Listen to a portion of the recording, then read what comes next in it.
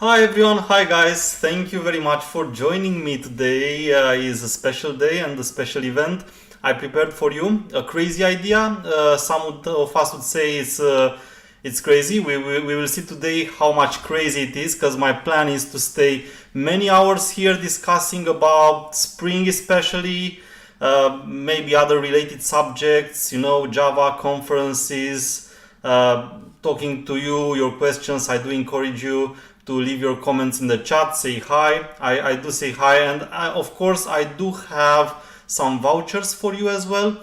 So I have already shared with you in the chat a code for 40% discount from Manning for all the Spring books, but I do have 3 vouchers for 100% discount for my Spring Start Here, which is the second book I wrote, the one on Spring.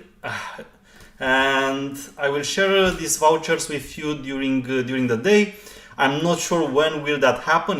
You take it like a game. I will put it in the chat from time to time, one code, and the first of you who will be able to use it, it's a one-time use, so the first of you who will take it will be able to get the ebook. It's only for the ebook, so in case you already have the book, it doesn't make a lot of sense to take it. Now, before I'm starting again, let me make sure that you got at least, this is the code for a 40% discount for any Spring book on Manning, and you can use that.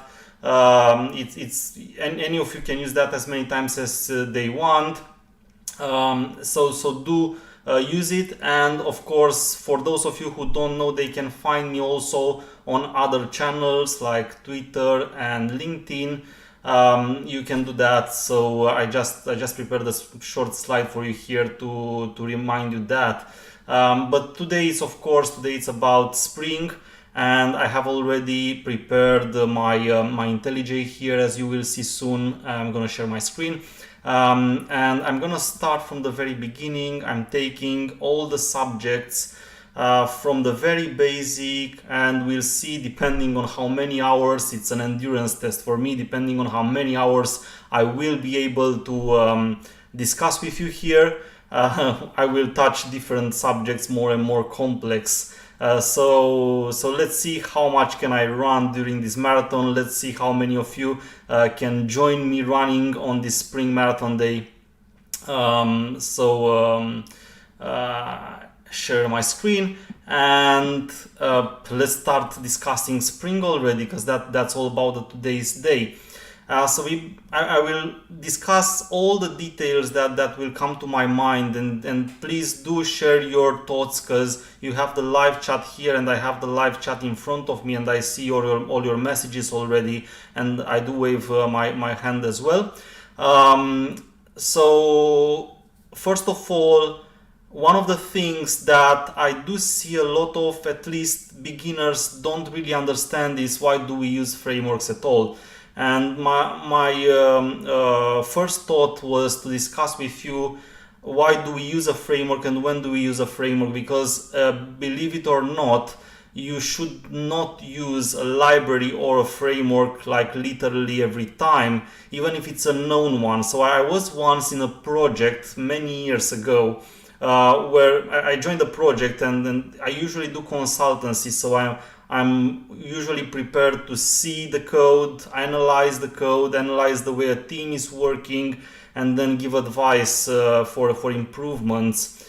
It's only advice I give. I never force anyone to do something, but I do give advice, and usually those who follow my advice at least see some benefits. So that's why people continue to ask me for consultancy, because otherwise, if they wouldn't have seen the benefit, they wouldn't call me again.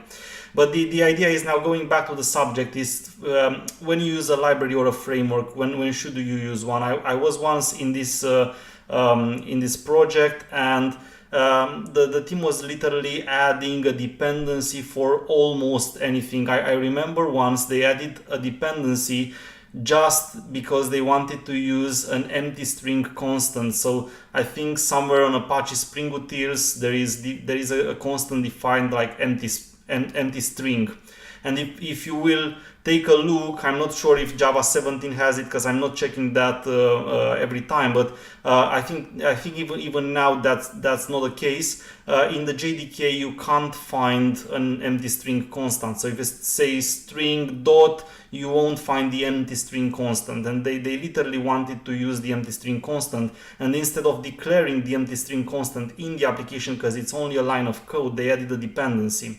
So that's not a good practice. That's not something that you want to do. And any time you use a library or a framework to benefit from some capability, because usually when we do use a library or a framework, we do that to benefit for a certain capability. Do ask yourself if it makes sense, if that's something you can't already do, for example with the JDK. First of all, if it's not too simple and you can implement it already yourself, because if it takes you 20 lines of code to implement that capability, it still maybe doesn't make a lot of sense to plug an entire dependency for that. So the first thing in our discussion about Spring and everything that we will talk about today, I don't want to only to show you some technicalities and the way you use annotations and stuff like that. I want to teach you through stories of my experience some other stuff which might be not directly but indirectly related to Spring as well, but makes a lot of sense for you to know. It brings you a lot of value, hopefully. And that's the first thing I was thinking about when I was preparing to start this event, was the fact that I did encounter a lot of cases where many people don't know that they shouldn't necessarily choose a framework, that the more dependencies you add to your project, the more difficult it becomes to maintain it. Remember that theoretically, at least, any dependency you use should have its own integration tests in the test suite of your project. We should write integration tests for any capability we integrate with, because you can't trust a dependency that you add. And I literally discuss about any dependency, like even Spring, when we discuss about a large framework with a big community, it doesn't mean that it's 100% safe that you will not have regressions when going from a version to another. So that makes a lot of sense for you to have integration tests. Now, going back to my previous discussion was, if you add, the more libraries and frameworks you add to your application, the more theoretically probability for regression you have. So theoretically, the more you need, the more integration tests you should write, the more difficult your app to maintain might become. So in general, there is a compromise from the architectural point of view. So when you think like an architect on your design of your application, you do have to remember that there is a compromise between adding frameworks and libraries and using their capabilities because they provide capabilities out of the box, and not using them because when you use some library or framework, you automatically add more probability for regression. You have seen even the most used frameworks. Do you see what happened with Log4j in December last year, 2021, when we discovered the very important vulnerability? So Log4j, come on, it's one of the most used Java frameworks. It's a large framework. One would say, or at least an unexperienced developer would say, we should have trusted that library, and we trusted that library more. So how could it have such a big vulnerability? That's not true. It's still implemented by people. We are still human. We make mistakes. And again, to be honest with you, open source is not really supported by companies today, which means that we don't get money for the work we put in place. When you work on an open source project, you do that because you like to take a task and do some programming and help the community, but we don't get supported a lot, at least, or in not a large number of situations. We do get we do get supported by companies with money. And then it makes sense that you use open source. Okay, you build on open source, even on a trusted solution, it can has its own bugs. So Spring is awesome.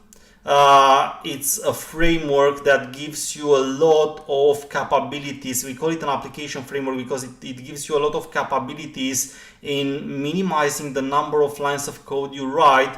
When you implement the business logic of your application, it comes out of the box with a lot of dependencies that help you. But even with Spring, you should consider, if you really want to use something or one of its modules, always ask yourself, is it okay to use that? Can I use something else? Or maybe I can avoid using that at all, because anyway, a large, and maybe a lot of Java developers don't know, but a large set of capabilities is directly provided with the JDK itself.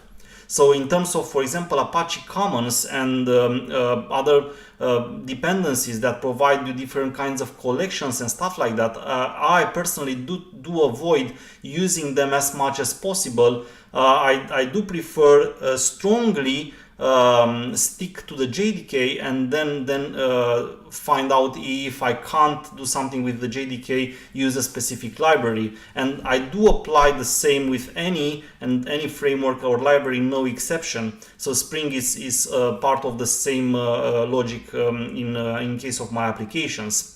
But one of the things that you will find out, and even with the examples, because I'm starting to work on examples now, one of the things that you will find out is that Spring is really really smartly designed as being modular, which means that when you say Spring, a lot of people think about Spring as a framework and have the impression that adding Spring to your application means literally adding the whole ecosystem.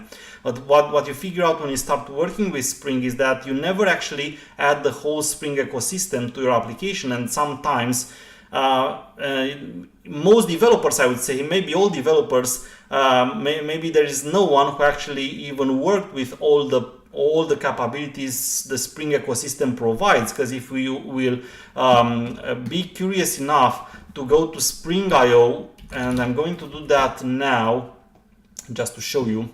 If you are curious enough to go to Spring IO, to the project section, you will see that there are actually a lot of projects. I'm not sure why this doesn't work now. Okay, now it is. So it's a lot of projects. I'm going on the overview, and some of them might sound familiar, some of them you might have never used them. So some of them you might have not used them, not because you don't use the technology, but maybe you use something else instead. Because it's no obligation that if you use one of the module of Spring, say you use Spring Boot or you simply use the Spring context, you necessarily need to use Spring for GraphQL. Maybe you want to use some other dependency for GraphQL. Maybe you want to use some other dependency for batching.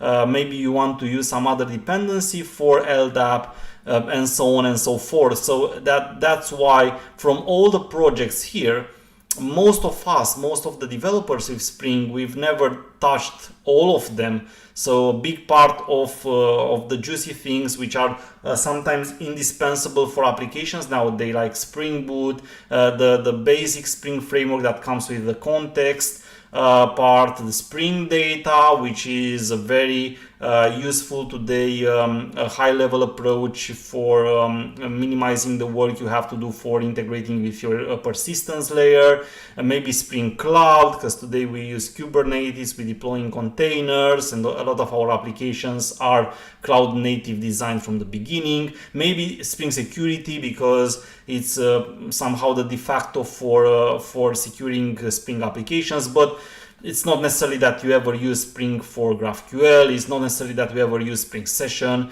It's not necessarily that you ever used Spring Batch. Maybe you had a chance. Maybe you used Spark instead, which is an excellent framework you can use to do a lot of the things similarly.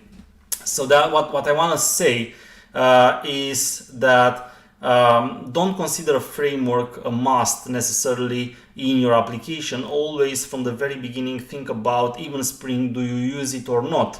I always think today, for example, when someone asks me about starting a project, and I had discussions like this even in the past weeks, should I use Spring Boot or should I maybe start with Quarkus? Why not starting with Quarkus? By the way, if you search Quarkus.io, you will see is again a project that is very a hot topic today, and is very useful, and it has this capability of allowing a very short startup because of its Graal VM integration and the way it has been built. So Quarkus is also an excellent choice. Micronaut is also an excellent choice, and so on and so forth. So don't take Spring as granted. It really depends on a lot of factors if you want to start or not with a Spring technology. In a lot of cases, one of the biggest factors I'm looking into is the people I have. So was about to ask same question regarding selection. Okay, selection of the framework. That's exactly what I wanted to discuss at the very beginning. So I'm a Spring ambassador. I love using Spring, but as an architect, I never take for granted that always a project should be based on Spring, because it depends on a lot of factors. And from my perspective, one of the most important is the people I have and the possibility of getting new people to a team. For example, today, because of the fact that Spring has maybe the largest community, I say maybe because I didn't check, but I have a feeling that I'm right with that statement. In terms of Spring, in terms of Java frameworks in general, Java application frameworks, I think that Spring is the largest community. It also makes it more easy to onboard people, because a lot of people start with learning Spring today, and there are a lot of books and material out there, very good books published by Manning, published by O'Reilly, published by Pact, published by A-Press, published by a lot of known publishers and a lot of known authors that write Spring books, which makes again the subject very easy to learn, because you can find content anywhere. You can find the whole playlist only here on my YouTube channel. So that's why today maybe one of the reasons architects choose Spring is not necessarily only its capabilities, which are excellent, because we find excellent capabilities in other frameworks as well, but sometimes it's also related to the human factor. What kind of people I have, what do those people want to work with? Do they want to work with I don't know, Drop Wizard? Well, no. Ask a developer usually, do you want to work with Drop Wizard? Usually they will say, maybe we try something with Spring, and then of course that's why you will choose Spring over other frameworks sometimes, just because the human factor is also important for me. I would say maybe the most important factor for me. The human factor is the most important, because people are important in general. So over technologies, over everything, we need to take care of our developers as people, not as resources, but that's another discussion. So going back, let's say we chose Spring. So I'm going to create a new project finally, and I'm going to create a new project. I don't really care where I put it now. I will create a separate folder then and put it on my GitHub at the very end, so you will have all these projects. So say Spring Marathon Day E1. And I'm going to use the Java 17. Actually, let's use Java 17, because I don't have the 18th version installed on this computer.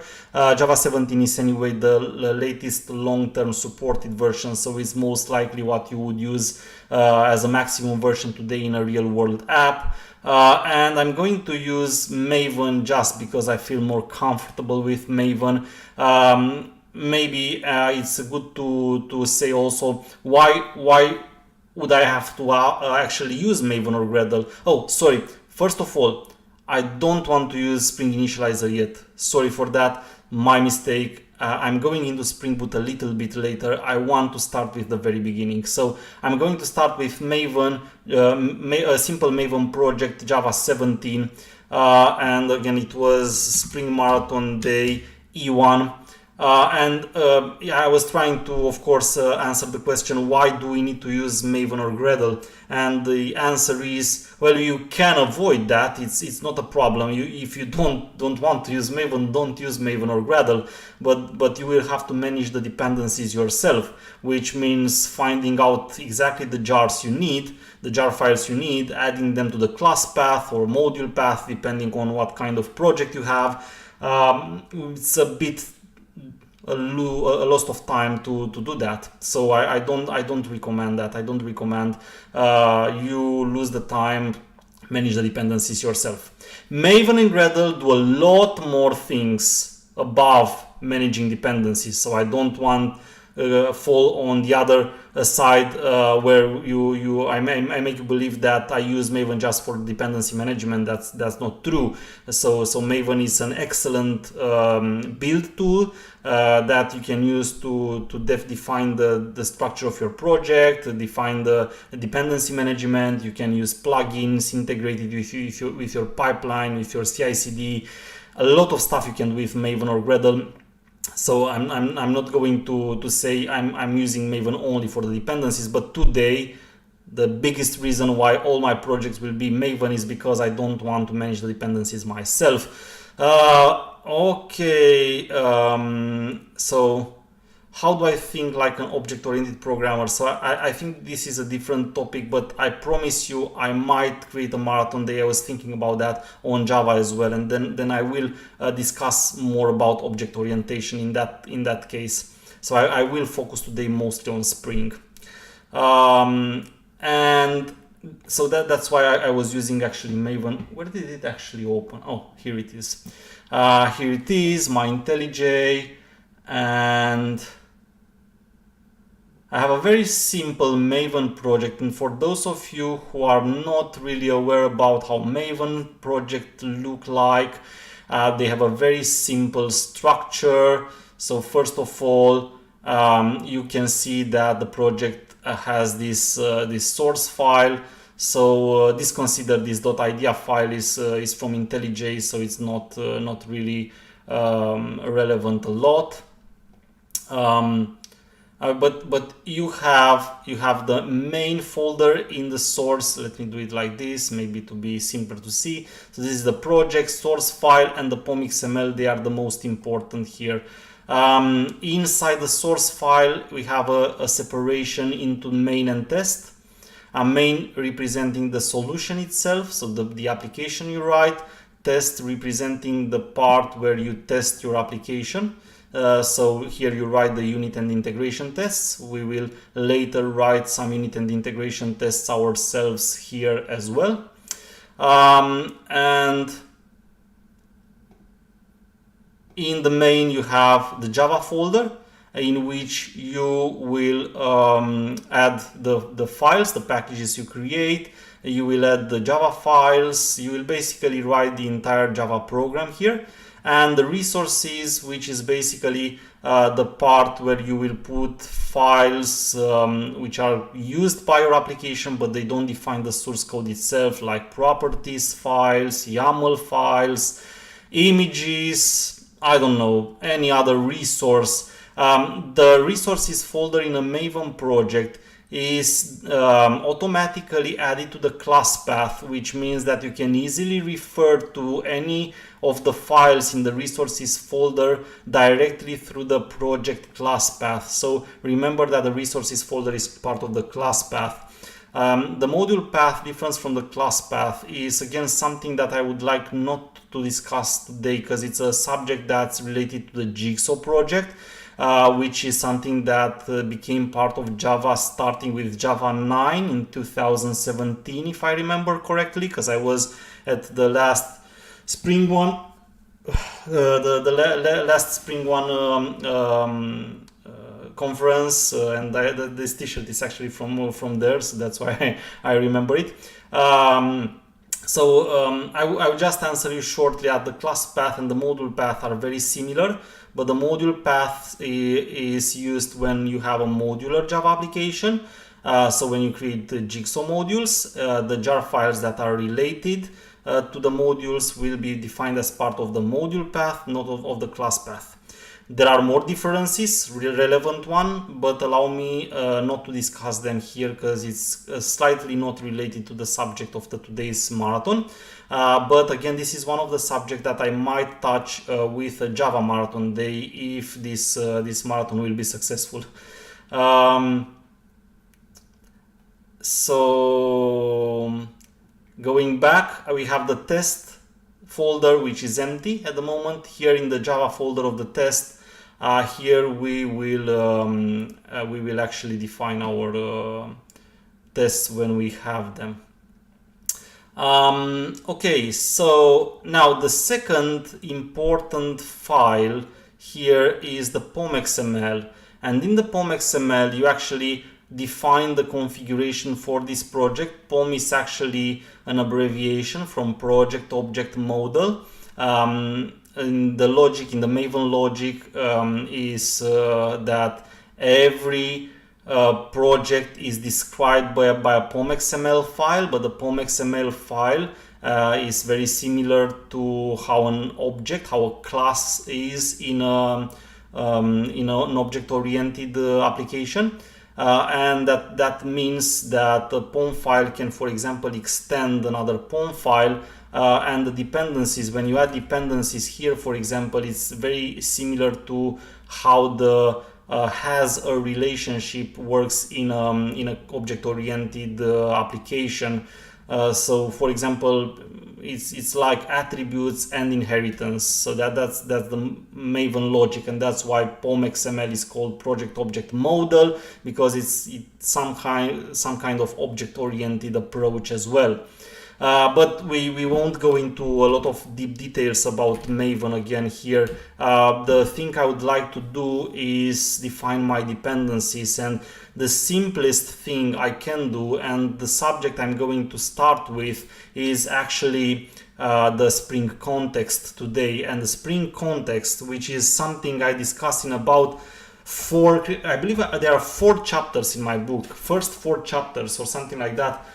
In the Spring Start Here book is only about the context, and the reason is the context is the heart of any application using Spring. The Spring part of the application is strongly related to the context. The context is the minimum you can and you would actually use in any Spring application. So for me, adding the dependency and Spring Framework is basically dependency. I don't want the web flux, I actually want the context, and I want to take the latest version. I think this is the one. It's not really relevant actually now which version we will discuss, because the things we are discussing now are very, very simple, so they will be the same. Doesn't really matter whether you take any 4.3, I would say, plus version of Spring. 4.3 was the latest one that affected more dramatically the context, if I remember correctly. But if I'm adding the dependency, then I think it's quite good enough. Of course, I could have used latest here. Latest is a tag in Maven that allows you to simply specify you really want the latest dependency from the repository. However, you will rarely see me using it because it's not a best practice. You should never use tags as latest or something like version plus in a dependency, which means anything that is anything that is not very fixed version can cause you trouble in a CI/CD pipeline. So the best practice is, when you use a dependency, be always sure which is the exact version you are using, because otherwise you might, for example, end up testing your application with a version, something changes meanwhile in the repository, and then your app will use the next version which doesn't work anymore. and you end up with testing something, it works fine, and then when you deploy it in production it doesn't work anymore. So never use tags like latest or intervals of versions. That should be avoidable. Maven or Gradle, I don't have a preference. I did work with both. I think Maven is a simpler start for anyone, but Gradle has a simpler syntax, which is not XML based anymore. But in the end, both of them you will end up doing the same things with them, and they will be great build tools. Because I feel Maven is simpler, I do use it more often in tutorials. So that's to answer your question, Marco. Thank you very much for the question.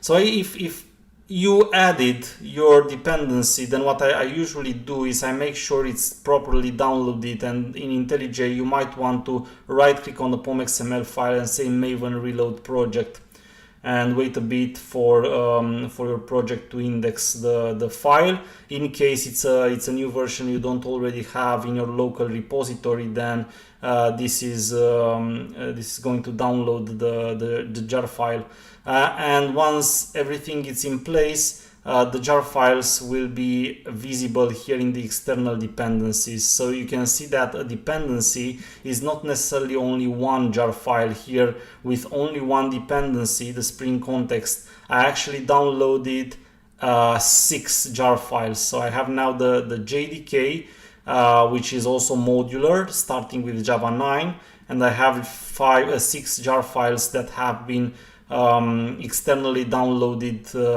via the Spring context dependency. So if I wouldn't have used Maven, then all these 6 jar files, I should have taken them myself and configured them in the class path.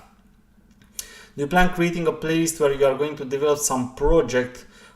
Maybe, why not? Antonina, I will take that into consideration. It sounds like a good idea. What kind of project would you be interested in? Something with Spring, something with something else? What are you actually looking for? Spring Boot multi-module projects, are there complications in using JPA? Yes, I would say, Leo, yes, there are complications. I will touch a bit more about that. I also have a separate video on this channel, made a couple of years ago, but that's not really relevant. But you can find it and watch it. You will see that if you use for example, if you say multi-module project with Jigsaw, then you have the problem that of course the modules, the Jigsaw modules, they are closed for reflection. So you literally need to open yourself the modules for reflection, otherwise a framework, which, as you will see soon, is reflection based, won't be able to manage the objects inside your code. And same in case of the JPA implementation. So say you use Hibernate, which is a JPA implementation, it needs to use reflection to, for example, manage your entities. So if your entities are not manageable, meaning they are closed inside the Jigsaw module, then Hibernate will not be able to use them. Okay. So if you use a modular Maven project, then you have less problems, as soon of course considering that you configure it correctly.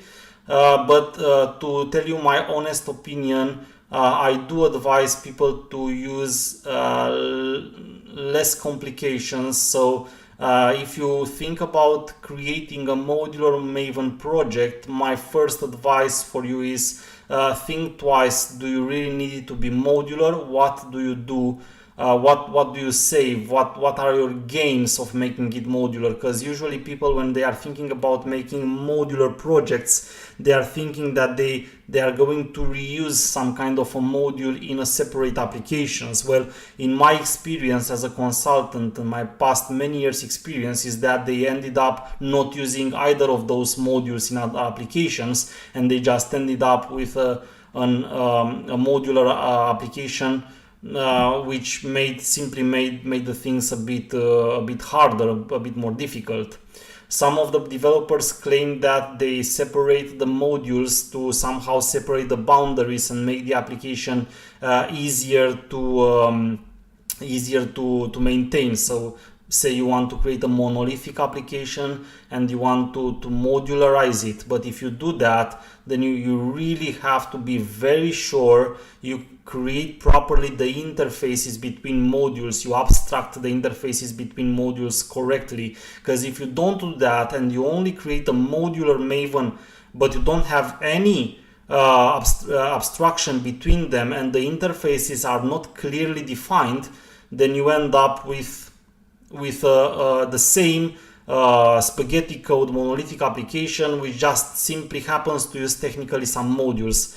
That's not a modular monolith. A modular monolith is a monolith where you not only have technical modules implemented, either Maven or Jigsaw modules. It's a monolith where you have the modules but well-defined interfaces between the modules, and those interfaces should be correctly tested for integration.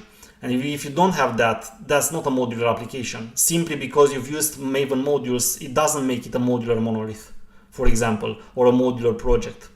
So it's very risky here, because I've seen a lot of cases where developers chose, for different purposes they don't really clearly understood, to, for example, create modular projects, mostly in the Maven modular projects, and then they ended up with an application that was actually on the opposite, more difficult to implement.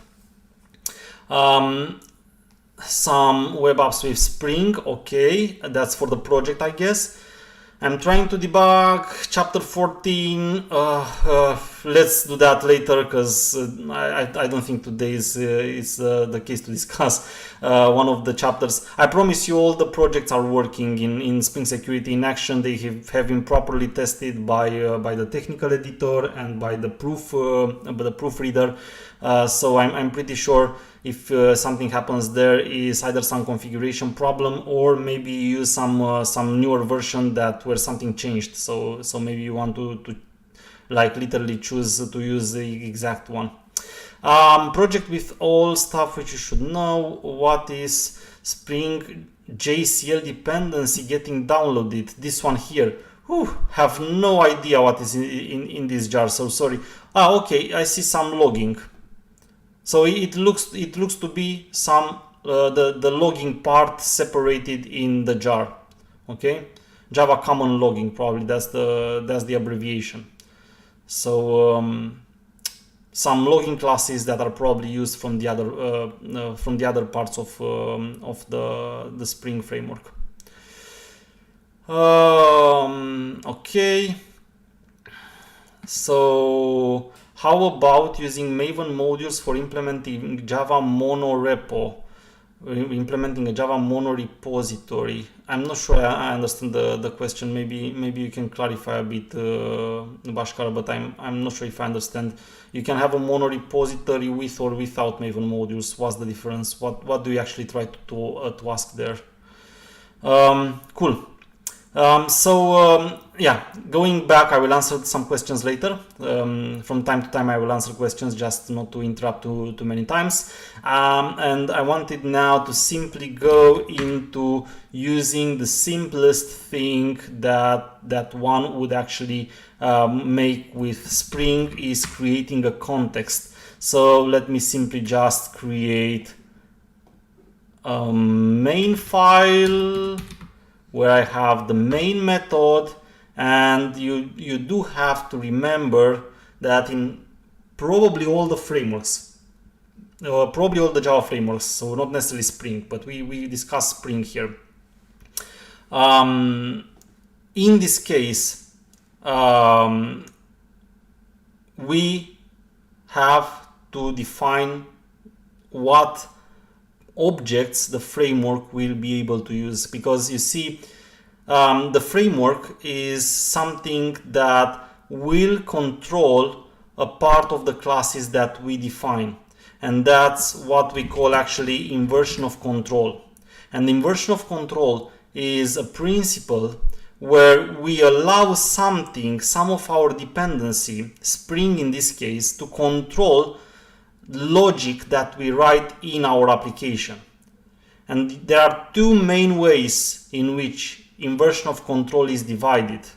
So inversion of control is divided into dependency injection, which is the approach in which you have the framework controlling the links between your objects. So we say that an object has to delegate to another object when it creates some part of its algorithm.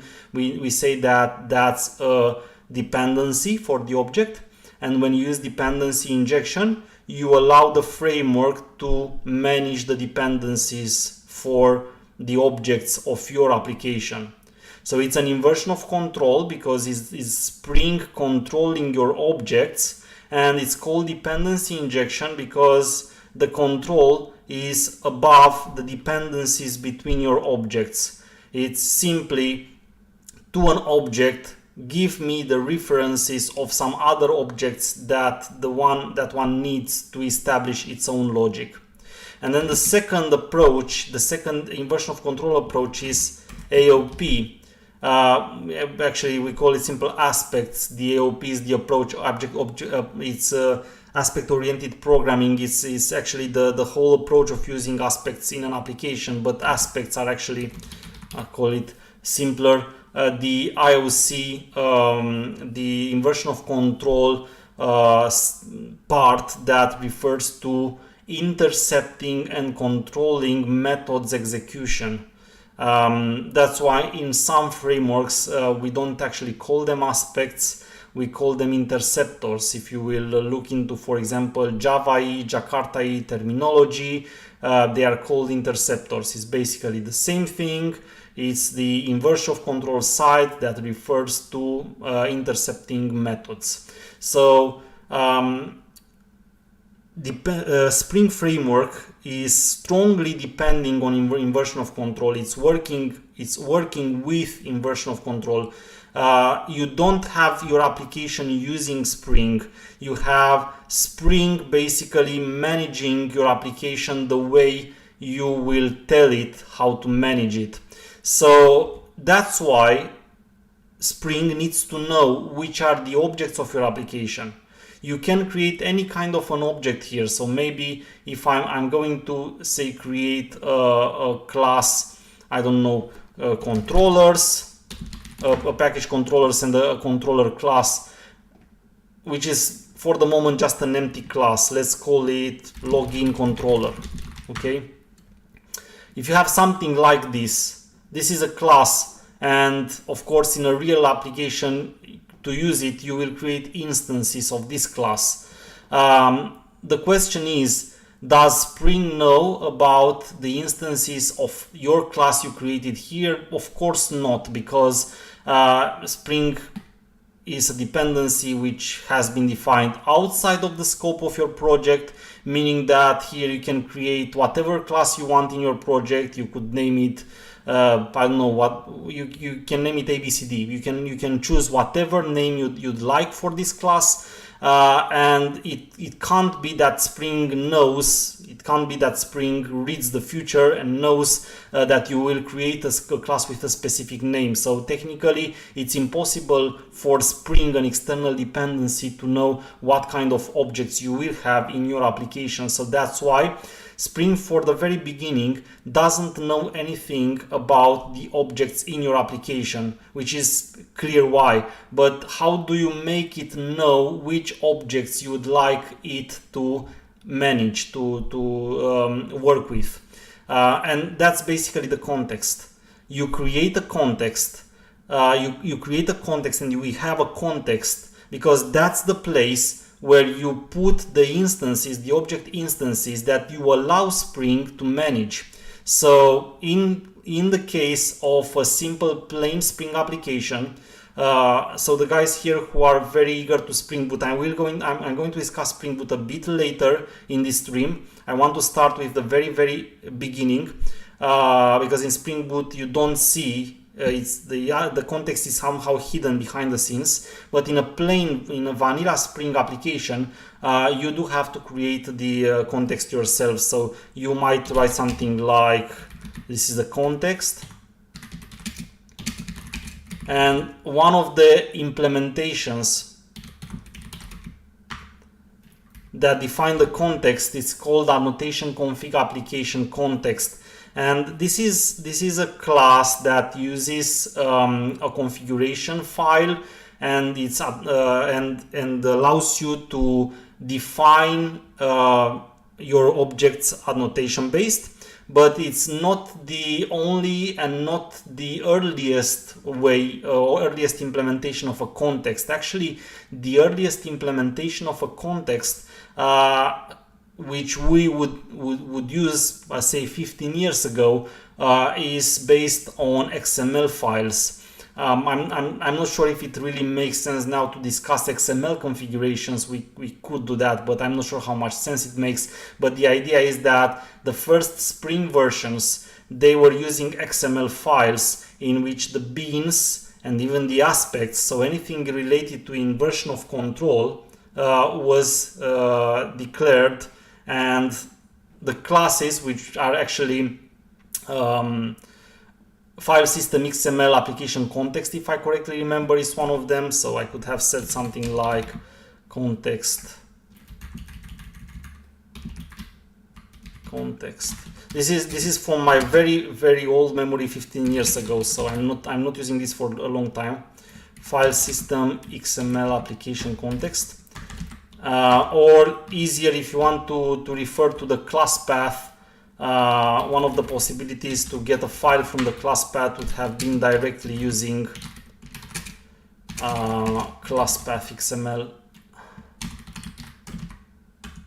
So I think I've used this maybe last time when I was using Spring 3 or something. It's very long time ago. I haven't used these classes, this context implementation. So because these context implementations, this would imply you use XML files where you define the beans, the aspects, and everything related to the part of inversion of control. So everything related to what means configuration of your Spring application itself would be in an XML file.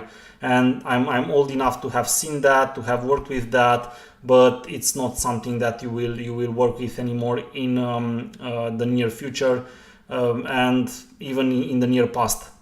I guess you didn't work anymore with this because you shouldn't.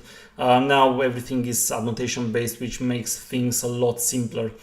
So that's why the implementation of annotation config application context is basically the Spring implementation that allows you to define a context based on annotations. Annotations, as a short reminder for those of you who might not be aware of, but hopefully you are, they are an element of the language that has been introduced a long time ago with Java 5, and that allows you to add metadata above any element you declare in your application.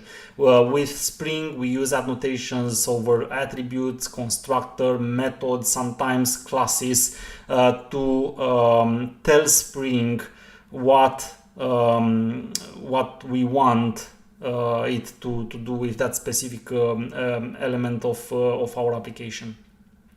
So in this case, actually, to be able to define something, one of the first things that we can do is declare a configuration class. That's what we are doing when we use the annotation config application context.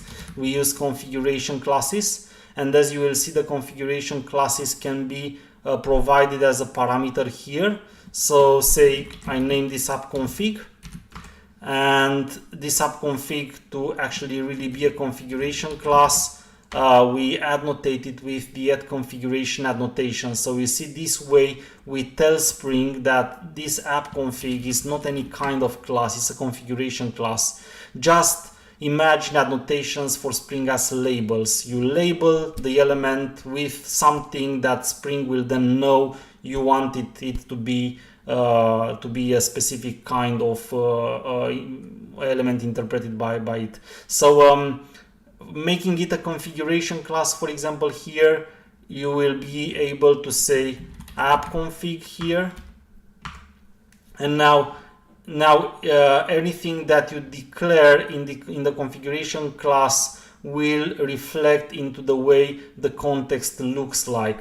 So we still don't have any object. This is an empty context, because you can see I only have created the instance of the context. So this is the instance of the context, and I can create it as empty, or I can provide one or more configuration classes here. So the constructor allows you can see this is a var args here, which means that I could have, if I wanted, use more configuration classes, but the simplest for allowing you focus on what's important now, let's take it simple and use only one configuration class.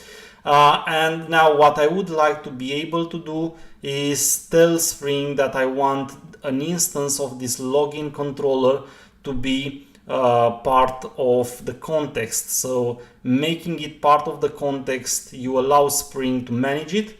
That means that you can use this later somewhere else. And there are more ways in which you can do that, and I would like to take all of the essential ones and describe them here in separate examples, and I want you to remember all of them and where do you actually use this kind of approaches. So let me start with the approach where you manually define the bean using the @bean_add notation. I can do something like this: login controller, create a method that simply returns an instance of that class, and then I annotated it with @bean.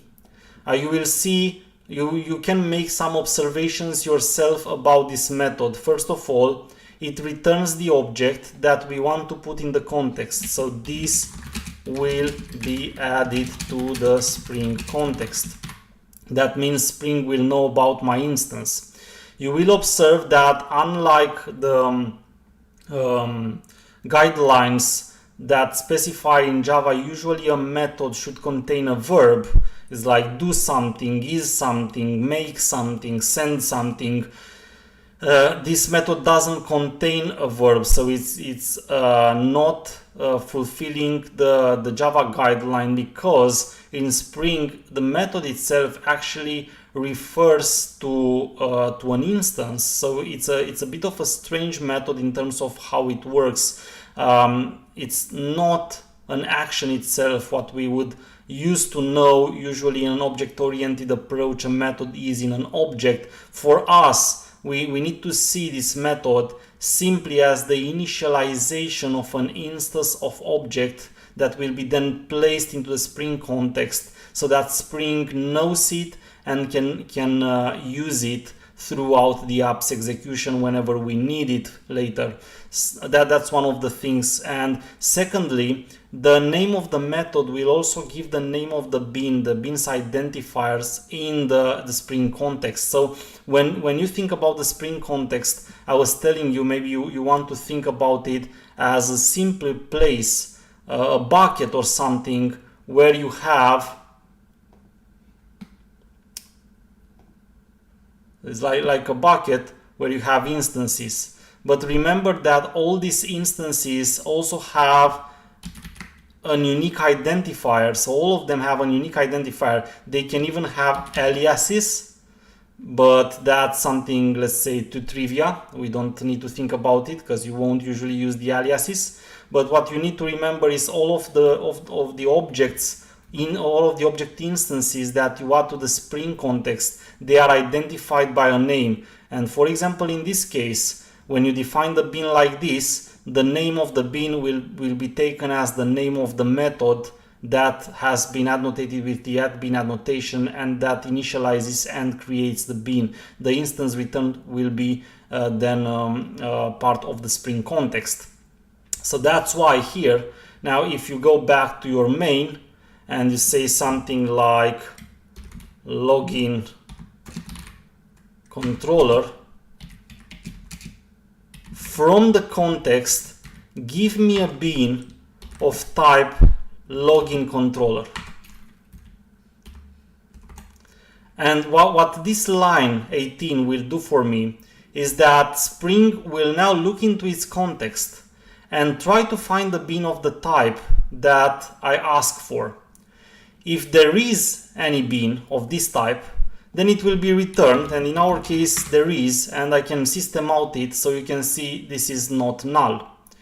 If there isn't any bean of that type, it will throw an exception telling me that it didn't find any bean of that specific type. So I can simply run this application and then go a bit over it and through all your questions, because I see that there are a lot of questions that have been popped up in the chat, and discuss the questions that you have.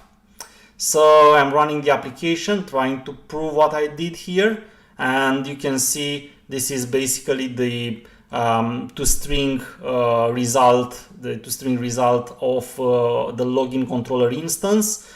Is the default toString implementation, class name at, and then the hash code. So basically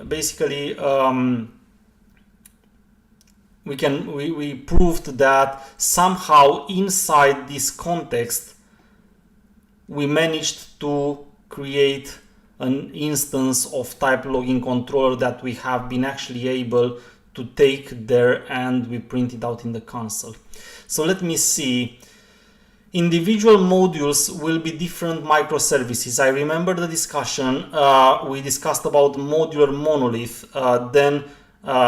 In that case, why would you have a simple one project with more modules? You will have different projects, so it doesn't make a lot of sense to have individual modules as different microservices. You will have individual projects, if you want, as different microservices, because they have to be independently versioned theoretically in the microservices theory, and so on and so forth.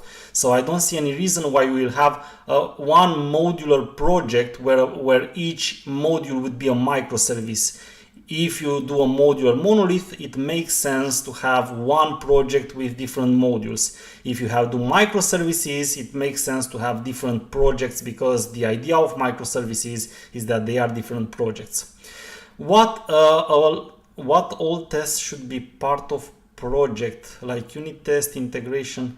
I'm not sure if I understand the question, but the tests which we will deal with a bit later today, they should be part of the project. Usually we have unit and integration tests, but I do recommend teams to have separate applications for system testing, applications that usually use frameworks such as Selenium, Appium, Cucumber, and stuff like that, which would be separate projects. In the test folder here, we will have either unit or integration tests. I hope that answers your question. Is component scan part of Spring context? If we talk about Spring context dependency, then yes, and we will see it immediately. So now I'm going to show you first how to use the bean annotation, but soon I will go into the component scan part of initialization of beans. Okay, I'm going in the beans part soon. Everyone, I'm a bit late, so okay. Question. Have read that Spring inversion of control manages instantiations, wiring of beans, but not the destruction of beans. So not even the prototype ones. Do the developers have to manually destroy this? So this is a very good question, Federico, actually. This is a really good question. So first of all, remember that instances are simple objects. Beans are simple object instances, which means that once they will be get rid of references, they will be automatically garbaged by the garbage collector. So it's still a Java application, and the garbage collector still applies in the same way. Now, depending on what kind of a bean you create, and that's something we will discuss basically in the next minutes of our discussion here, the bean will remain with an instance up to the very end of the application, which means that indeed it will stay in the memory because it can't be garbage collected, and that those are the singleton beans usually. And so when you create a bean as a singleton, you on purpose make it stay there until the application completely ends. if you make a prototype bin, then what you need to remember is that it's not guaranteed that the destruction function of Spring will be called. That's maybe what you have read, but still, if we'll stay without references, and Spring won't keep references of the prototype bins, I can promise you that. So when you have prototype bins, you use them same as you use any object, and when you don't have any references anymore, then the garbage collector will collect them. So it will normally work. It's not a risk of having any memory leak there because of Spring, if that's what you are thinking about. In terms of destruction, I will show you later that you can manipulate the events of creating and the destruction. And the creation event is, you can always trust it will be called. But the destruction event, you can't rely on that. And I think that's what you actually read about, Federico. And that's true, indeed. The destruction, and I will even prove it to you here, the destruction is not necessarily called. But that's the destruction event in terms of doing something when Spring knows you don't use the bin anymore. It's not the taking it out of the memory by the garbage collector, which is a Java stuff and is not a Spring responsibility.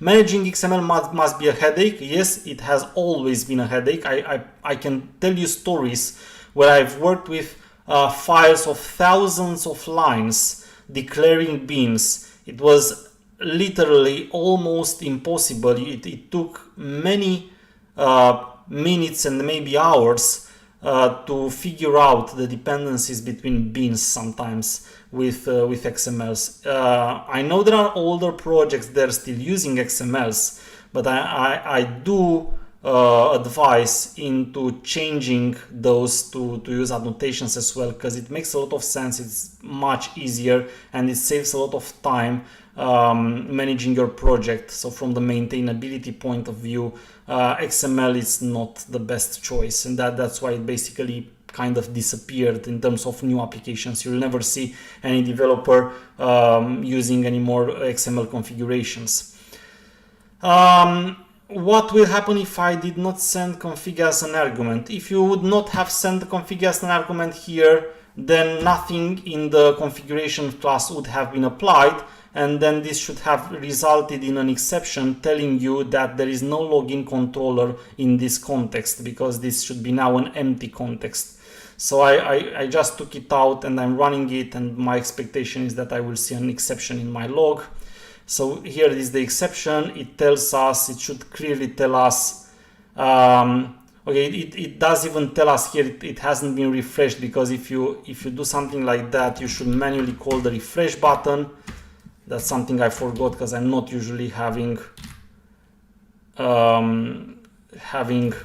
context. So you will refresh it, but you will still get an exception telling you that there is no login controller there. So that's what should happen if you don't provide any configuration class. Of course, the same thing regarding the bin. So that now it's better. Now it says indeed what I wanted to see. It says no such bin definition exception, no qualifying bin of type login controller. Why? Because it's an empty context, because the configuration class is the one creating the bin here, but I didn't provide a reference to it. So basically that's why we in the first place use the app config here, because through the app config we provide now what we have, the bin here and this line here. That's why this line here initially found an instance and didn't throw this exception, because of the app config class that declares the bin. So I hope that answers your question about what happened if we didn't give that parameter there. Method name should be verb. You mentioned as login controller. Well, I think I explained that already. So I explained why login controller here, why we don't have a verb, is because it doesn't fulfill the guidelines in this case. Login controller is the name of the bin, and that's how we declare bin annotated methods with Spring. So this is a Spring specific thing, the fact that unlike what we used to know about methods in a configuration class, the methods don't contain a verb the same as you are used to. 5 minutes break, no break for me, Lucian. I will just continue, but you can simply put me in the headphones. I'm going to see how much I endure today discussing about Spring all day long. So as you said, the bean with inherit name from method name, annotated with that bean. Can you show the name of C1 bean? Very good question. So let's show the, I can't actually show the name, but what I can show you is that now what I did here on line 18 is that I said, please give me the object of type login controller. So maybe you would now think about what would actually happen in case I have two beans of the same type. So say I created two methods. Of course, I do give them two different names. They will become the identifiers of the beans. And what will actually happen in this case if I'm running the application? Well, it will give me a big exception telling Spring will now tell me the opposite. It won't tell me there is no bean. It will actually tell me I have two beans. So it says no unique beans. It tells me I have two beans of the same type. And I don't know which one you refer to here. Which one do you want here to give you? So that's why it tells me these are the identifiers of the bean. So what I can do in this case is take them by name, and that's what we call the retrieval by name of the bean. So now I can either tell them I want the bean named controller 1 or I want the bean named login controller 2. So that's how I use the name of the bean, which is the name of the method by default. Okay. So say according to the documentation, beans and context are part of the core container. That means are going to different context, for example app config, than for app config. I'm not sure if I understand the question, so maybe you can rephrase. That means beans are going to different context than, for example, app config. So when we discuss about the container in Spring, maybe that's what creates a confusion. So container and context are mostly the same thing. And say container, we refer to the mechanism behind the scenes that manages the context. So the beans, the context being the collection of beans that Spring manages. So if we don't declare on purpose multiple contexts, if we would declare multiple contexts like these ones, then of course we would have multiple contexts. But if we don't do that, then we will have only one context. So I'm not sure if that answered your question, but that's what I understood. Did you contribute to Spring Boot project? If yes, could you give me some information about that and how we can start contributing? I didn't contribute to Spring Boot, but I did contribute to Spring and the latest Spring Security, and the latest I've contributed to is the new authorization server. Usually every project has its own page where you will find everything about the contribution. So what you should do if you want to contribute to any Spring project is going to the GitHub. Usually you're going to the GitHub page, and then in the GitHub page, so for example I have a tab here for my Spring authorization server where I'm from time to time I try to contribute. You will have everything about that project and the way you can contribute. So you have the contribution guidelines somewhere here, and yeah, just read them and you will see exactly what someone expects from you if you want to contribute. What exactly should you do? Usually you should sign some kind of a license to make sure that what you write there you don't then consider your own intellectual property, but that's mostly it. So it's not difficult to contribute to an open source project.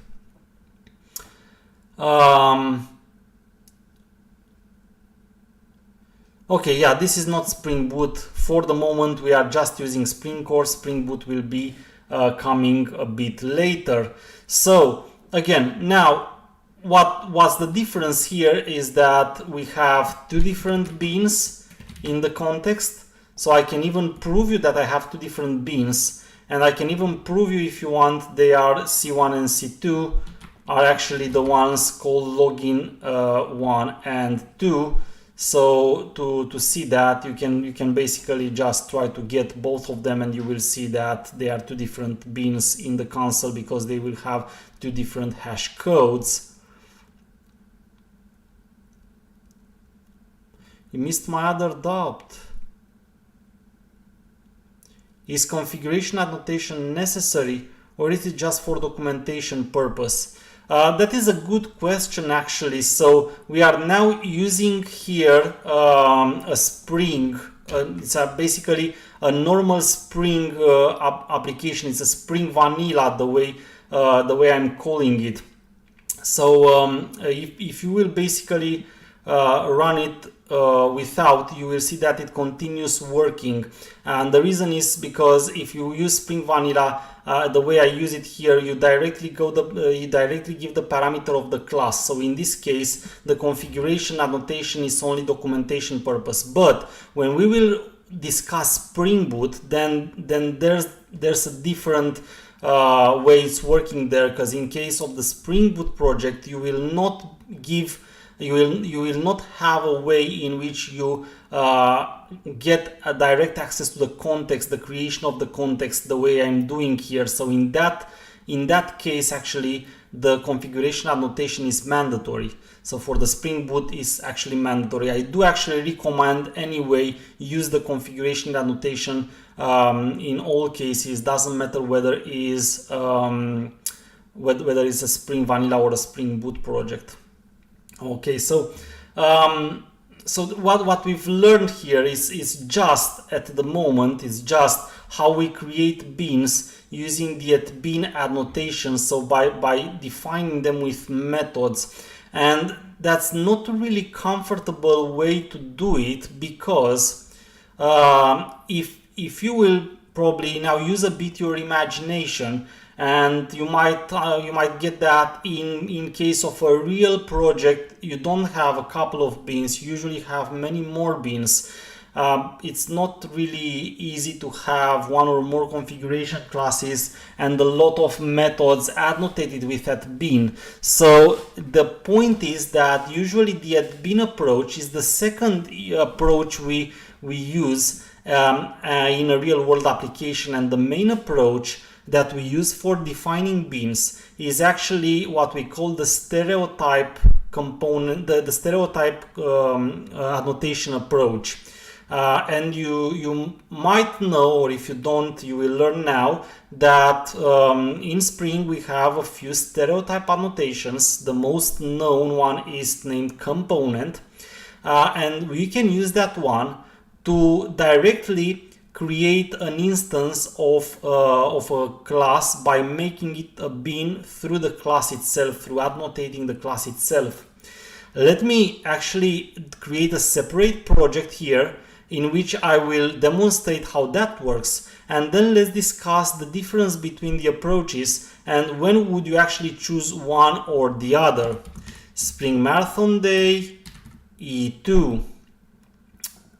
I will actually be very fast with creating this project. It's the same project, and I will keep the same class.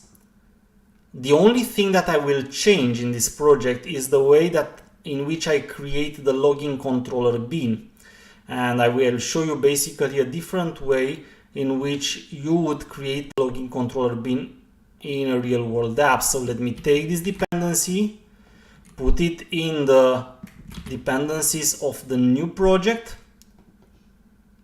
as usually say Maven reload project, and then what I'm going to do is I'm going to copy the code and change it. And maybe you are wondering why I'm not working on the same project.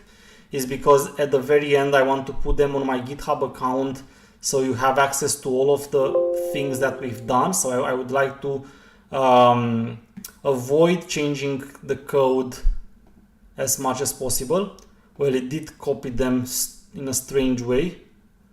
it didn't copy the packages, it only copied the classes. It should be a bug in IntelliJ. So say config, and then just to be exactly like the other one.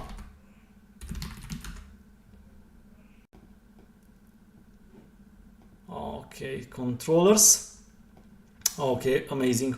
And what we will see here is that I want to completely get rid of this. So you have to agree with me now that theoretically I have no more beans. Okay, I have no more beans. So if I would try now to take a bean of type login controller the way I did earlier in the first project, my expectation is I will have an exception telling me that I don't have any beans in the context. So my context is empty because I removed the bean annotated methods here. My context is now empty. So I expect once my project compiles to see that exception in the log telling me there is no bean, so I can't provide you a bean. That's what Spring will tell me. No such bean definition, no qualifying bean of type login controller. But then what I'm going to do is that instead of declaring a bean using the @bean annotation, I'm simply going above the class and I use the simplest stereotype annotation that is called component. And you can see it's called the stereotype annotation. You can see that also in the name of the package where the annotation is here.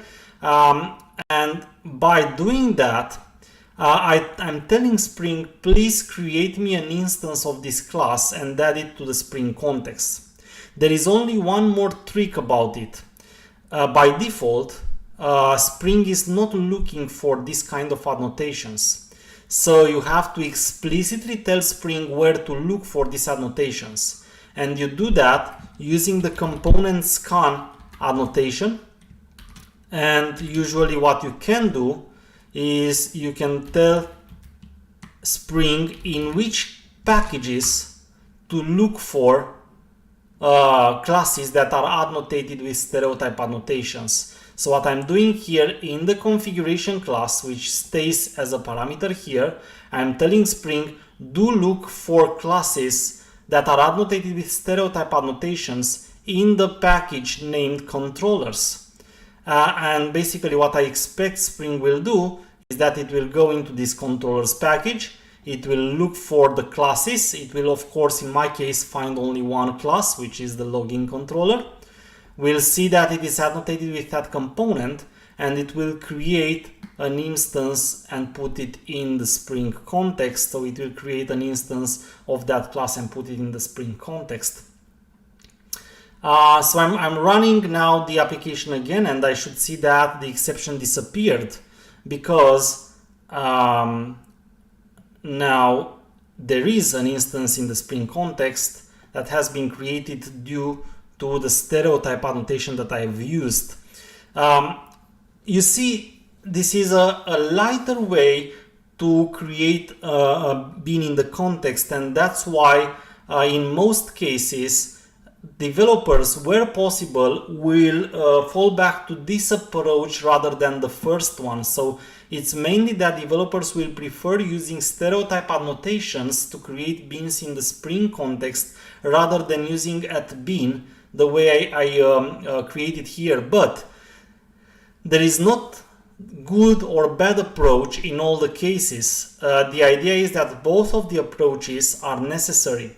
And the reason they are necessary is because they apply, in some cases, you can use, and it's easier to use the stereotype annotations as you have seen, but there are cases where stereotype annotations can't be used. And you can already spot some of these cases by yourself here. So in this case, you will see that I was able to create two beans of the same type. Can we create two beans of the same type using stereotype annotations, two or more beans of the same type, and put them in the Spring context as I did previously? The answer is no, we can't. So if what you need is creating more instances of the same type and put them in the Spring context, then you can't do that with stereotype annotations. The only way to do that is by using the @bin annotation. That's one of the things. Secondly, you do observe that I was able here to mark the class as being a bin because of the component, because of being able to add a component annotation over the class, because the class is part of my code base. But what if I wanted to create an instance of a class that is not part of my code base, that I can't change? In Spring, literally any instance of object can be put in the context and can be managed by Spring. It doesn't necessarily need to be part of your code base. So, for example, if I want to add an instance of type string in my Spring context, then I can do something like that. I can say string1 return hello, and I add the @bin annotation, and at the moment this string, this instance of string, is now part of my Spring context. Will I be able to do that using stereotype annotations? The answer is no, of course, because using stereotype annotations, I should have been somehow able to go in the string class and change it and add the add component annotation over it, which is definitely not possible because string is a class which is part of the JDK. And the same would happen with any class of any dependency, of any external dependency that we have, which is very important to keep in mind. So the answer to when do we actually use stereotype annotations and when do we actually use bin to create instances is usually for anything in your code base, prefer using the stereotype annotation approach because it's much easier and it takes a lot less code and it makes your application more maintainable. But you will not be able to use the stereotype annotations if you need more than one instance in the Spring context of the same type. That's not going to work with stereotype annotations. And it's not going to work with classes that are outside of your code base. And it happens in real projects that we want to create bins of types that are outside of our code base. So for example, data sources. When you create a real application, you will most likely have a database. When you have a database, then you will most likely need an object of a type data source connection pool to manage the connections. And we have a lot of options out there that we can use, maybe the most known and the best being the Hikari connection pool. So you will add the Hikari connection pool dependency and then you will want to create an instance of the type Hikari connection pool in your context. So how do you do that? Of course, not by using a stereotype annotation because you can't change the Hikari dependency. In that case, the only approach you can use is actually defining the Hikari instance in your context using the @bin annotation. By the way, already almost 1.5 hours since we started, and I didn't share with you any of the free vouchers for my Spring Start Here. So for those of you who might remember, Spring Start Here is my second book and it's an excellent book for beginners. A lot of things that we will discuss here are in the book as well. So what I'm going to do now is I'm going to share you a code for an ebook. What I want you to remember is that the code is only for ebooks, so you cannot use it for printed books. That means if you already have the book, leave the chance for others to get the ebook. What you will have to do is click on the link go to the purchase section for the Spring Start Here ebook, apply the voucher, and then it will apply 100% discount, which means that the price will become 0, and you will be able to take it without having to pay for it. And I'm going to share it now in the chat, and the first lucky user who will manage to use it will get the ebook. So let me see, how do you do that? So that's the link and that's the code. Actually, I should have taken them separately, so I was eagerly looking for this most. That's the link and that's the code. I put them separately now just to be sure that it's easy for you to see them, because I think in my first one it's not really clear which one is the link and which is the code. So you can see now the link and the code. So you go to the link, and if you are fast enough, if you are faster than others. If you are not, I still have 2 more codes here that I will share with you throughout the day, so throughout the event. And remember that you do have a 40% discount for all the books in the Spring section of Manning with this code. So YouTube Spring Marathon 40. That's a 40% discount code. If you will want to also buy some other books, I know Spring Security in Action.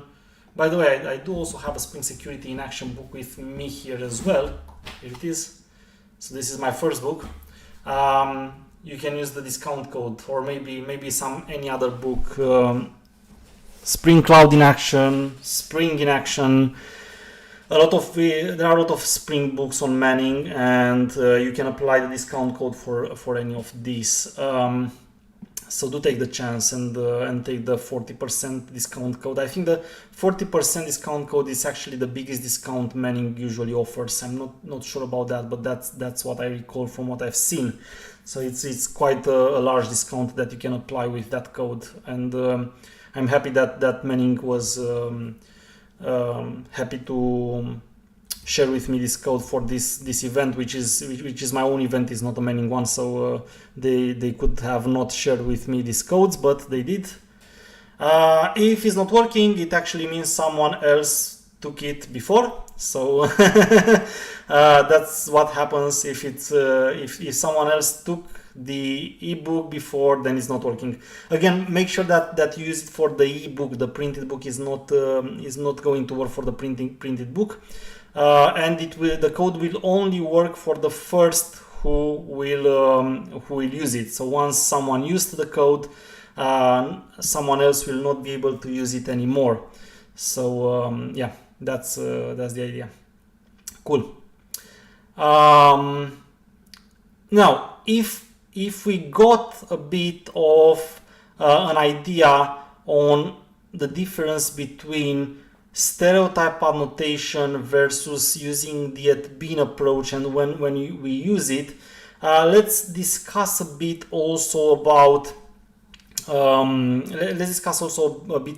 the other inversion of control mechanism, which is not it's a bit strange that I say that. I'm going to continue because I didn't even discuss about the dependency injection, isn't it? I did only show you how to put beans in the Spring context, but I didn't show you actually the dependency injection feature, which is actually taking the beans from the Spring context and putting them into a field. Okay, if 2 different classes A and B extend the same interface, I'm going to do that. I'm going to show you what happens in that case as well. But let me first show you about auto wiring something. So let's go even deeper a bit and say I'm going to create a separate project for that, just to make sure that in the end you will have all of them in my GitHub account. But what I'm going to do here is that I'm going to create two classes dependent on one another. So I'm still going to use the same dependency.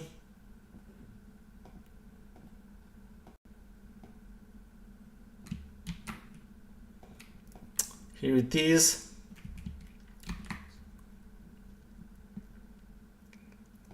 And let's assume here, because you will see with our examples going further, our apps will become more and more complex. So let's assume here we have a controller and we have also a service.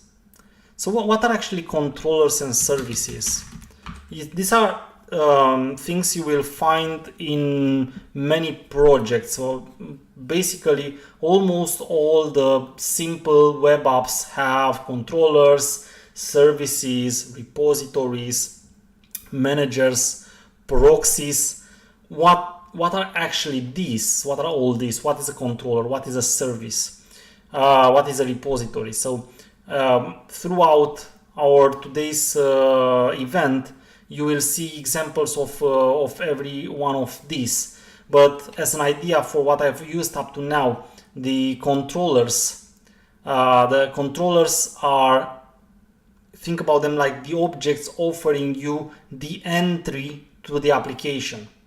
It's the layer that offers you an entry point to the logic, which is implemented in the service. So the services, by definition, are the objects implementing the use cases, which is the business logic your app implements. The methods in the services are literally defining the algorithm that's something that happens with the data. While the controllers are offering you the access to the logic. A controller doesn't necessarily mean a web application, but you will very often find this concept in web applications where the controller is basically the one defining the endpoint, meaning the HTTP method and path, which will allow an access to a specific use case behind the scenes implemented in a service. Further, we will discuss also about other kinds of objects, such as repositories, which you will see that are the objects allowing you to manage a data source. We'll discuss about proxies, which are the objects which allow you to discuss with another application. So proxies are usually the objects you use to call another service, another application from your application. The model, which as you will see represent the objects that describe the data your app is working with. And I'm going to show you like literally big applications also, so you will see them in action. But for the moment, we were actually discussing the dependency injection stuff. So I'm going here to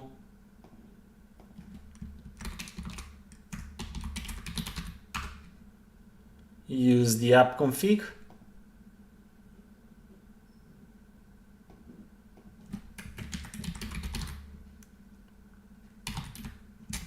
Oh, didn't I add the dependency? Okay, it doesn't see it, so maybe reload the project. Sometimes if I don't do that, I don't see the annotations. Okay, now it's working. And say I have something like a product controller, and this is a bean. And to make it a bean, I'm going to add the component annotation, and this is the service.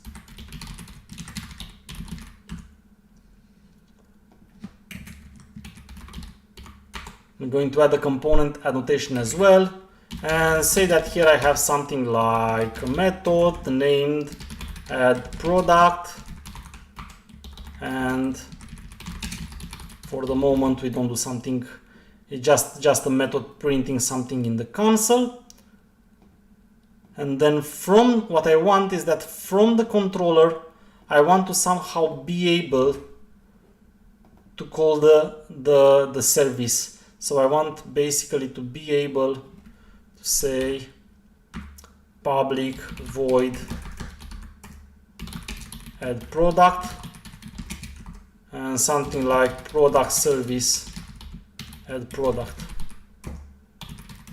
So to do that, to be able to call a method from the controller to delegate to the service method from here, and that means I need to define as an attribute. So for example, what I can do is I can define it as an attribute, and let's say for the moment I don't put that final there. I will show you why immediately. I want to take things step by step. And then I have a main class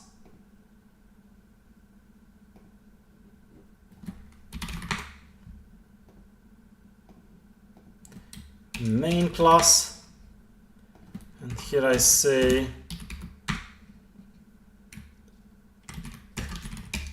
context is new annotation config application context of my configuration class, which by the way should have also declared the components con.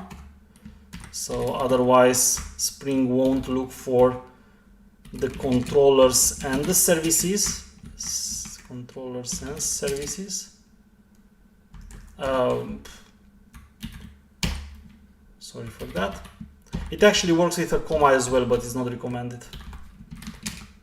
It's better if you do it like this. So I have two packages now indeed. So I have the controllers and the services where I want Spring to look for stereotype annotation. So that's why here I'm going to enumerate all of them.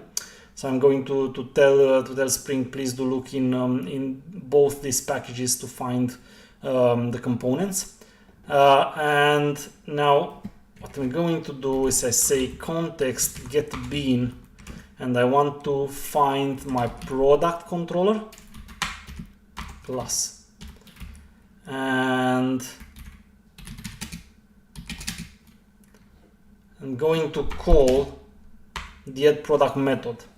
And if I'm going to run my application now, you will see this will basically throw a large null pointer exception.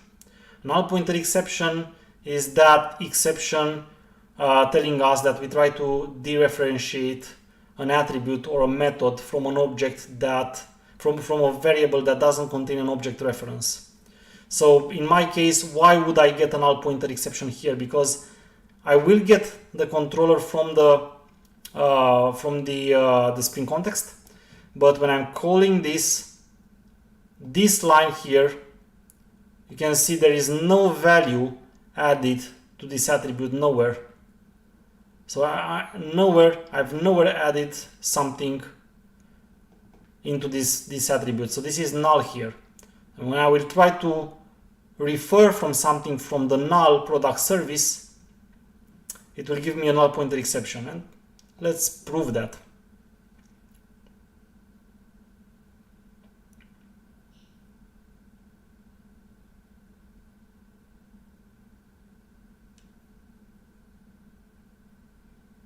And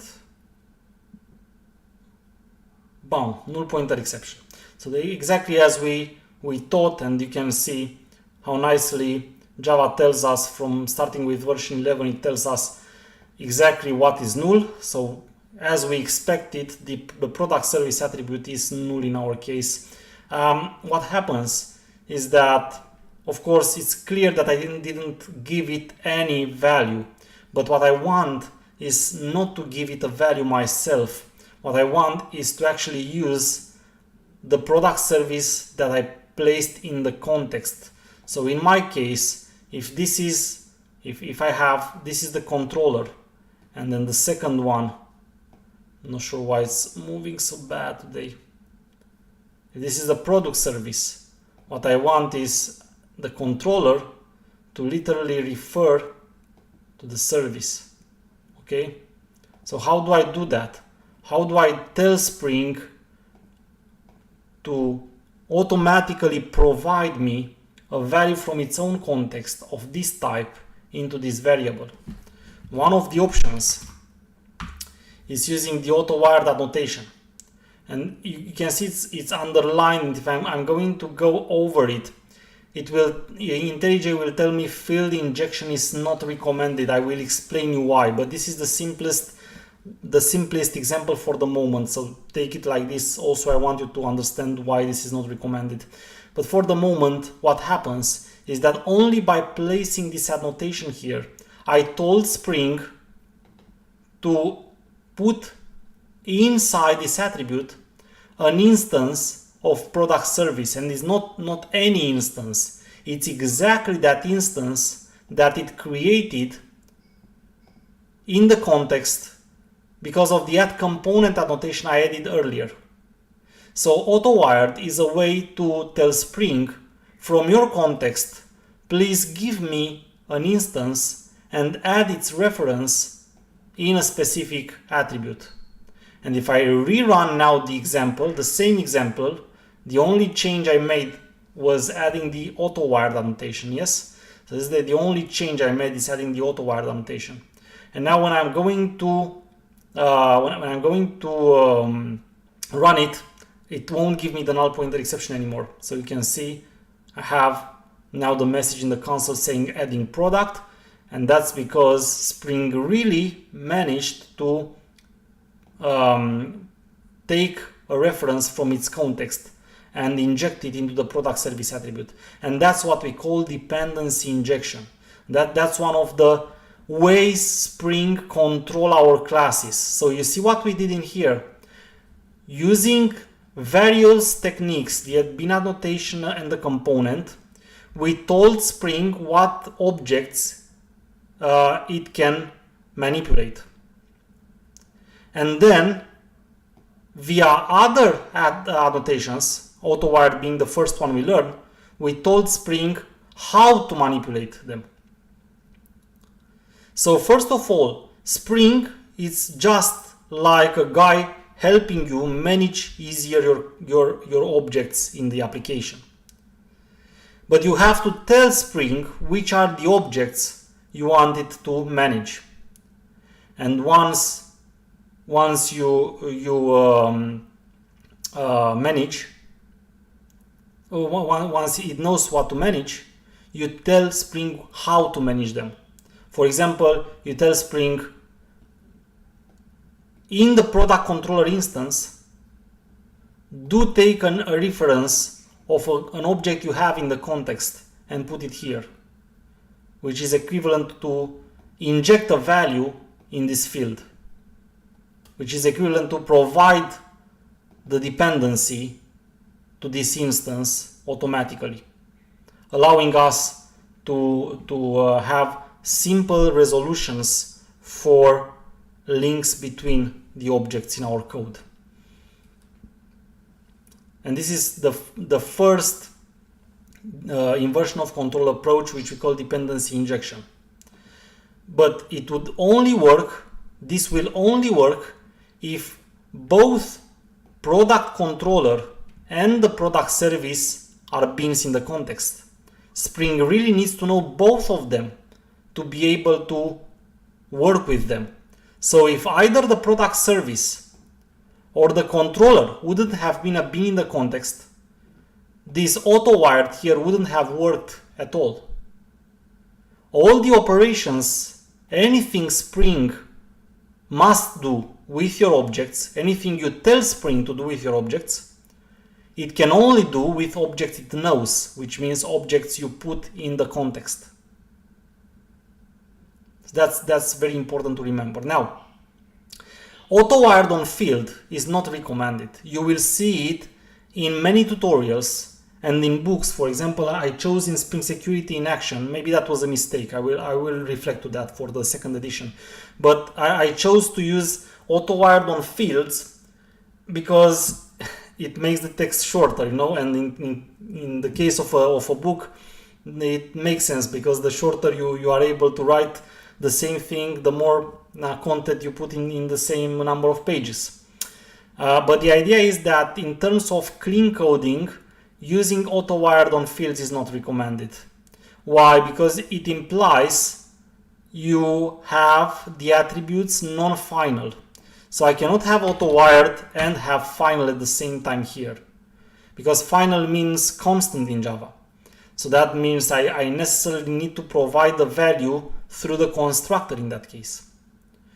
So that means Spring cannot inject it anymore afterwards once I gave a value, because by definition of constant in Java, it takes a value at the very beginning and it keeps that value for the rest of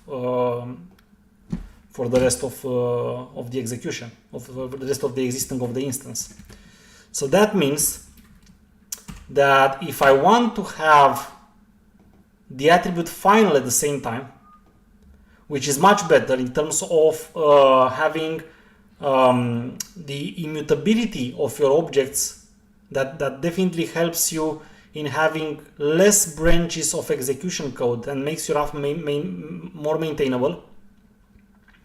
To have it final and to assure immutability through that, meaning you will have a constructor, and instead of having the annotations over the attribute, you provide the value through the constructor's parameter. And that's where you can use auto-wired, but not on the field, but on the constructor itself, which will tell Spring that it needs to put the value directly in the parameter of the constructor when the constructor is called, so that it will in the end up being the value of the attribute. So in this case, it's still a dependency injection, but we call this a dependency injection through the constructor's parameter instead of the field. And this approach is the recommended approach you use, because it allows you at the same time keep the attributes immutable. It will work the same, and moreover, I will tell you that starting with version 5 of Spring, so it will work the same. You will see basically that it won't give me a null pointer exception, telling me that indeed it worked. Somehow Spring added here a reference to product service. But starting with Spring 5, you don't even need to use this annotation, so it will work even without it. So if I'm running simply the code by having the constructor defined, Spring will know to use this constructor and will understand it needs to provide from its own context values to the parameters, even if I don't tell it explicitly so using the auto-wired annotation. But it works without the auto-wired only if you have one constructor in the class. So mind that if you have more than one constructor, you have to explicitly use the auto-wired annotation to tell Spring which of the constructors to use in that case. Otherwise, it still won't work. But in main cases, in most of the cases, we have only one constructor, because we do use this approach to have immutability of the attributes. So in probably all the cases, almost all the cases at least, you will have only one constructor, so you will not need to use the auto-wired annotation anymore. Okay, so with field injection, where can the application go wrong? Can you please explain with an example? Yes, I can explain. So this is basically related again to why not using the field injection. So what can go wrong with field injection is that some developer in some method is now able to do something like this or something like this.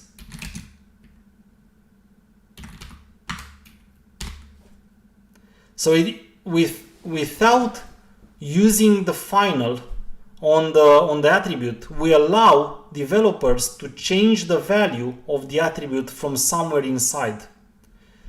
Of course, you can rely on your developers that they won't do that.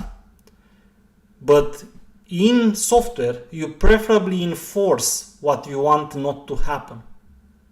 And how can you enforce that no developer will actually change the values in the attributes after the value has been added by Spring, so that you don't get into some strange logic there that creates bugs which are very difficult to find out? Well, the easiest way to make an attribute not being assignable with values after it has been created is, of course, making it final. But making it final automatically means you should give it a value through the constructor, which means that Spring cannot give a value to the attribute after the instance has been built. So that's why we fall back to the constructor in that case instead of the field injection. So that's the main reason why you would use the constructor injection instead of a field injection. I hope my example was clear enough. According to the April Spring Certification Guide, auto-wiring private class fields can impact performance because of reflection. Do you know if the same thing happens with public class fields? Yes, I'm pretty sure it's the same thing with public or private. I'm not sure. I didn't read the book, but I'm pretty sure they didn't want to say that it matters if it's private or public there. I think it's most important is that indeed Spring uses reflection to inject the value in the field directly.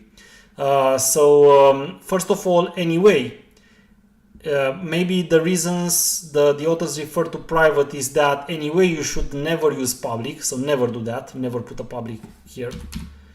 Your fields need to be private, trust me. So that's by convention in terms of clean coding, not Spring, not Java, not something else. Doesn't matter what kind of framework you use. Make your fields private and do encapsulate your class. Yes, injecting in the field means accessing it through reflection, which might mean some performance degradation, but I've never calculated the difference between using the dependency injection through field versus controller to see if that really makes any difference in terms of performance. I'm pretty sure it's not that relevant for a real world scenario. And anyway, field injection is not a best practice, so you anyway shouldn't use it. Either it's or not more or less performant. And then, can we make product service non-final and use auto-wired over setter method? Yes, that is a case as well. So the third case, which nobody uses, is making the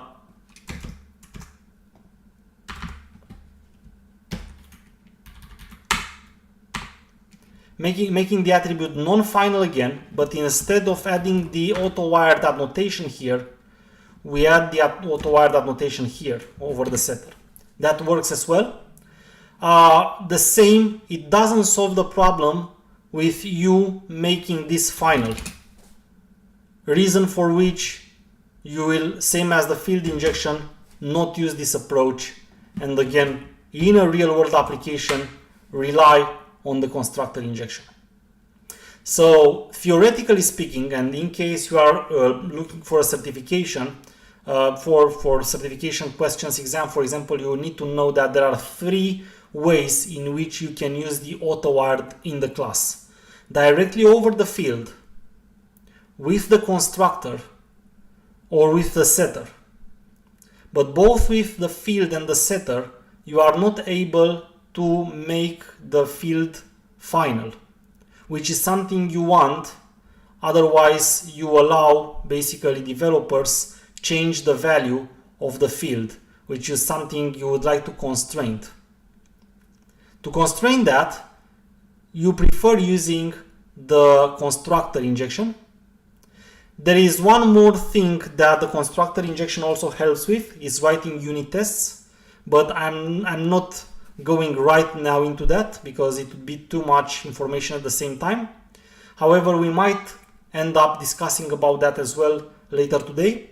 You will see that it is also it also offers you a plain way to provide a dependency without needing any Spring mechanism, which is something that you usually do with unit tests. And then, is it good practice to mention auto-wired even if one constructor present, or ignore it? I'm not sure I understand this one. So the best practice is you have the field final and you use auto-wired with constructor, preferably starting with Spring 5. You don't mention the auto-wired anymore because it works out of the box, and you will see that the fact that it actually works out of the box will also help you minimize the code when you will use a dependency such as Lombok. Later I will show you a dependency that's called Lombok, and that helps you avoid at all writing getters, setters in the constructor. And you will see that because of the fact with Spring 5 we don't have to use the auto-wired annotation anymore, then you will also be able to use Lombok with dependency injection in Spring. Thank you for your appreciations. I do really enjoy reading these kinds of appreciations. So thank you, Madeline. Then is the same with inject in case I have no Spring in my project?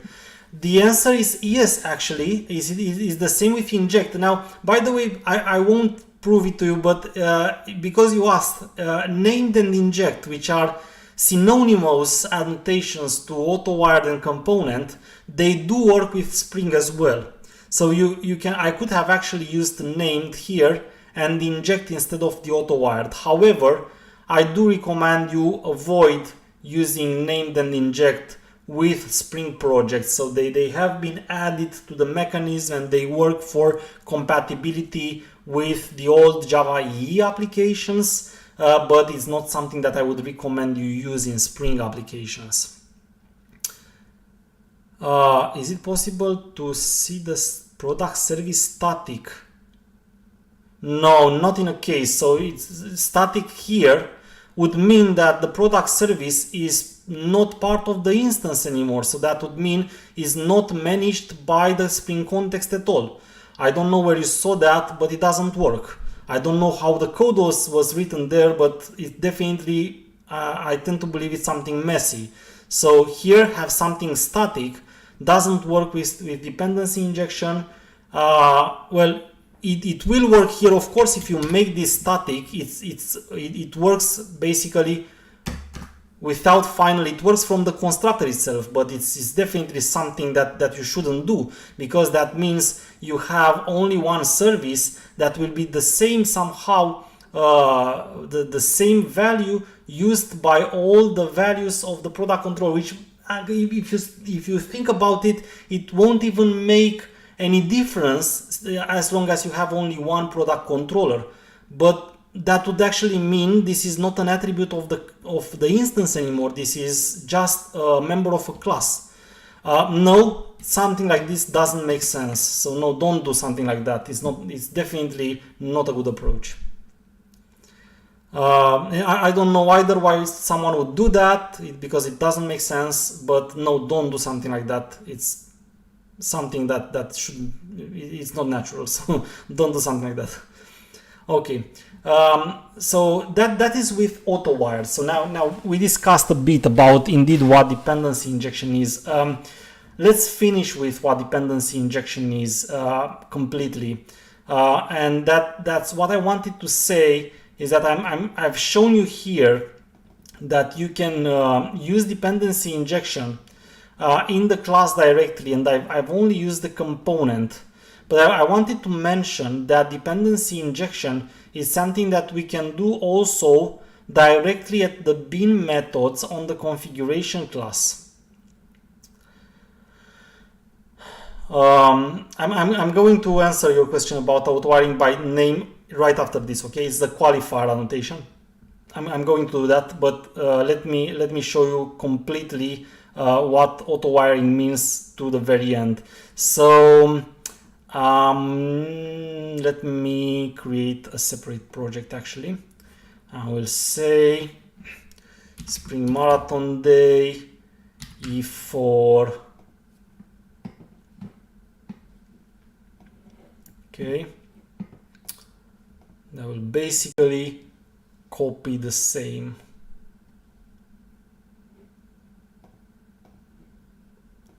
Dependency.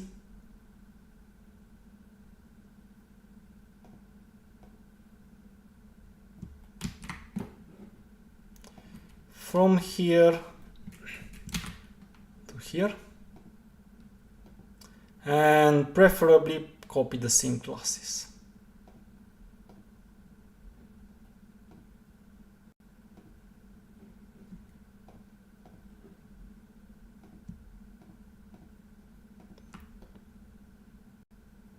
And copy the packages with all their contents. I'm pasting them here.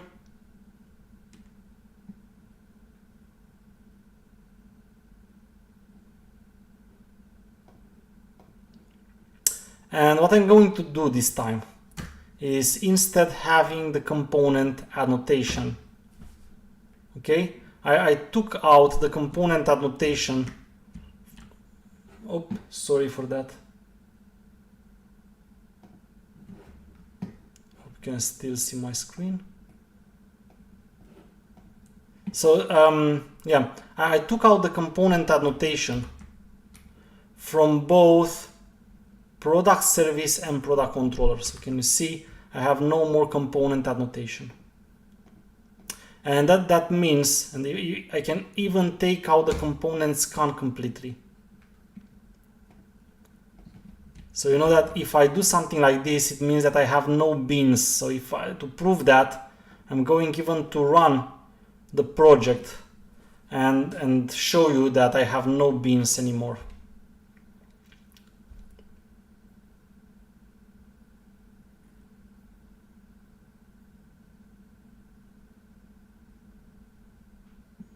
That should lead to, of course, an exception telling me no qualifying bin of type product controller at the very moment I try to take it from here. Okay, which makes sense. And now I'm going to back to the first way I was showing you. So product controller, return new product controller.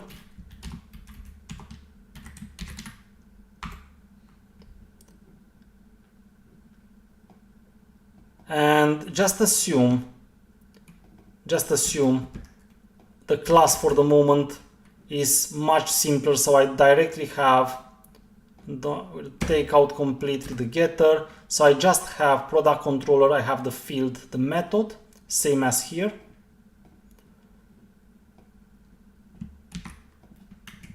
And then I have product service.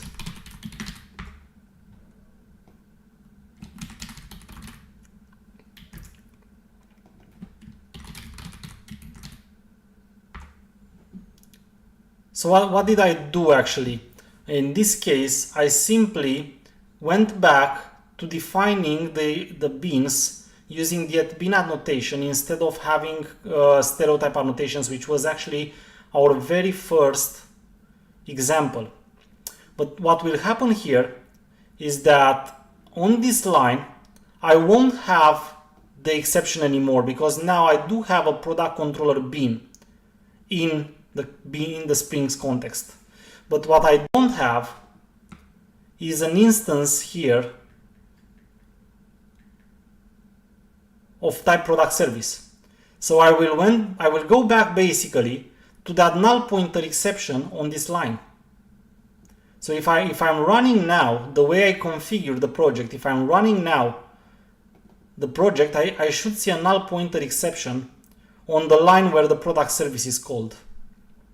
And it makes a lot of sense because I didn't specify, even if you can see I added the product service to the Spring context, I never specified that in the product controller, this product service needs to be that one in the context. I don't have any auto-wired, I don't have anything to do that. So I do get the null pointer exception the way I expected to see. So how do I actually make the relationship between these two beans in that case? Well, it's very easy. The simplest relationship can be made, for example, directly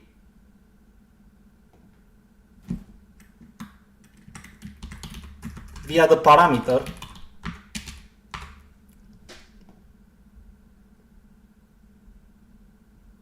and in that case, of course, we will need to have a constructor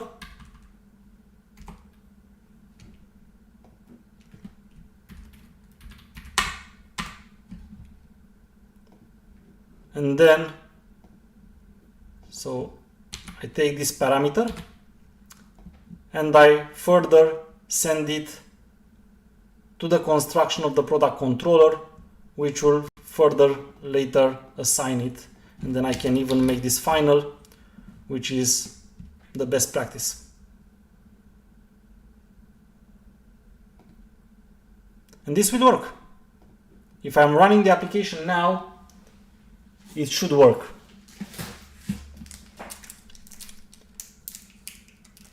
So I'm going to take, I was prepared with my lunch here, because I promised I'm going to run this marathon the whole day. So I'm going to run the marathon the whole day. No eating, no sleeping, just springing. So it's working. The adding product method has been called. We can see that. So no more null pointer exception, which means that the injection really works. And that's why at some point you might see that bean annotated methods have parameters. What does that mean? It simply is the same auto wiring, meaning it tells Spring when it creates the bean itself, it should inject the dependencies requested via the parameters of the method. So that's one of the ways you can create the relationship between the two beans even when you don't have components or auto-wired annotation in the classes. So remember, it's nothing here, so no annotation here. I simply created everything via the configuration class.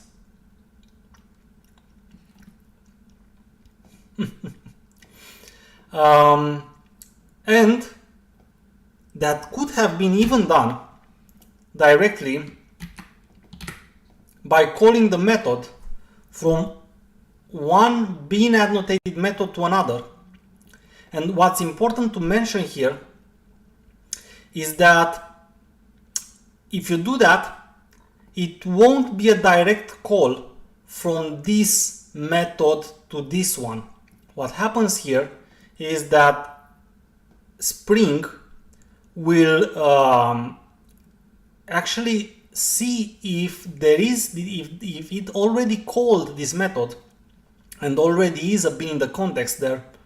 Then what will happen here is that Spring will not call it again. Which one of the confusions I usually see with developers is that they tend to believe that doing something like this would create multiple instances of the product service. So what do you think? Will this application create multiple instances of the product service? The answer is no, because Spring is smart enough to see that this method is not any kind of a method, it's a bean annotated method. So even if I directly call it from here, Spring will always interpret the bin annotated method and will add a condition in such a way in which if the method has been already called, it won't call it again and will simply get the return result from its own context. So the instance of product service will be unique in our application even if you make the call this way. So to make it even more clear, I can have multiple instances, 1 and 2, of the product controller. What do you think? In this case, the first product controller and the second one will have different instances of the product service? The answer is no, they won't be different. Actually, both instances of type product controller, they will refer to the same product service instance, which might look to be unnatural because you would say, well, how is that possible? Because I called this method once here and I called it once here again, and every time it created a new instance. So you might say, okay, it must be two different instances of product service, but it is not. And if you want to prove that, you can very easily prove that by simply comparing the instances. So you can do that like this. You already know the name of the bin is given by the name of the method. So I'm taking the first one, I'm taking the second one,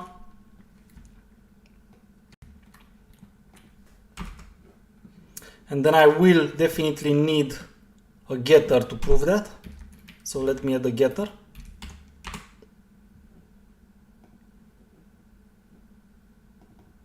And now just print in the console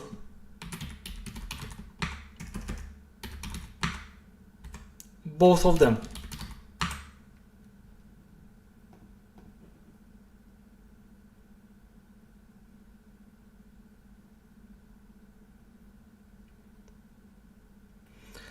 To answer you quickly, transactional is not enabled by default, but yes, I will get into this subject a bit later because I'm a bit early. I'm still discussing about, not the controller, sorry, they are two different instances. The controller are two different instances, but the service is not. I'm still discussing for the moment the context, so it's a little bit early for Spring Boot yet and for transactional.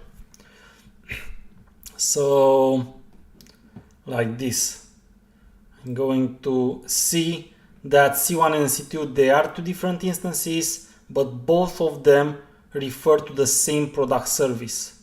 So you can see for both instances of type product controller, we have the same product service. Do look at the hash code. So you can clearly see here is the same instance of product service, even if product controller has been indeed created twice. So that means here, even if it looks like when I directly call the method that will create two instances of product service, because of the bin notation, Spring is smart enough to only actually call this method once. And the second time, when the next product control bin is created, what will Spring do is that will take the result already returned by this method. It will not create two times the same bin. That's kind of an important thing to remember about this wiring and auto wiring. Okay. Then somebody asked, what about, I have two questions I didn't answer up to now from your chat. One is, what happens if I have an interface and multiple implementations and I try to auto wire through the interface? The second one is, what if I have multiple bins and I try to auto wire them with auto wire? What will happen at that time? So that's basically the two questions. They have the same, somehow the same root, and they have the same answer. And I'm going to answer that with a separate example now. So, new project. a Spring Marathon Day.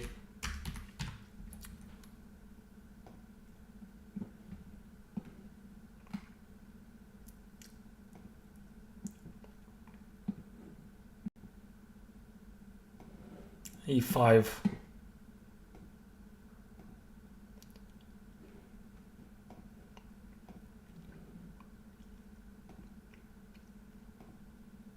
And same, I'm going to add a dependency.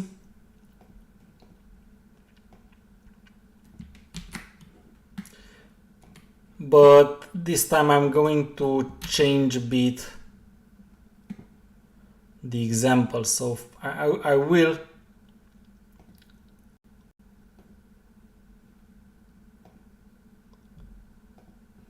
answer first to the one with the interface, showing you what happens. So for that, we can have a main package, and we can have a, say, controllers package. And then of course I will need a configuration package.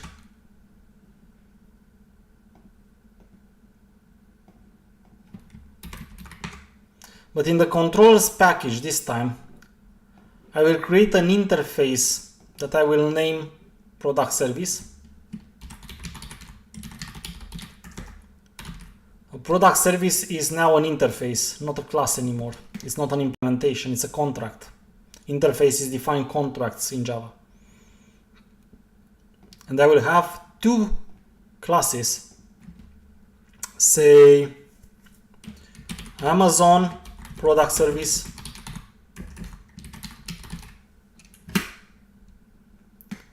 and whatever, Manning product service. And both of the classes, Amazon product service and Manning product service, they will implement product service, implement the interface.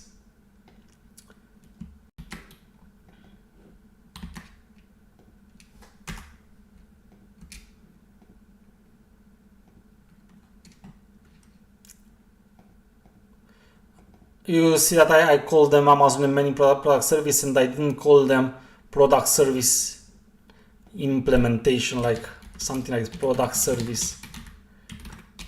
This is a horrible name. So never use this name in any of your applications. Never use product service or something implementations from implementation, because if you have this kind of a name, it triggers the question, what kind of implementation? So it's pretty clear that it's an implementation since it's a class. You don't have to write that in the name. And it's pretty clear that it's an implementation of the product service in my case, without needing to write it in the name, because you can see it implements the product service interface. So whenever you have something like class implementing a contract, you have to clearly in the name, that's a clean coding stuff that you need to know, clearly in the name define what kind of an implementation is that. If you're writing a repository and it's a MySQL implementation of the repository, then write it, MySQL implementation. If you are writing a proxy to, I don't know what kind of a service, external service, payment service provider you have, write it in the name. It's not payment service impl. It's that kind of payment service. It has to be really clear in the name what kind of implementation. If you only say impl, that tells nothing to anyone. We know it's an implementation. You don't have to put it in the name.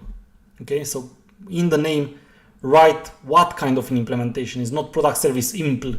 It's Amazon product service. It's Manning product service. Should say something. Of course, this is just an example for me, but in a real application, you will find the real name. You will always have a real name. So do use the real name. Now going back to Spring. I'm creating the app config class.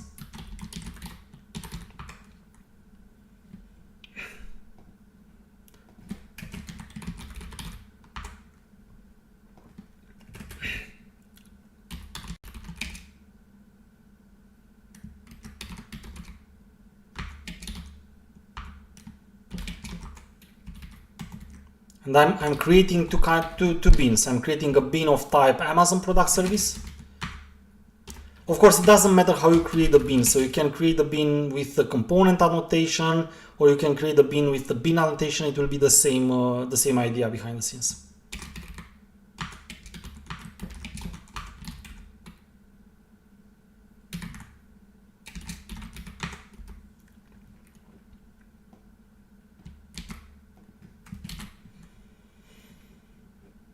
Okay, so I have the two objects, and now what I'm going to do is in the main method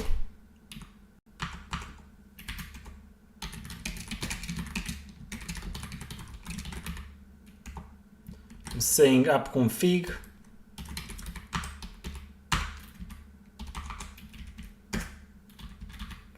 and I say product service from the context get bean of type product service. And then you do whatever you want with it. Anyway, the idea is this line will fail. And the reason will fail is because Spring is smart enough to know how to look for an implementation of an interface. That's not a problem. The problem is that it finds two implementations. So that line 12 here requests a product service, but the product service is both Amazon product service as well as Manning product service. Both of them are product services, and it will tell you.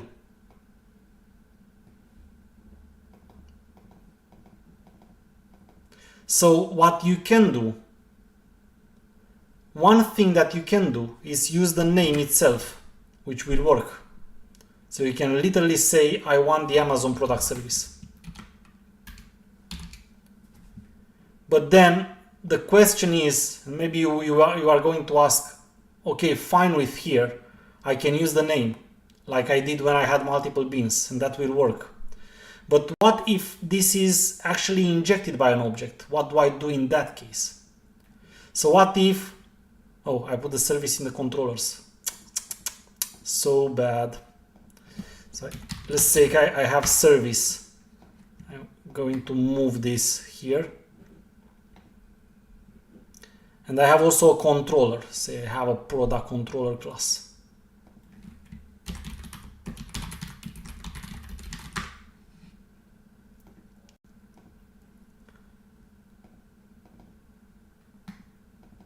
And I'm going to define a bean for my product controller as well.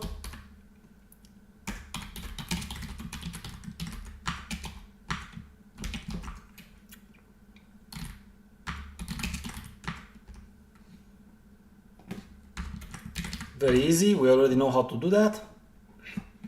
But then I'm going in the product controller and I want to say private product service AutoWire.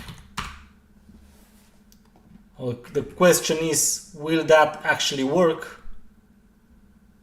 And if I'm in main, going to take the product controller here,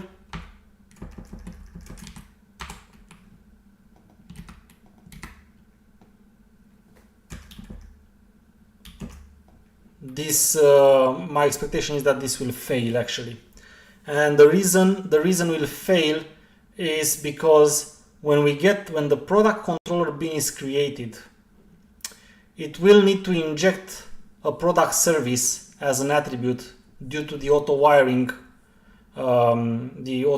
I made here,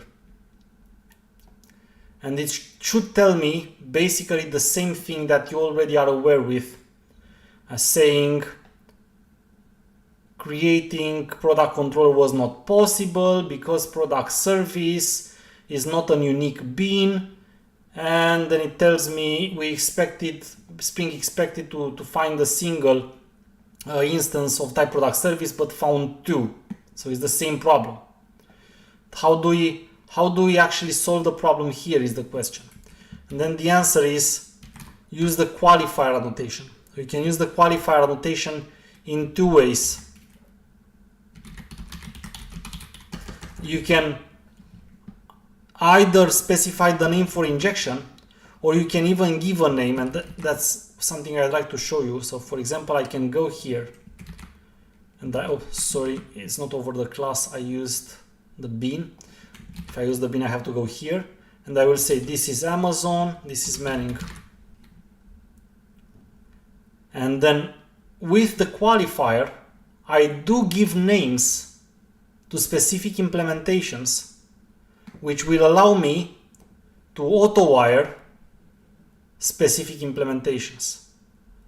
So if I'm running this now, that one should work now, because I specifically told Spring that when it will create this product controller bin, my expectation is it will inject me here the Amazon, and I don't have the exception anymore. And the reason I don't have the exception anymore is because now Spring knows which of these implementations to provide me in the controller. So even though this is an interface, and even though there are two implementations of this interface, using the qualifier annotation, I was able to name the implementations. You always give a name to the implementation where we define the bin. So if I would have defined the bin using the component annotation, I would have placed the qualifier here as well. I can actually copy paste the project and show you that.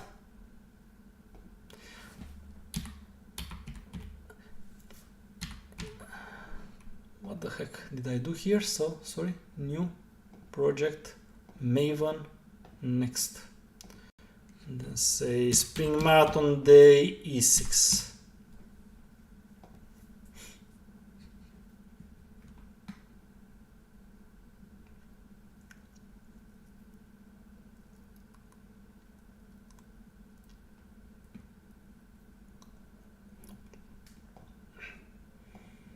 And I'm going to copy literally everything from here, including the dependency.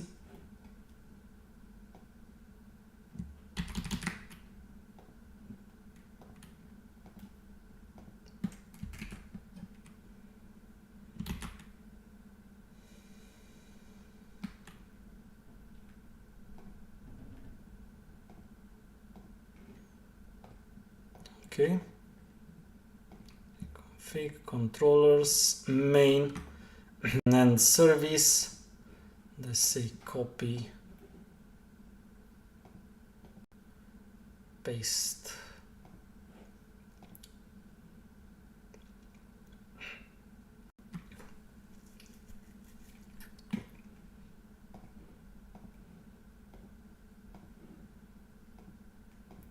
And then what I will show you is basically you can do the same thing without, okay, let me import Maven reload project for the dependencies.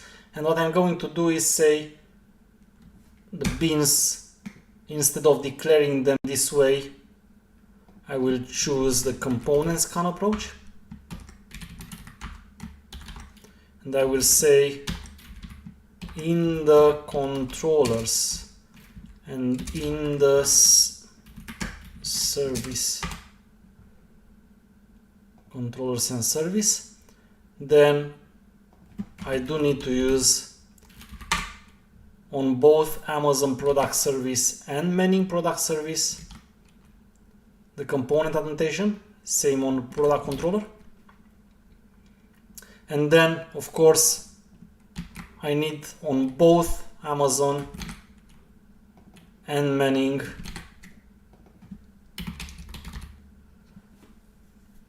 to use the qualifier annotation. So it's the same thing like in the previous project, just that I'm showing you now I can do the same thing without the bin but with the stereotype approach. So you can do that with the stereotype approach. And you can run it and you should see that it's working right.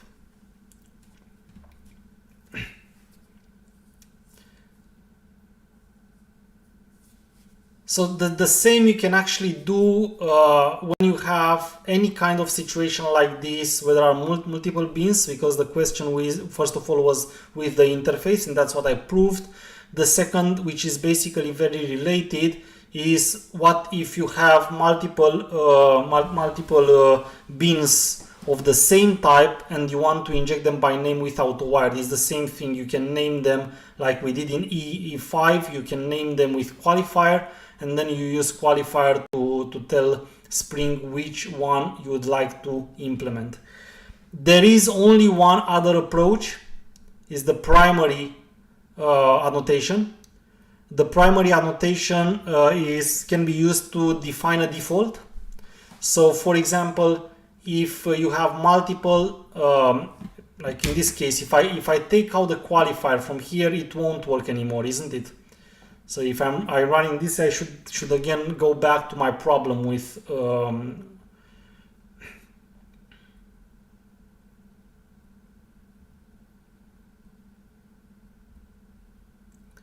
and yes, indeed, I went back to my problem, which was what I expecting, because I have multiple beans.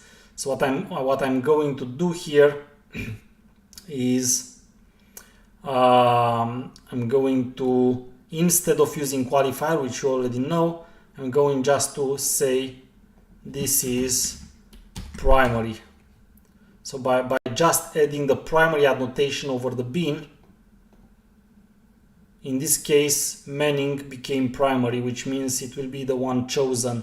So if I don't specify explicitly a name using qualifier, then it will go and take, and that you see no exception anymore, it went and take the primary one. So that's how you can define a default.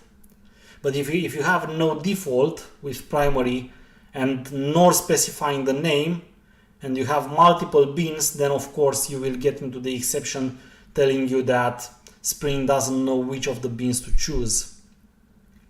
So we still use Spring 4 and WAR archive for packaging. Learning all things is difficult. Any advice? Yes, my advice would be to upgrade the newer things. So I don't actually get why people continue to work with the old stuff and don't upgrade them, because even though the popular belief is that upgrading takes time, which is true, and that time could be actually used to implement business implementations, what really, unfortunately, non-experienced architects don't understand and non-experienced project managers don't understand is that if they keep the old technology in place, the development of the business implementations and finding people to work with them will become slowly more and more difficult, which will imply actually more costs than rewriting the application now. The sooner they rewrite the application and allow time for upgrades, the better will be in terms of costs for them. The later we'll postpone that, the more difficult will be later to upgrade. That's why what I'm doing now when I'm consulting or working on a project, I'm always investing time to go from one version to another. Did Spring Boot 2.6 appear? Then I'm going in 1 week or two to upgrade to Spring 2.6, and I'm doing this now, and I'm not doing this next year, because if I'm doing it now, it will most likely take me minutes to upgrade, maybe hours if there is something breaking there and I have to fix it. But if I upgrade from Spring Boot 2.5 to Spring Boot 2.6, it's very unlikely that I will get into so many discrepancies to take me more than a few hours to do the upgrade. So I'm doing the upgrade. What most of the architects and unexperienced managers don't understand is that not allowing those hours now will take more time later. Do you want to make the upgrade next year? It will take you weeks. Do you want to make the upgrades in 3 years from now on? It might be impossible to do that anymore, and you'll have to rewrite the application, so good luck with that. So my advice for everyone is do upgrade in time. And if you went into the case where basically rewriting the application is the only choice, then do rewrite the application. There are approaches to rewrite the application. You can do that progressively. I did that to many applications. I'm not speaking from books here. And it's sometimes the only approach, because you will run into a case where people won't want anymore to work with Spring 4, was deployed in WebSphere or whatever you use there, and XML configurations. Not to say that support for those, I'm not sure if it's still provided anymore for that software. So that's basically my advice. Cool. About circular dependencies. This is a great subject and a very important one, because as I think I actually wrote in one of my books, there is no developer, no Spring developer that hasn't run at least once into a circular dependency. So it's something that will happen once in a while for every one of us. So let's create a separate project for the circular dependency.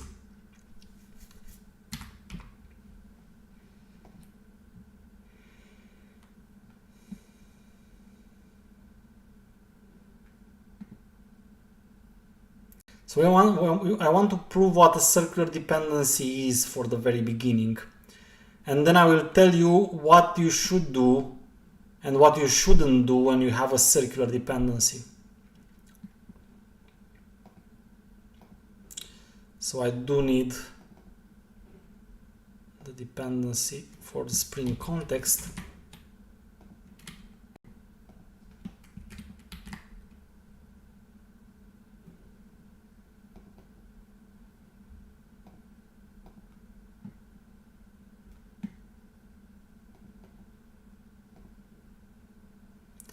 And this project will be a very simple one actually. I will just consider I have two beans. Let's say I have two services.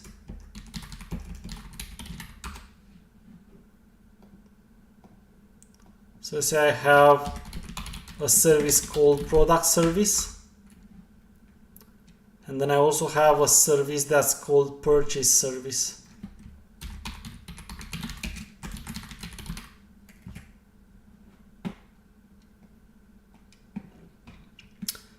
And both of these will be beans.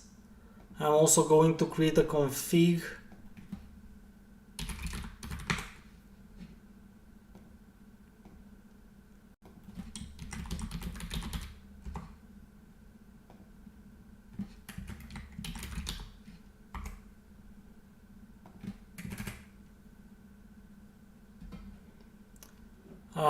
For simplicity, let's use the component scan approach.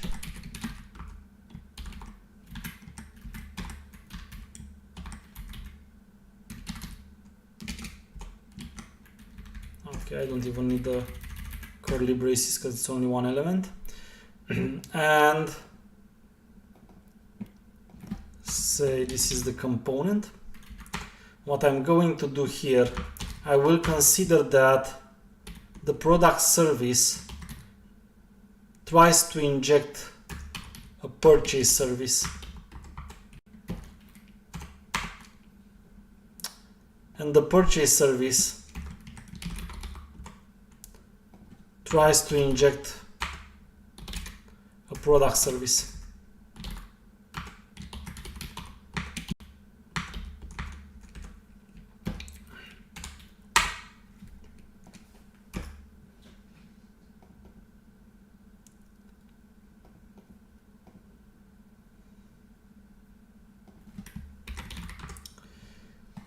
So what happens now is that if I try to take any of those, it will fail with what we call a circular dependency. So to prove that, let me just create a context.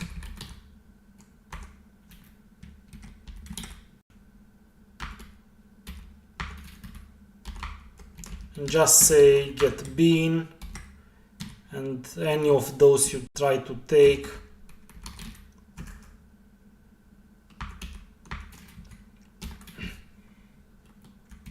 That should fail.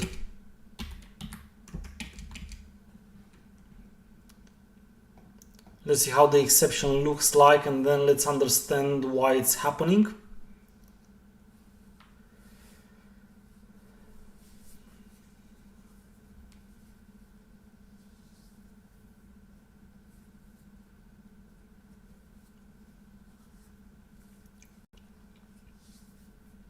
Okay, this is the exception. Let's see how it looks like. So it will tell us at some point something with circular dependency. Unsatisfied dependency when it tries to create that and that. And then if I go down below, it says error creating product service because use dependency. And then somewhere in the message, is there an unresolvable circular dependency? So Spring is very nice. Spring, it's so smart that it even discovered, it tells you, well, see, it's most likely you have a circular dependency, and circular dependency is actually a design fault. So it happens when you have two objects referring one another. So the purchase service injects the product service, but the product service injects the purchase service. So in this case, because in both of the beans we are using the injection through the constructor, that means that Spring will try to do the following thing. When trying to create a purchase service, it will of course call the constructor, and as we discussed a bit earlier today, it discovers that it needs a product service. So it tries to get a product service from its own context, because that's what happens when we use dependency injection with Spring. But it observes that there is no product service in its context, so it goes into the product service class and it calls the constructor to create a product service bean. And then when it calls the constructor to create a product service bean, it observes that it needs a purchase service. But the purchase service is the bean it started but never finished to create earlier. So we started from the purchase service trying to create a purchase service. We found out that we need a product service for that, but when creating a product service, we found out that we need a purchase service. So this is now creates for Spring a deadlock. Spring doesn't know what to do further, because to create a product service, it needs a purchase service, and to create a purchase service, it needs a product service. So it's not able to create either of these, because to create any, it will need to have already created the other. This is a circular dependency. Now, the real problem behind the circular dependency is the fact that you created an object depending on another. Why did you create an object depending on another? Because most likely somewhere in the purchase service here, you have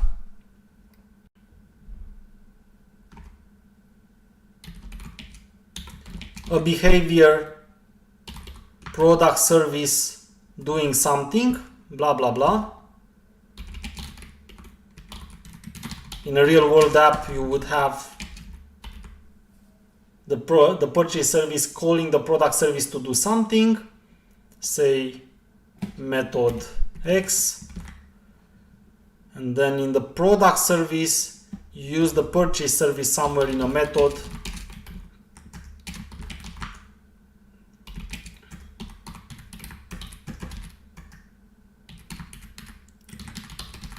to do something.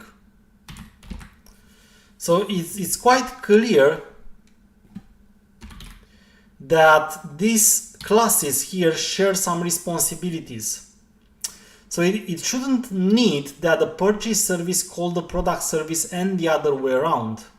If you have something like that, usually the solution is to decouple the responsibilities.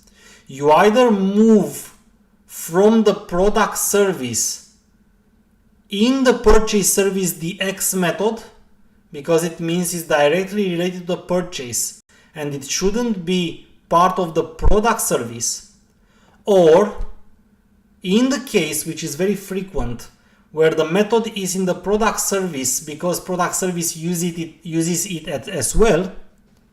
So in the product service, you might somewhere have another method that uses the same one the purchase service uses, the X1. Then you introduce a third class that will have its own name. You will move the method that causes the circular dependency, that caused you to have the circular dependency in the design in the third class, and instead of calling the the purchase service from the product service and the other way around, from both product and purchase service you call the third class.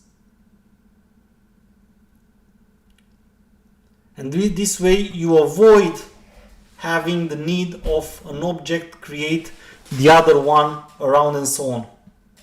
So that's how you solve a circular dependency. That's how you should solve a circular dependency. You either move the method in the happy case where it's not used and it just have been placed there by mistake, and you avoid the need of the circular dependency, or you create the third class. What I'm usually doing when I'm trying to resolve the circular dependency is, first of all, I'm removing from one of the classes the request to the other. And then I see what fails, and I will have some compilation errors, of course.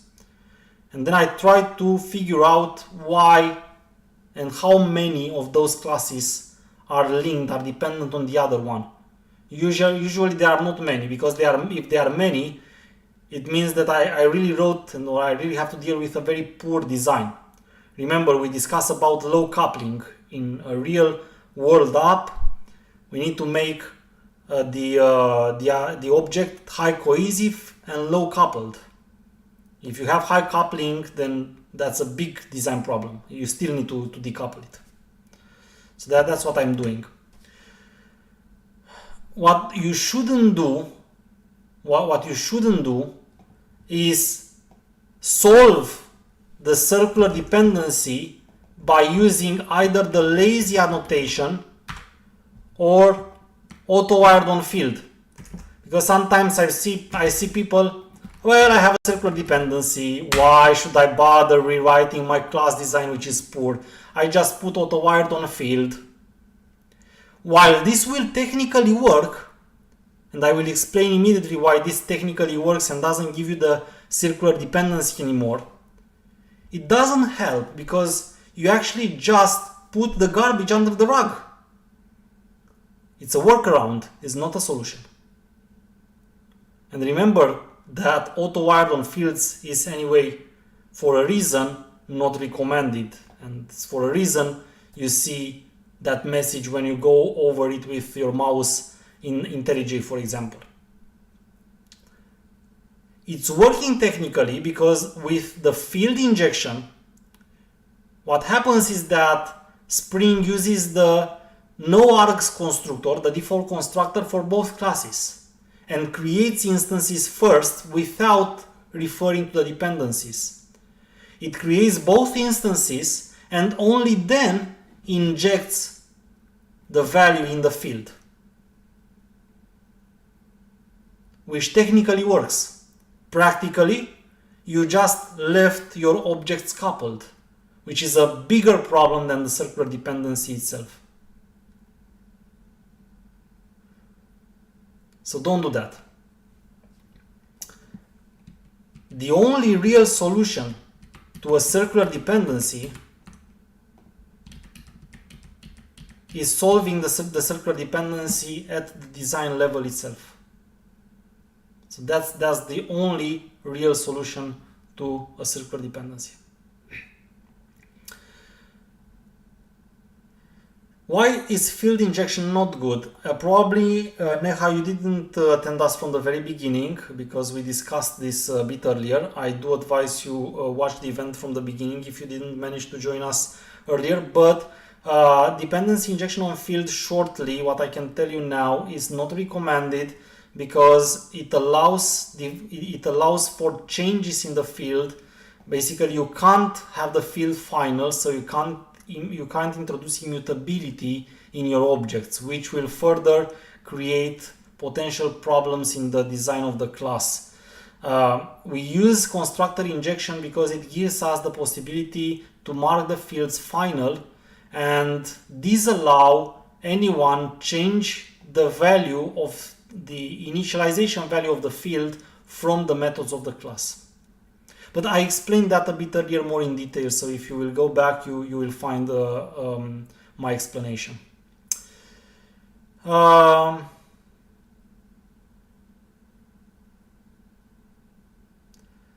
Okay. Why they don't remove field injection altogether? Is there a situation where it actually why doesn't Spring remove the field injection? Why do they allow that? Well, I didn't say that, but field injection, even if it's not allowed it's not a best practice in the application code itself. It is used, and it is a good practice for tests, for unit tests. So in the unit tests, when we will get into that, I will show you, we are usually using field injection there. And in the unit test, you will see that it makes sense to use field injection because it's a shorter syntax. Also, you will see that in a unit or in integration test, IntelliJ will not show you anymore that there is a problem. So the problem with the field injection is, and the recommendation not to use it is only at the application level, not at the unit or integration tests level. So it makes sense not to remove that capability. Cool. With that being said, I think we covered a lot of things, a lot of important things already, and it's only 3 hours since we started. But we discussed a lot of things about the context, how you create beams, best approaches, auto wiring, wiring at the configuration class level, the circular dependency, the qualifier. Let's go a bit further and discuss also about aspects, because we know that everything in Spring refers to inversion of control, which means allowing Spring to control your code base in the way you tell Spring to control your code base. And we discussed about DI, dependency injection, which is one of the ways Spring creates inversion of control. So dependency injection is an implementation of the inversion of control principle.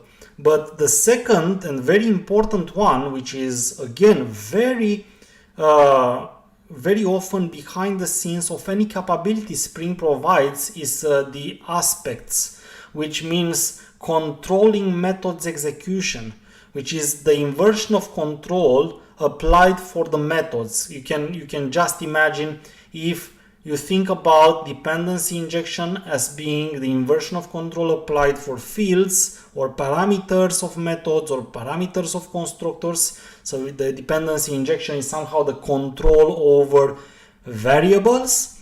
You can just imagine aspects is the inversion of control over methods execution. And again, stays behind the scenes of many things. I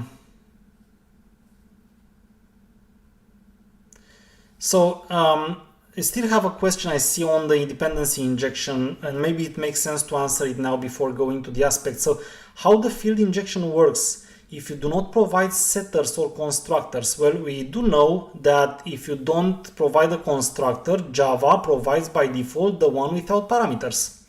So Spring knows that the class has, in case it doesn't have a constructor defined by us, it has the default constructor, which is how Java works. It's part of the Java fundamentals. Then using reflection, you can basically see which are the fields of the class, which are the constructors, and what Spring does, it's simply parsing all the fields and all the constructors of the class and takes decision based on that. It can't be that the class doesn't have a constructor, because the class will always have a constructor, either one that is declared by you, the developer, or the default one in case you didn't declare one. So Spring will either be able to create an object with the default constructor, which is by default provided in case you didn't create a constructor, or it will use your constructor in case you created one, because that's the constructor it will find. In terms of setters, they are not necessary because Spring injects the value directly in the fields when you have auto wiring through the fields. You have to explicitly put the auto wired over the setter to make it inject through the setter. And that's something, again, I demonstrate a bit earlier in this video. I hope that answers your question. Now let's go new project, marathon day E8, and I'm going to use finally some aspects here. So let's see what aspects are. What you will learn now is how we declare our own aspects, and one of the important reasons why you need to know about aspects is not necessarily because you will create often custom aspects yourself, but the way we create the aspects here is exactly the way Spring works with many of its capabilities behind the scenes. So what I'm going to do now in this new project is that first of all, I'm going to add the context dependency. There is no Spring application without the context, because the context, as we discussed from the very beginning, is the place where you add the objects to be managed by Spring. So you can't have objects managed by Spring if you don't have the context. But we can anytime add more and more of the dependencies of the modules Spring offers. And one of the modules is, of course, the one that will help us define aspects. So aspects, and I will use the same version. Always use the same version for all your Spring dependencies you use. To make it easy, what you can do is add a property here and use the property, so you just change it in only one place. But make sure that you always use the same version. So don't use different versions, because with different versions might create incompatibilities between them. Yes, so when you use, and it will often happen to use different dependencies of Spring, remember to use them always with the same version. So what happens now is that I will create a bean, and again I will create a very simple project. So I have a configuration class, and I will have a controller, and I will have a main method.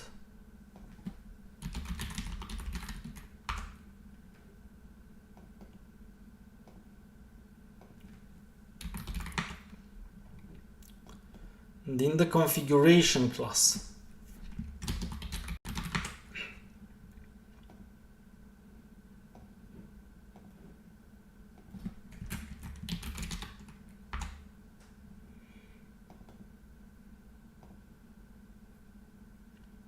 and then I have this, say, product controller,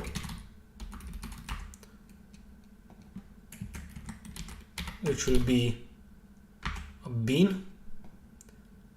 I will use the component stereotype annotation. So if I do that in a Spring Vanilla application, I have to remember to also use the component scan, telling Spring which are the packages in which it will look for the stereotype annotation annotated classes,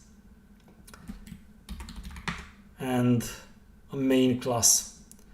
And I'll show how much. Let's call it actually demo controller, because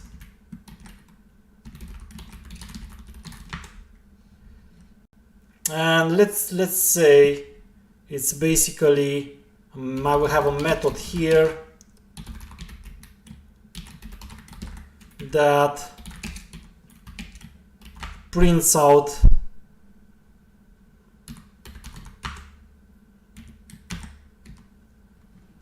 the value, prints out the value doubled. You just provided a value as a parameter, and it simply prints twice that value. So very simple, a very simple example.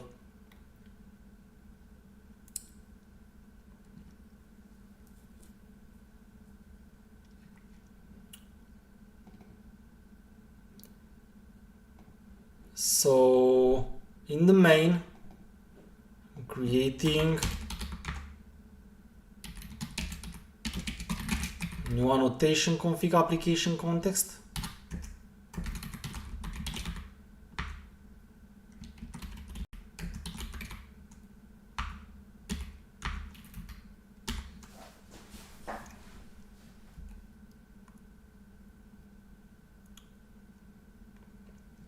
Okay.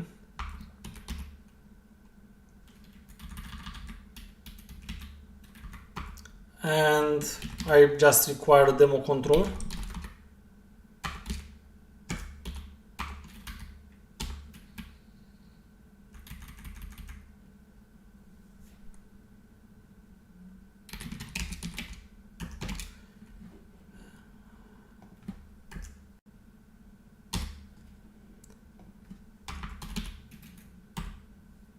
And of course, if I do something like this, then I will hopefully see 20 in my console.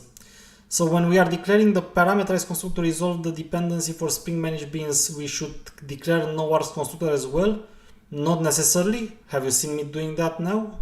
In the past 3 hours since we started, I didn't have to create. I either created one constructor with parameters, or I simply didn't create a constructor at all, and then I used the no args one. So as long as you have only one constructor in the class, Spring will know which one to take. Auto orientation can only work with the bean class containing no args constructor, right? Not necessarily. You have seen in the previous examples that I've used it with constructors, with classes that have constructors with parameters. So it was just in our previous examples, isn't it? In our previous examples, here you can see that I'm using auto wired. It's an auto wired through the constructor, and you can see I'm using a constructor with a parameter. So we can do that. Good. So now going back to our aspect, what you see here is that I have a 20, which is what I expect because I provided a 10. But what I'm trying to show you here is that this method, well, now we know exactly what we are calling. And if I'm going to show you what this object is, so this is the class of this object, you will basically see that this object is really a demo controller instance. So it's literally this object itself, the demo controller blueprint created it, and I call that double value method that does exactly what I intended to do here. So you can see it's very easy to see here that it's a demo controller instance from the type of the class printed out. Now what happens is an aspect is a piece of logic that can stay in between the caller and the object that has been called and can alter the execution. So let me first show you what an aspect is, and then I will basically show, maybe even create a small visual to help you understand better.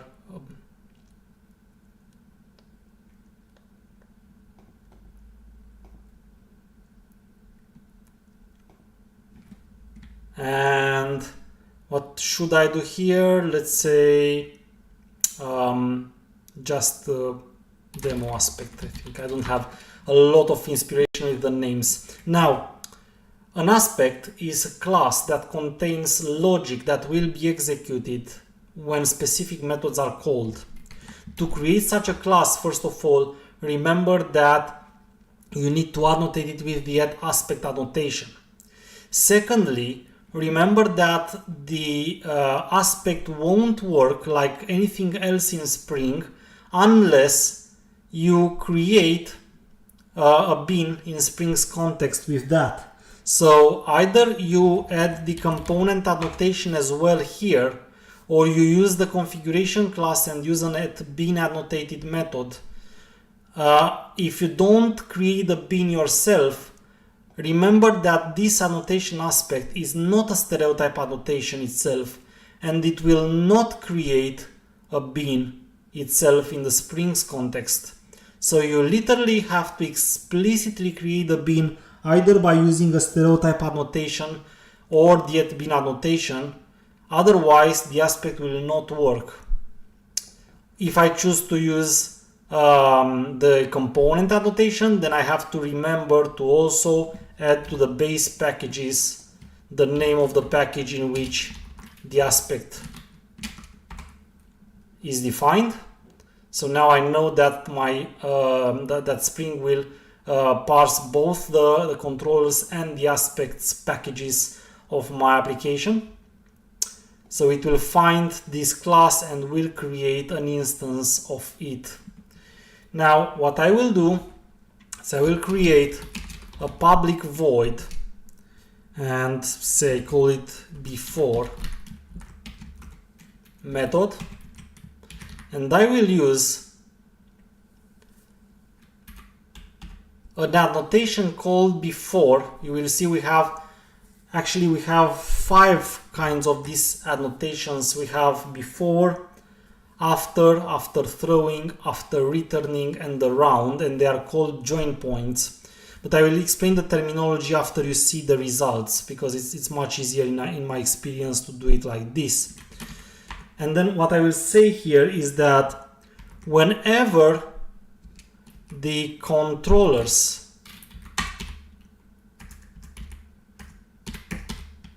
demo controller double value method executes,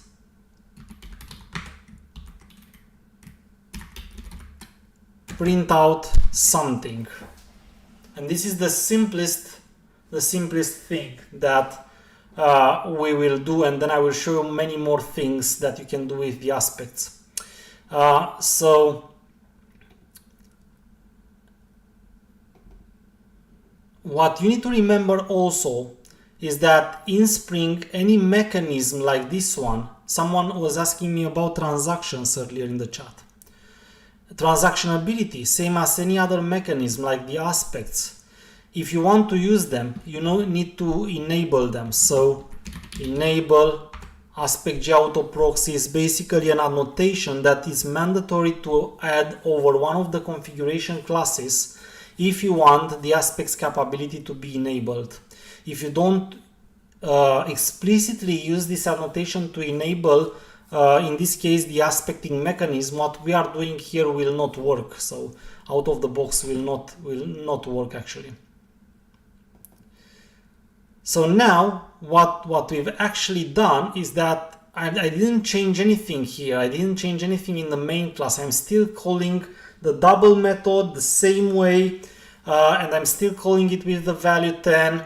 I didn't change anything either here in the demo controller. So observe that demo controller class is the same bean as before. The only thing that I did is that I made sure I actually enabled the aspect mechanism. I created an aspect class, a syntax that I will immediately explain, and I made sure this is a bean in the Spring context. So that's what I've done. And now if I'm running this, if everything is okay and I didn't miss something, we should see that the method of the aspect is automatically called even though I didn't call it anywhere. So you can see the aspect method is actually called even though I didn't call it anywhere. So you can see that here. Although I would have expected to see something else in here. 1 second, because I think what I wanted to do is actually show you the class. So let me do it like this.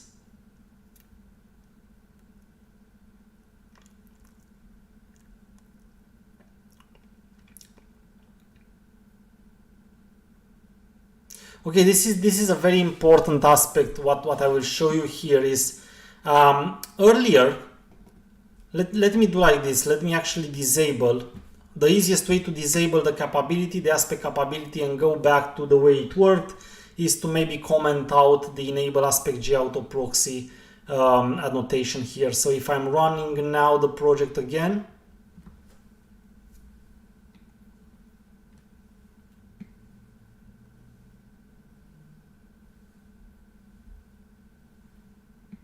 see, very important to just take a look here. What is the exact class that has created the instance of type demo controller? So you can see it's controllers demo controller, so it's exactly the type itself. But when I enable the aspect J auto proxy, which means the aspect J mechanism, and I'm running the same code, you will see a huge difference. The instance itself is not of the type demo controller anymore, but it is what we called dynamically created implementation. These two symbols of $1 here, they represent a dynamic implementation, and this is a dynamic implementation called Enhancer by Spring, and it's dynamic implementation over the demo controller class. What does that mean? It's basically a wrapper over the real object. So it's not the real object anymore P. This variable here doesn't contain anymore a reference to the real demo controller. Still, somewhere in the context there is an instance of type demo controller. But now when we request it, anywhere we request it, in any kind, either using the auto-wired annotation or using the getBin method as I'm doing here, whenever you ask for a demo controller, instead of getting a demo controller, a real object anymore, you will get a proxy over this instance. And that proxy will basically apply the logic that we create here in the demo aspect. So if I'm going to say, I'm not sure why is this actually working so slow today, because this is my favorite tool in which I'm creating diagrams usually, but today it seems to work really slow. So what I wanted to say is that in a real world scenario where you don't have an aspect, you have object A, in our case demo method, calling object B directly. But when you have an aspect, what actually happens is that instead of having the object B called directly, Spring will offer you a proxy to object B. And that proxy can alter completely the execution of the method in object B. So in between this, now you have the aspect. So when the method is called from main, in this case, it will go first through the aspect. The aspect will apply whatever logic it wants, and then it delegates further, but it can even decide not to delegate further at all. So now I just wrote a line there, assuming that in this case we delegate to the real object, but the aspect is so powerful that it can completely alter the execution and avoid delegating to the real object. And that's very important, and we will see these examples immediately here. So going back to my syntax, what I did here, I created this bin of type aspect, and using the @before annotation, I instructed Spring that this method down below, this method that has been annotated, will be called before any execution of the methods matching this expression here. This is what we call an aspect J syntax. An aspect J syntax allows us to refer to specific methods and method invocations from the application. This is one of the simplest syntax that you can write. It says at the execution of the double value method with any parameters from the demo controller class in the controllers package, no matter of what it returns. This tells basically, this one refers basically precisely to this method here. So it tells Spring, whenever this method in the demo controller class is called, do this before.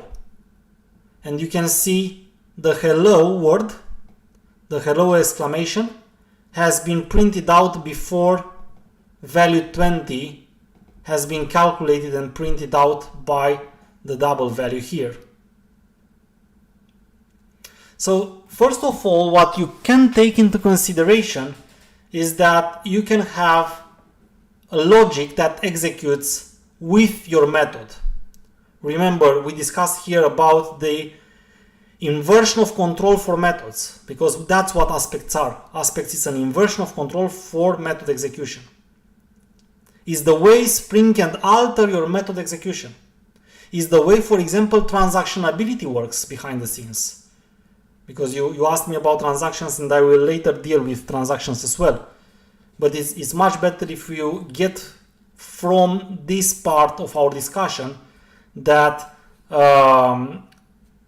this is actually the real stuff behind the scenes with most of the Spring capabilities. And this is what we call the aspect, is the logic itself. The logic that executes in terminology is called an aspect. The before is what we call a join point. And the expression telling which is actually the method call we want to intercept is named the point cut. So whenever you find this terminology, this is what it refers to. In terms of join points, we have a few. Before is maybe the simplest one, and that's why I started with it. And you have also an after. So I could simply just, if I want, copy this and use the after.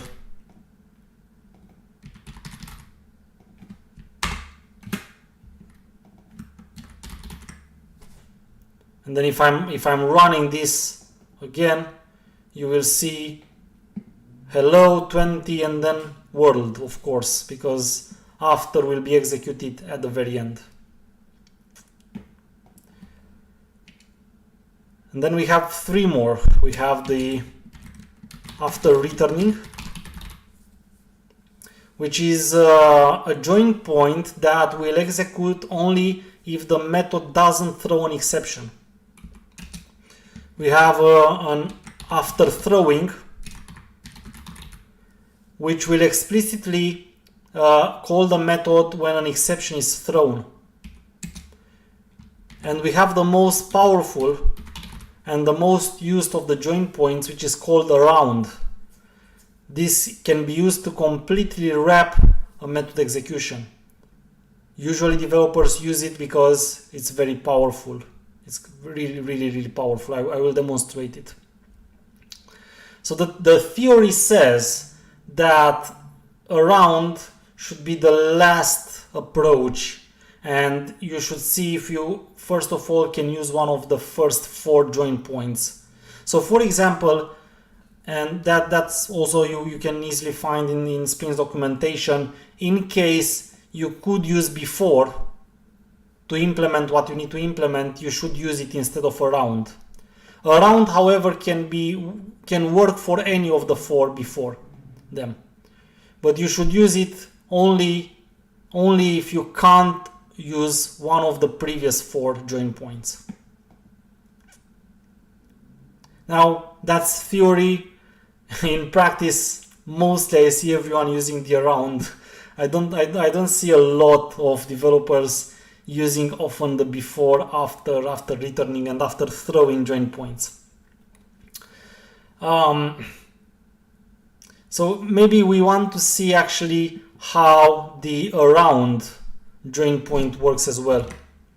So let me comment out these aspects and now say public void around.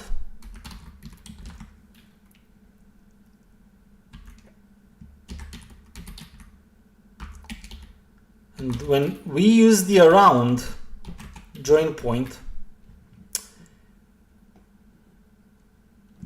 you need to have as a parameter an object that is called a proceeding join point representing the method that you intercept, because in this case the method will not be called anymore out of the box.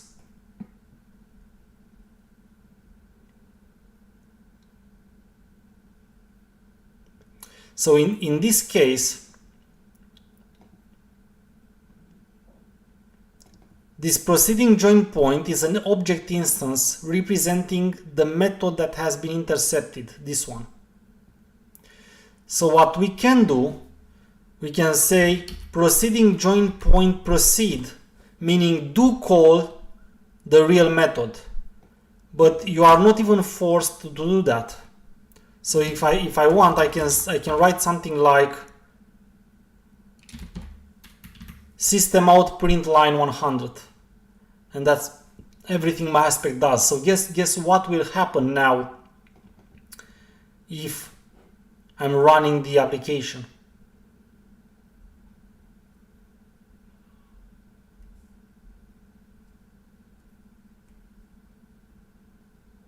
You can see the answer is 100, which is basically what I print from here, even though if I don't know my method is aspected, I would say it should actually print 20, because if you look into the code, you see that this method is called with a parameter of 10, and you see that the called method simply prints out 2 times 10. So why 100?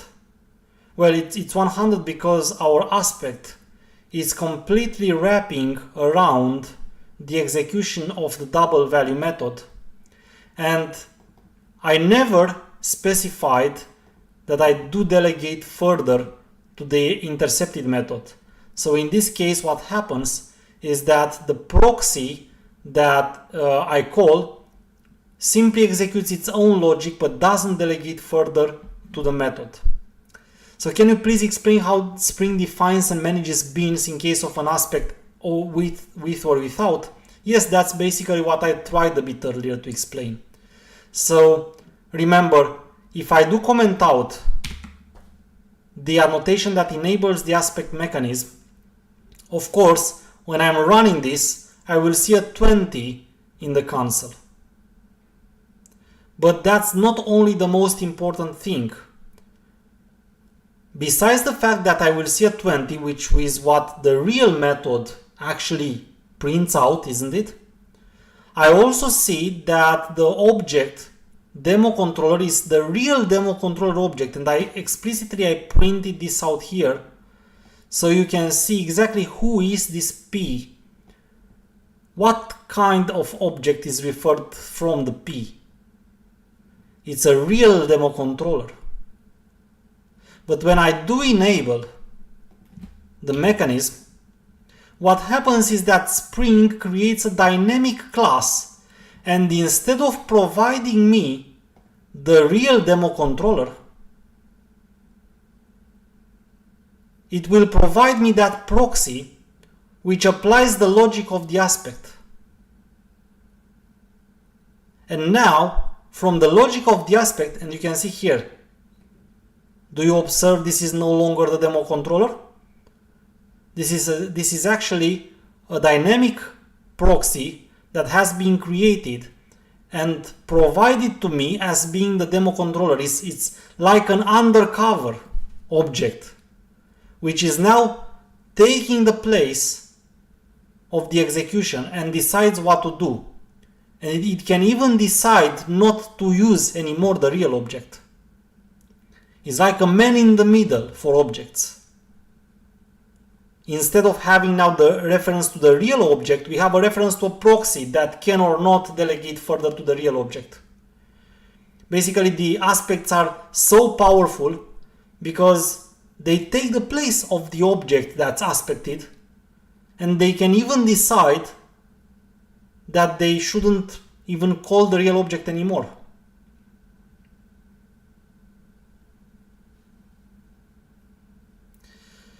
Have you encountered production applications in which you had to modify a method's arguments with an around advice? Is it a common occurrence in your experience?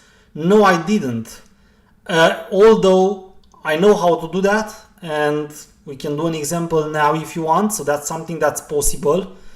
The aspect is really powerful. It can do literally anything. It can change the return value, it can change the parameters, it can completely change the execution of the method. I don't, however, recommend that, so be really careful what you actually put in an aspect, because in an aspect you should literally only decouple things that are not preferably related at all, not with the business logic.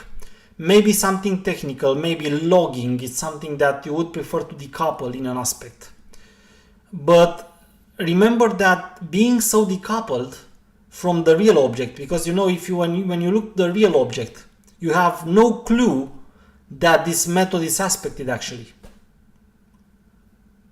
It makes things very difficult, because when you have a problem or you have some kind of an output, and this is caused from a bug at the aspect level, then you may just for some time watch the code and don't figure out who the heck is changing your values, which is clearly creates a less maintainable application.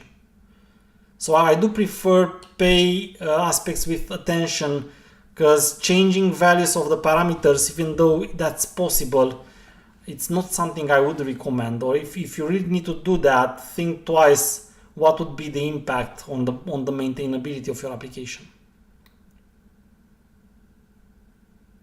So in the aspect case, Spring does not create an instance of the main class then. I'm not sure what you mean about instance of the main class, because I'm not creating instances of the main class anyway, either with aspect or not.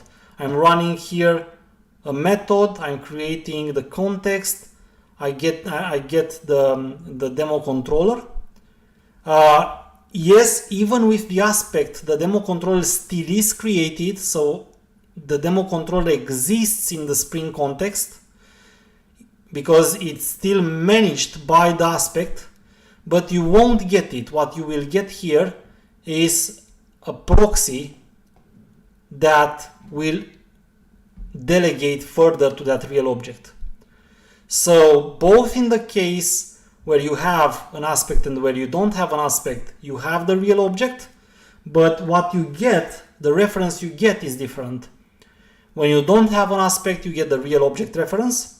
When you have an aspect, you get a proxy to the real object, so not the real object directly.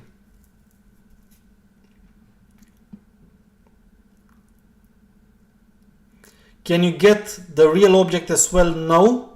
Once you have an aspect, I don't know, at least in my knowledge, I don't know any way in which you can still refer to the real object and not go through the aspect itself. So because any mechanism you have will now return you the proxy and not the aspected object. Let's see even more interesting stuff. So the around, I could have just said, say, PGP proceed,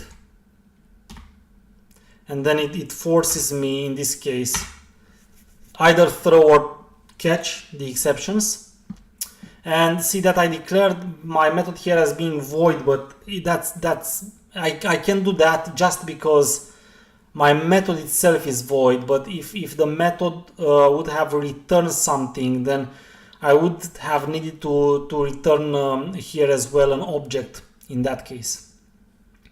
So if I'm just saying PGP proceed, then what happens is when I'm running the application, I will see a 20 again in the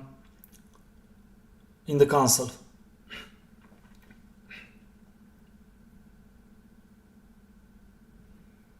Because now basically the aspect doesn't do anything. It's just forwarding to the real object. It just says do what the real object says.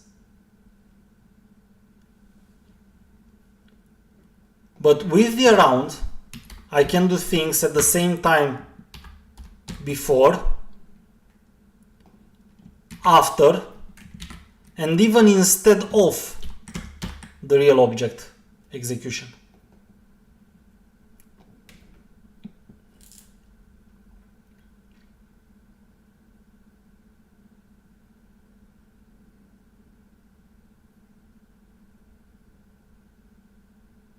Okay, and you can see it happened before, you see the method execution, you see what happened after. And you can even take the values that have been provided and change them. So you can see proceed here. There is a proceed method that takes no arguments, in which case the real arguments that have been provided will be simply forwarded. But you can, if you want, like change the arguments. So what I can do, I can write something like this. So you see, realistically, I provide a 10, which transforms into a 20. But if I want, I can every time provide a 20, which will show me a 40 here instead.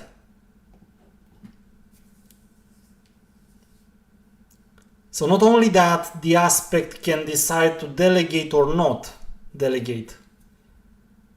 It can completely alter the execution by changing values of the parameters and even values of the return type.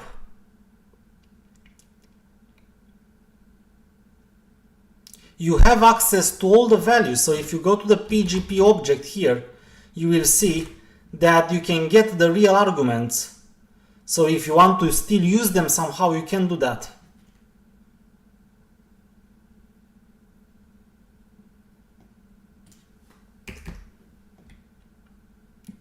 Let's try to make an example also with the case where we return something. So say we don't print anymore. Say we just return 2 times x. And now in that case, I will just say int result is, and then I say result system out. And now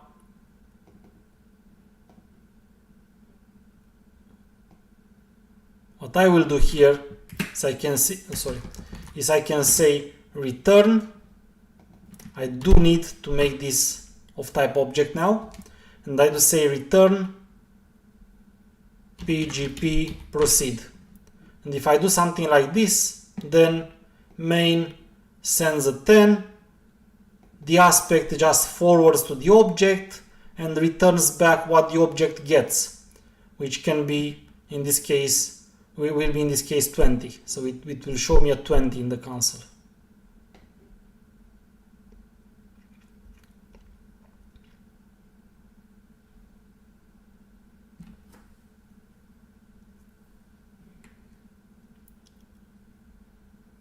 Okay, and here is the 20. But I could at the same time go here in the aspect, sorry, and I can say object result is, and then I do know that this result is an int, so I can just say integer value of, so or whatever I need here, say integer not very sorry, because it's of type object. I think I will be able to simply cast it. Let me see. Int x is int from result, and then instead of returning the x, I do return 2 times x again, which means that instead of seeing 20, I will see 40. Because now I do alter the return value. So you can see that basically the aspect can alter completely the execution, alter the parameters, alter the return value. It's a very powerful piece of capability. Because you can literally decouple some logic that will execute together with your methods, but you can't see from the syntax itself that it happens. And if used wisely, what you should decouple is technicalities, like for example logging. Did you ever see a method where you see like a lot of logger lines? Log, log, log, log, log, and then it's a lot difficult to understand what the method does just because it has 6 or 10 log values one after the other. What if we could extract those logs and put them somewhere else? Well, you can do that with an aspect, and then you will simply have the logic, which is much easier to understand. So these kinds of technicalities can be decoupled, and you can simply clean your code, but just be careful not to clean it too much. Meaning that if you make your aspect alter the business logic of your application, what can happen is that at some point you will have a bug, it comes from an aspect and you don't even know where it comes from, and then it becomes a lot more difficult to understand the whole idea. What you can do, and I can prove you that, is that if I put a breakpoint here, if I'm using debug, you will see that when the app goes into the breakpoint in the stack, you will see the aspect. So when you do have issues and you want to know if maybe there is an aspect there that's causing it, see, in this case, I theoretically know that the method is directly called from main, so it should be main and then demo controller. But if I'm looking here, I see a long stack trace. Do you see how long is this? So main is here, it calls the double value, but then what happens is that I have a lot of intercept, proceed, invoke, again, a lot of methods, which in the end reach the aspect, which in the end reach my method. Compare this to how it looks like when you disable the aspect capability.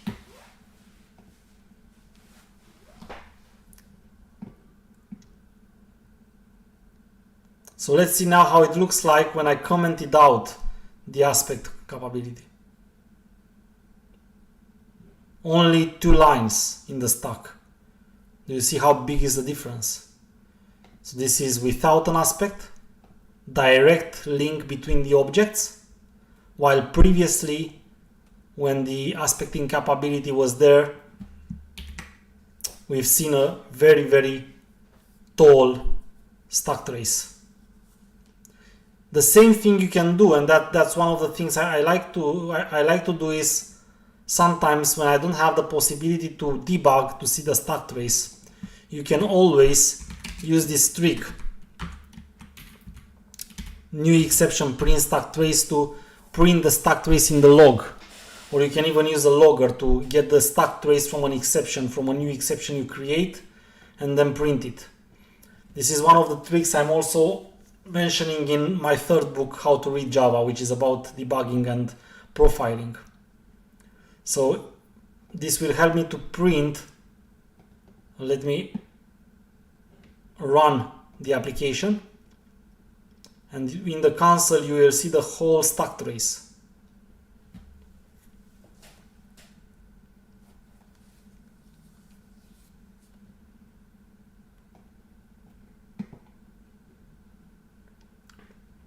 See, it's a very large stack trace. So main is somewhere here, but it doesn't call the demo controller directly. Instead, it's calling this dynamic implementation, which further is calling some AOP implementations from the dependency that we added earlier in POM.xml. This one. And at some point it reaches the around method in the demo aspect, and then again back to the double value by the proceed method somehow. While the same stack trace, if you comment out the aspects capability, will just have 2 lines. That's it. Main, double value. So you see the difference with and without the aspect. This is the difference with and without the aspect.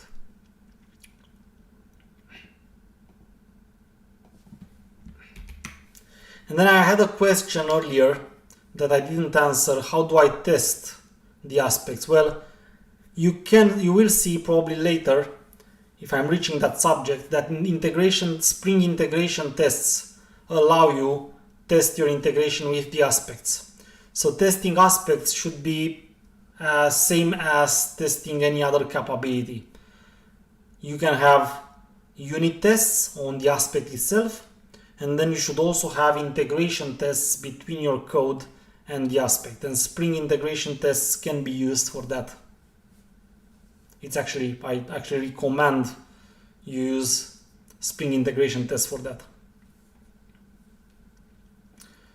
So that's basically, now we covered all, I would say, the very basics. Of course, there are many syntaxes. I could spend a week discussing only about context and aspects, because if I'm going into detail of all the aspects and show you all the possible things that you can do, there are so many that, again, even a week won't be enough. But what I think we discussed by now is at least looks like to be enough to go further and try to understand kind of Spring Boot apps and make a step further and understand what happens at the point of a real project. Of course, I could continue. I could continue using transactions, connections to a database, and so on in Spring Vanilla applications. But since the syntaxes will be the same, let's go further into a Spring Boot project, explain what Spring Boot is, the main important stuff related to it, and then try to go even further from there. Now, in this marathon, well, it's already almost 4 hours I'm speaking, so for at most 20 minutes I would like to take a break, and I will be back at sharp, and I will start discussing again.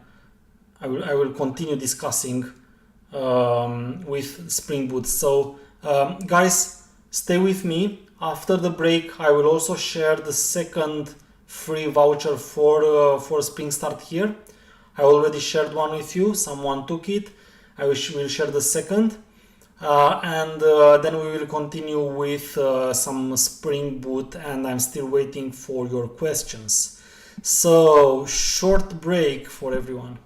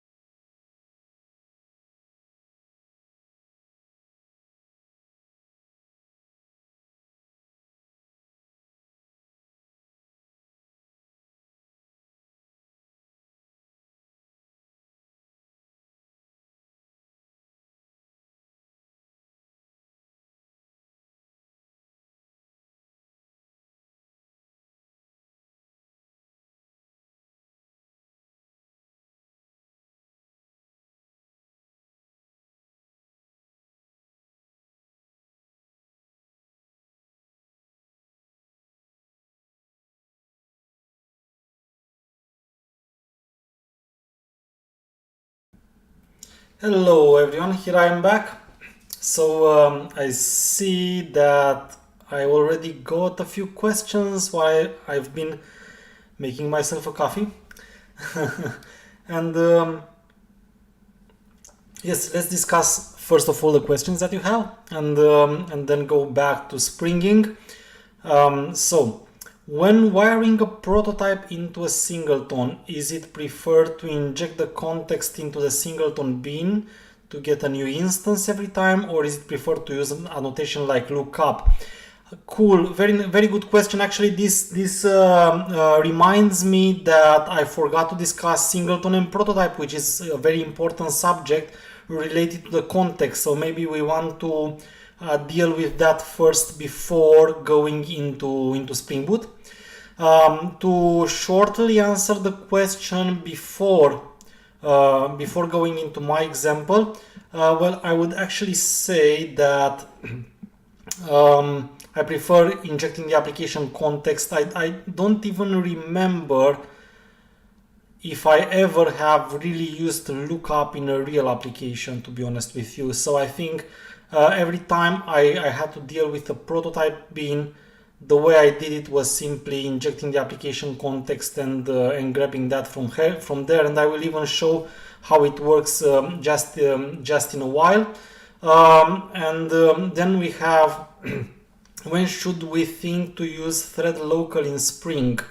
I've seen some applications using thread local while retrieving details of the logged user. So first of all, thread local, it's behind the scenes used by, for example, Spring Security in normal servlet applications, because in normal servlet applications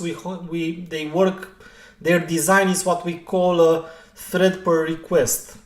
Meaning that every time an HTTP request is sent, a new thread is created for that request.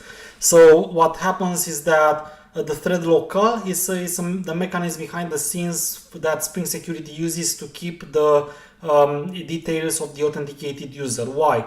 Because thread local, as you might know, it's an object, it's a mechanism provided by the JDK that allows a thread to store data and retrieve the data, but always in a thread local, each thread will only see its own data. So if we have two threads, T1 and T2, if T1 puts some value into the thread local, only T1 will be able to retrieve it. And the same with T2. If T2 puts some value into the thread local, then only T2 will be able to see that value. So it's like a place where every thread can put some information, and then they are the only one who can retrieve that information. And why is that useful when you have authentication with a servlet application? Is because each request, which is individually authenticated, has its own thread. So basically the thread local is the simplest way in which you can keep that information, which is per request, which actually means per thread in case of the authentication. Now that's something that Spring Security does behind the scenes. The same thread local might be a choice you want to use for any kind of similar implementation. Maybe in that case, the logged user, I won't see any reason why, if you use Spring Security already, why would you still why would you keep the logged user details in a thread local yourself as well? Because Spring Security already does that behind the scenes. But maybe if you don't use Spring Security and you implemented your own mechanism, then of course, same as Spring Security does, thread local would be probably the best choice to keep this information, which is basically individual per thread. Okay, and how can we make our Spring code more like functional besides using streams? Well, Andre, I would say Spring Reactive would be the best way to make your Spring app more functional, since a reactive approach is very well linked to a functional approach. So if you think of a web application or a Spring application in terms of functional, probably you might want to directly start it from thinking it in a reactive way. Cool. Before going with the example further, I wanted to remind you that you have a 40% discount for any Spring Boot from many using this code. I wanted to share with you the second code for a free Spring Start Here ebook. So for a free Spring Start Here ebook, just go to this link and use the voucher that I will share with you now in the chat. Be attentive, only the first of you who will be able to use it will be able to take the book. So if you already have the book, then leave it for others. Well, let's make sure others will benefit of the book as well. And here it is. Place it in the chat. And hopefully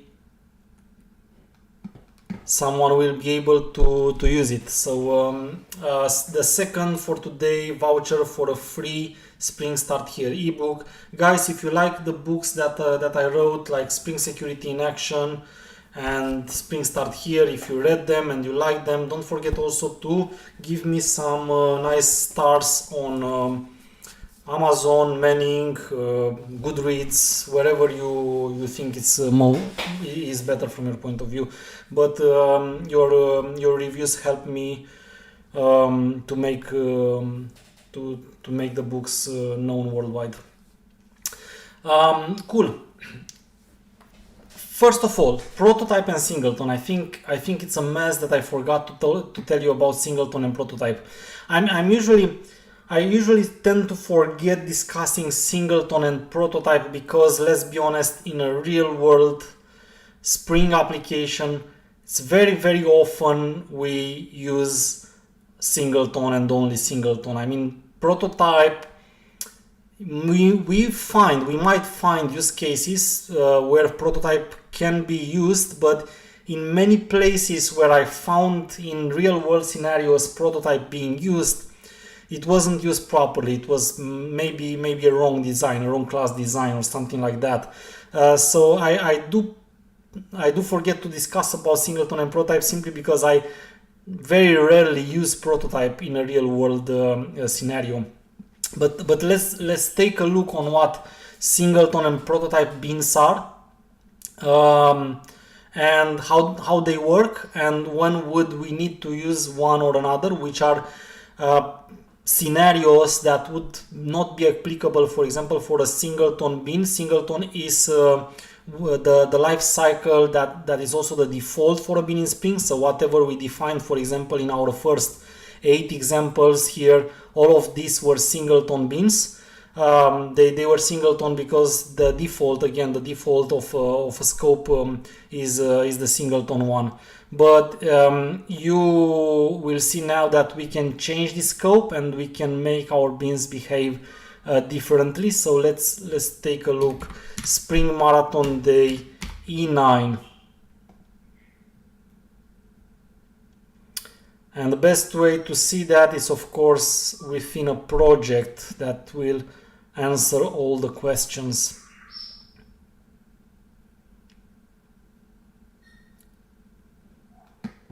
Okay, well, for this I would actually only need the Spring context dependency. So let's take from one of the previous projects the Spring context dependency.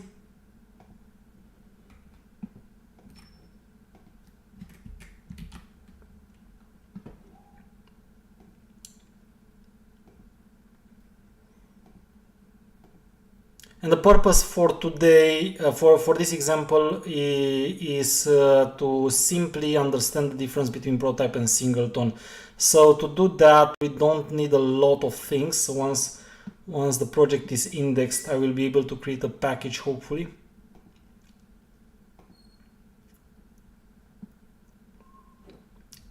Let's say controllers. And I have the main package,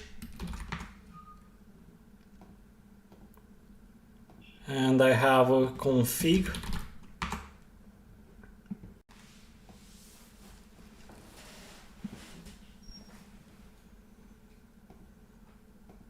So the configuration class will be, say, app-config.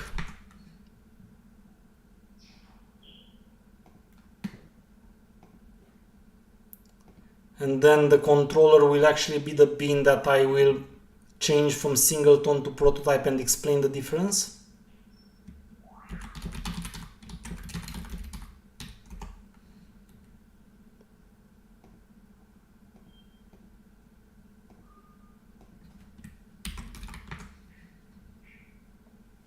Okay, so it doesn't really matter at all how you create the beans, so you can use either the @bean annotation, or you can use the stereotype annotation. You can use component, of course. If you do want to use component, don't forget on the configuration class to add component scan as well. If you use a vanilla Spring project, otherwise Spring won't search for the class. And now in the main file, create var c new notation config application context of app config class.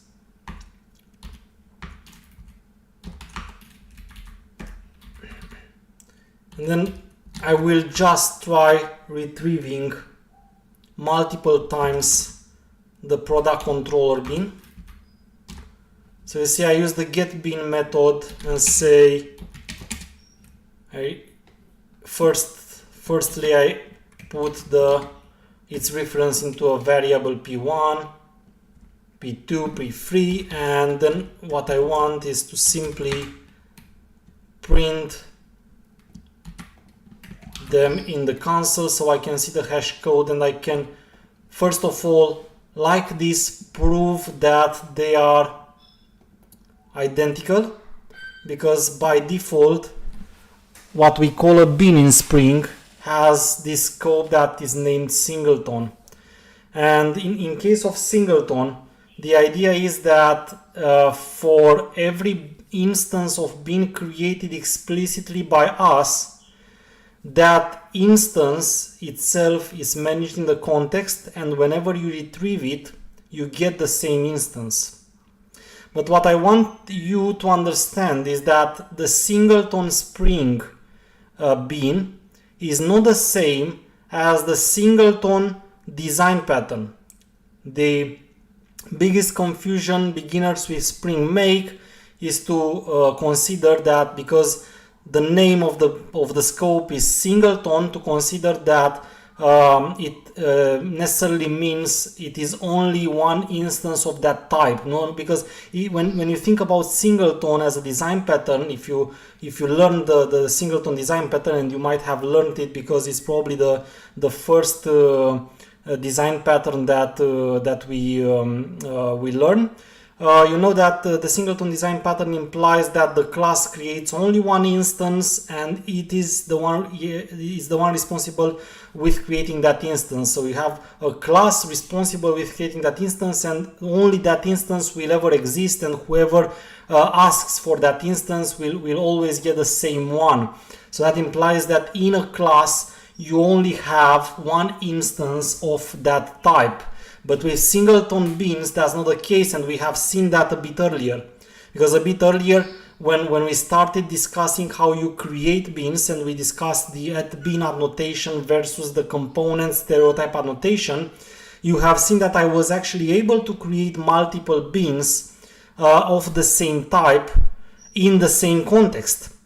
So singleton in Spring doesn't mean you have necessarily only one instance of the same type. It simply means you have only one instance identified with a unique identifier, and every time you refer to that unique identifier, it will always provide you the same instance. So somehow we could say that in Spring the singleton scope is rather more related to the registry pattern, the registry design pattern, for those of you who have encountered it, where you have an instance per ID. Of course, in this case, it simply happens that I have created only one, and I didn't need the ID because I have only one bean because I have created only one, but no one forces me not to add more beans of the same type, and we did that in the previous examples. So remember that singleton in Spring doesn't mean only one instance of that type in the context. You can have multiple instances of the same type, but they will always have different identifiers. Every time I referred to the instance, I got the same one, you see? But I can also have the case, it can also be that I want to get a new instance every time. So if I want to get a new instance every time for a specific object, then what I can do is change the scope of this bean from singleton, which is the default, to prototype.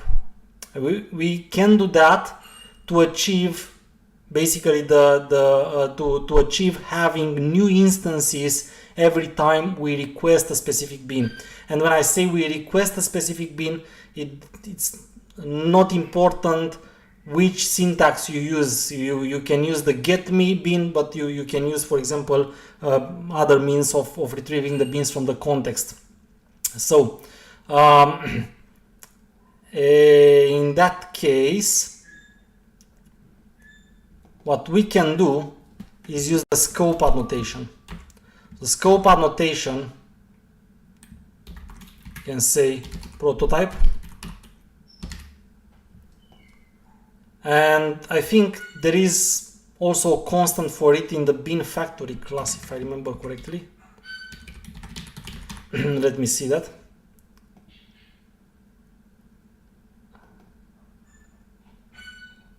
No, bean scope. Anyway, I know there is a constant already defined for prototype. So in case you don't like writing the text prototype the way I did here, you can find the constant for it.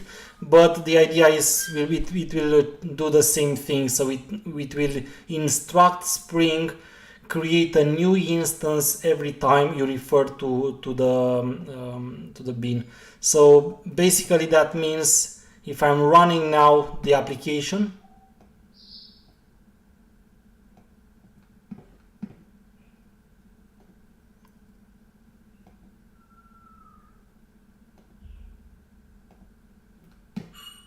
we'll close this because I see it's done something wrong with my computer. Okay, so now we can see the results. So once I ran it, you see that every time I requested with get bean a new instance, I got a different instance. Pretty easy to see that I got a different instance because we can see that their hash codes are different. So that's the difference between prototype and singleton. Now what happens, one of the things that you need to keep in mind is that when you request a prototype like I did here directly, or when you request a prototype from another prototype, you can directly auto-wire them without problems because they will always be created every time they are requested. But the problem is when you have a singleton bean that injects a prototype.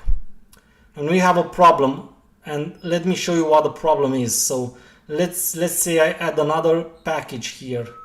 I add the package services.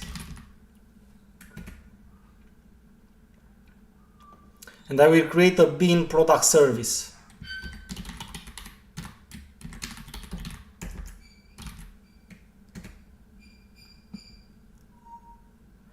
Okay, and let's say that product controller is actually singleton, which happens by default if I don't use at all the scope annotation. But on the services, for some reason, I make it a prototype. And then the question is, what do we expect about this when we get it multiple times if we inject its value in the controller?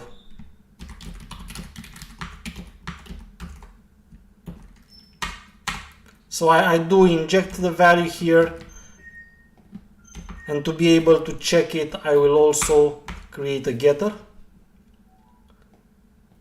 And then what I want to see there's my product controller is a singleton, my product service is prototype. If in the main here, I compare the hash codes to see if the product services for P1, P2 and P3 are different, what do you think I will actually get here?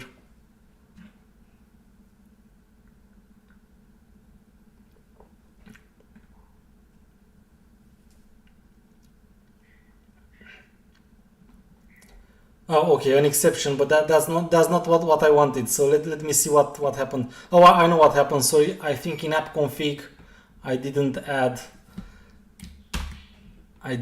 the base packages here. Okay,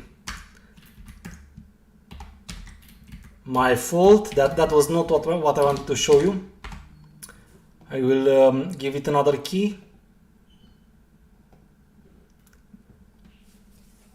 Because you see and you do remember, you see and you do remember that if you don't specify, if you don't tell Spring,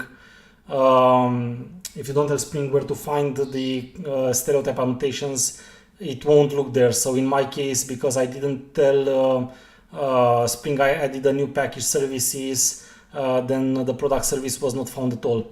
But what you can see here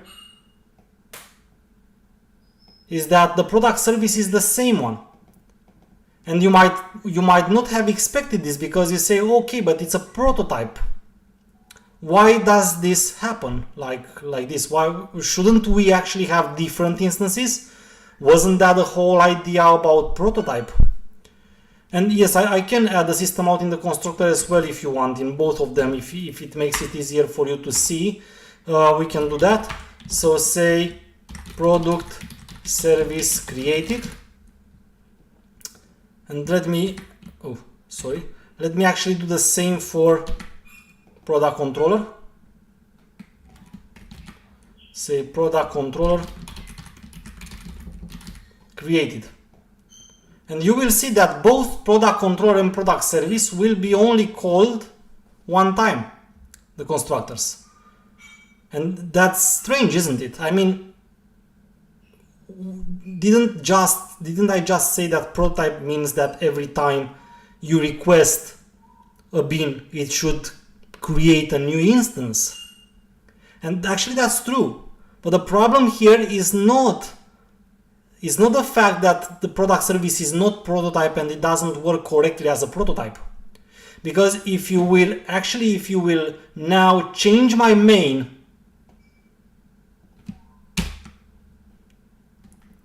and instead of this demonstration, you would say var s1 c get bin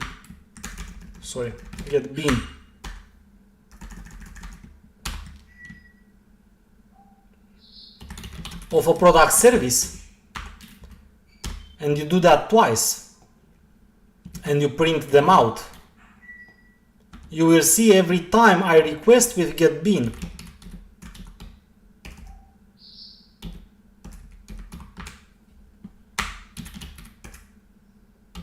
every time I request with get bin a new instance, it will really create a new instance. So product service really is a prototype. And in this case, I will have two different instances of the product service class. And you can see them here. So you can see that when I call the product service, product control has been created. I will explain why. And then a product service has been created for the product controller. That's because, and that's maybe something that we also need to discuss, eager versus lazy instantiation. But then two instances, which are these two actually instances of the product service, have been created as well. And you can see there, first of all, you can see that the constructor has been called twice, which makes sense because that's what prototype is. Prototype means that every time you request a bin, it creates you a new instance. And you can indeed see there are two different instances, which again makes sense because the constructor has been called twice. But then commenting this out and going back to the previous example, why isn't it working the same here? Because it's the same application, isn't it? I just wrote a bit differently the lines of code. And the idea is, of course, that in this case, the problem is not the product service, which is not prototype, is the fact that you create the product controller only once. Because product controller is singleton. So creating it only once will automatically create only once the product service. And then when you request here P1, P2, P3, being that this one is a singleton, it will always refer to the same instance because it's only one product controller and it has only one reference already requested the first time when the product controller has been created. The request doesn't mean that you call the getter. When you call the getter, you just get some reference that has been already requested. When the instance of product controller has been created. So the problem here that is when you inject a prototype into a singleton, you shouldn't expect that when you refer to that prototype, you will always have a different value. Because even if it's a prototype, it will be instantiated only once. That is when its singleton has been created. If you really want, for example, here in get product service, this one to be different, what you need to do is inject the application context, which is actually the one you create here. This is the application context. By the way, it's application context. It extends somewhere.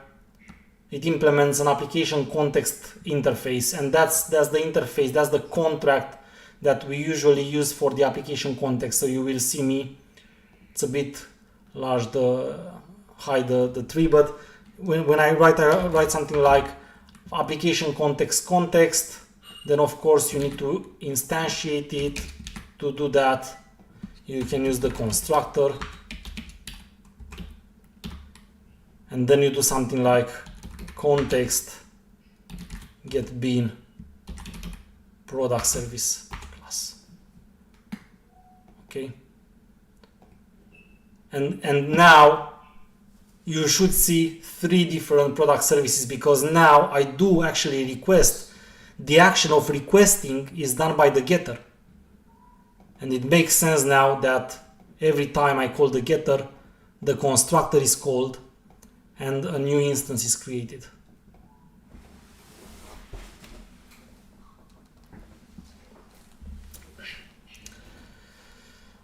So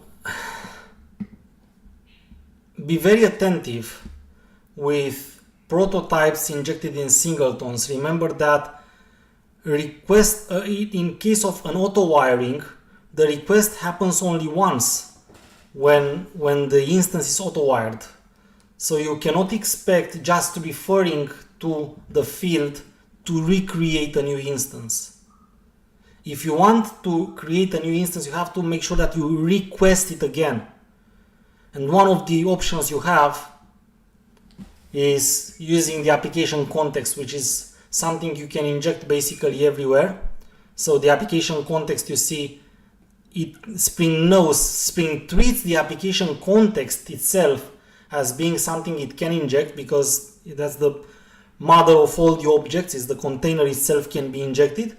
And then you can use the context wherever you need, like I do in this case.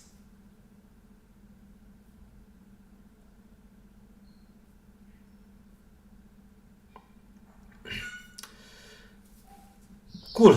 So that's with prototype and singleton what we need to know. Now usually, and I said it earlier and I will say it again, you don't usually use a lot the prototype, but maybe it makes sense before going into another subject to review a bit why would you actually use a prototype, like why not writing new product service? No, because in the end, isn't it the same thing? I mean, in the end, if a prototype object only means that Spring will always create you a new instance, why shouldn't you simply just use the constructor and create a new instance? Do that. It's not the same thing. It's not the same thing. Because when you create an instance like this, directly using the constructor, remember that the crucial difference is that this instance will not be known by Spring. Which means as an object you will be able to use it however you want. But if in that object you would like to use any kind of functionality through Spring, anything, dependency injection, transactionability, aspects, anything you would like to use, Spring will not recognize the object and it will not work if you want to create it directly using the constructor. So using the constructor versus using prototype, the difference is between having Spring aware of that object or having Spring not aware about it. When you use the constructor, then Spring is not aware about the object. You will not be able to use any capability, integrate this object with any capability that Spring offers. That's not something bad. By contrary, if you don't need that object to be managed by Spring, then it's again advisable rather to make it like this. And I have sometimes students ask me, shouldn't any object be in the Spring context? Shouldn't we actually make Spring aware about all the objects in our application? And the answer is no. You should only make Spring aware about those objects that it makes sense Spring to be aware of.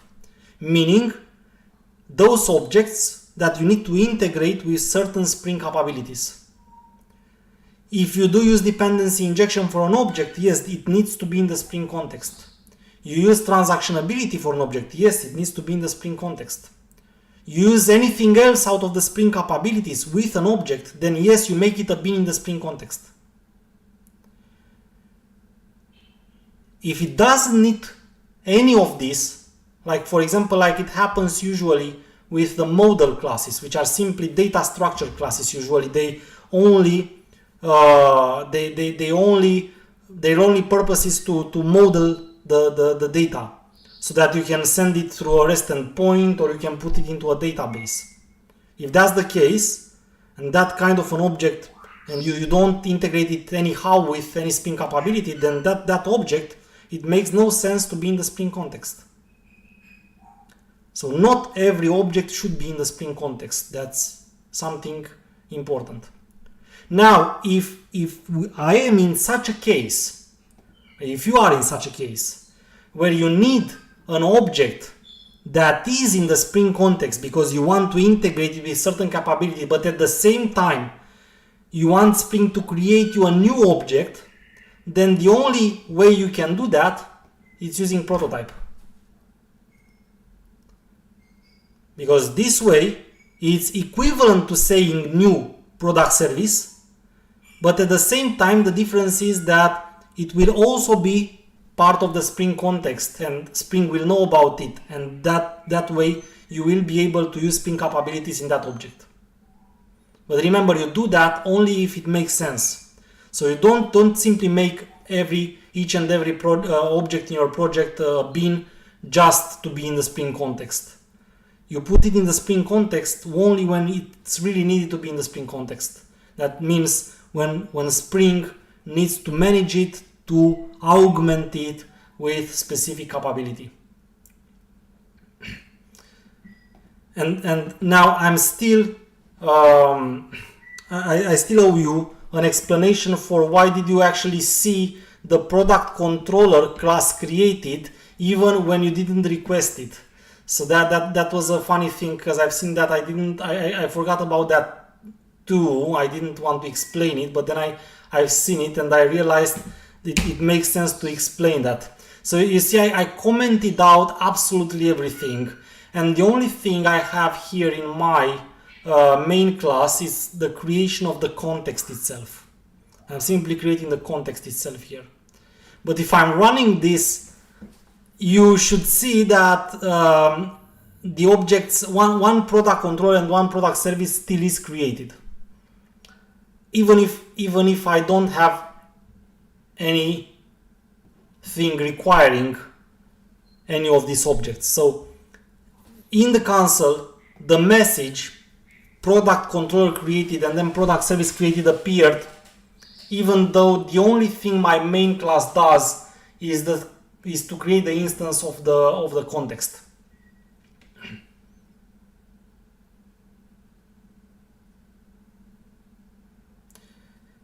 So is this equivalent to add at bin annotation on the method?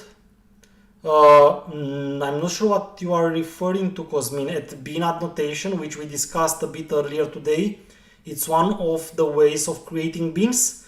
You can use at bin to create both prototype and singleton, and same as with the stereotype annotation, by default, any bin, whether it's created with at bin or at component, it will be a singleton, not a prototype. So if you didn't catch the video from the very beginning, my advice is you can go back and see. It's basically just the first project I started with.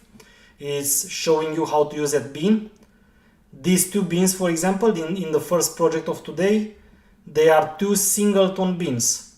So if you are referring to prototype as being created with at bin, then the answer is no. No, you are making a confusion here. At bin is just a different way to create a bin. Good. Now, why do we see that our bins are created? Why do we see that the product control and the product service are created even though we didn't request any? Because for any singleton bin, and that only makes sense for the singleton bin, but we have a singleton bin here that is the product controller. By default, the singleton bin has a what we call eager instantiation. So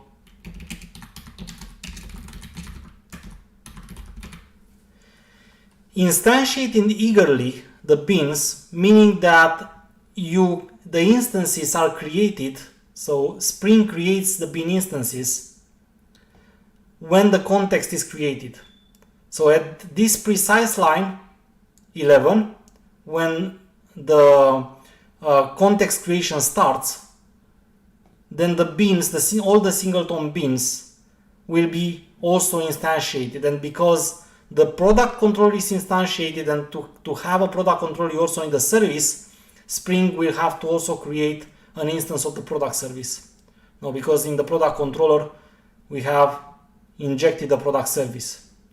Okay.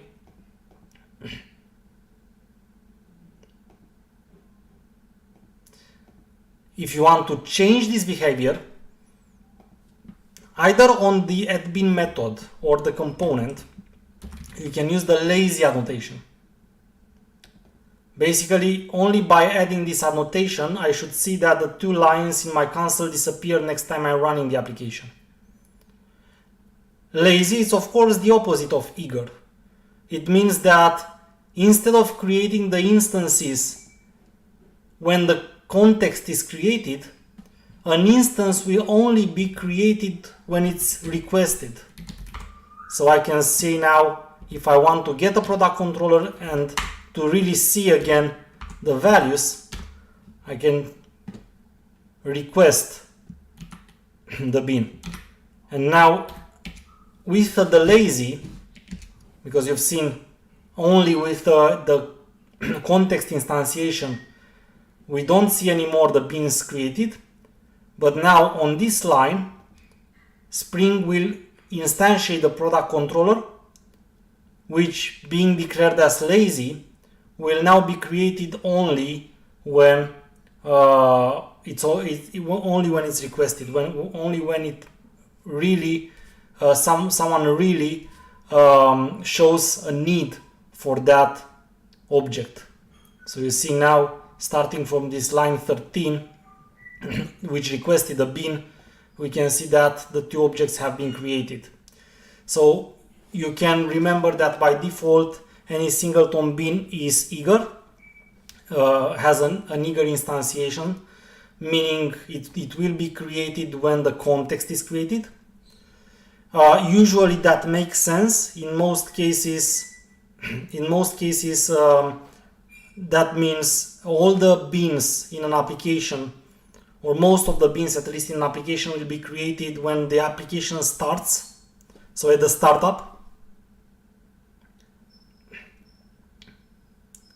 But if you have a situation where maybe you have a large monolithic application, and in this application sometimes or in many cases not all the objects are used, maybe just a part of them are used sometimes another part. The difference between lazy and eager is in the end just postponing the creation of the instance. So the time needed to create the instance, first of all, in an eager instantiation will be taken at the very beginning, but that will make the process later, so the logic, faster a bit, because the instances are already in the memory. So it's the compromise of having all the objects in the memory from the beginning, but not having to create them, not having to spend time creating them during the logic execution of the program, because they are created at the startup. While being lazy takes the advantage that you don't have the memory full with objects. It doesn't create all the objects from the very beginning.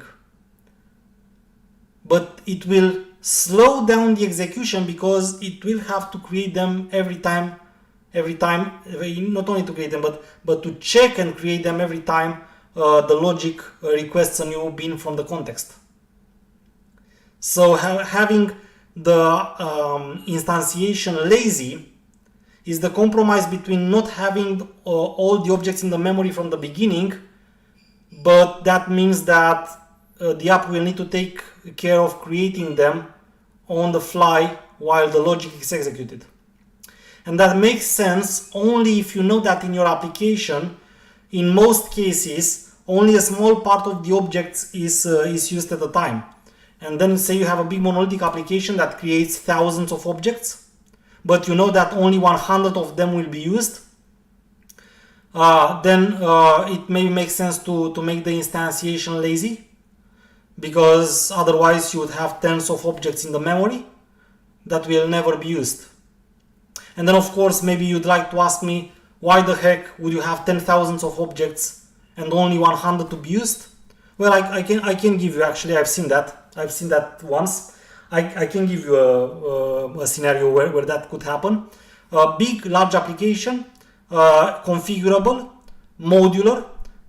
Its configuration is done differently for each and every installation. But even if it's a large application with a lot of capabilities, one installation only uses one capability, the second installation uses another capability, the third installation uses another capability. So realistically speaking, no installation uses all the capabilities. All the installations individually use a small part of the capabilities provided. I know what you are thinking, that application should have been a service-oriented architecture, not a monolithic one. And I know that. But the application was the way it is, and it was a very old one. So how do you improve the memory usage for such an application? Well, the application was creating tens of thousands of instances in the memory, but it was true that maybe only some hundreds were used for each installation. In that case, it was indeed more efficient to make them to make the instantiation of the beans lazy and let the application create the beans only when it needs. Otherwise, that would have meant all the installations would have filled the memory with many objects, out of which maybe 99% were not used. So that's where lazy versus eager approach, that's where this compromise, maybe you have to make a compromise between lazy and eager. However, the default of the beans instantiation is eager for a reason, because it's rather the case that you will have them eager than lazy. The scope of a bean is by default singleton and not prototype for a reason, also because it most likely you will keep them singleton, and there are pretty rare cases in which you will make them prototype.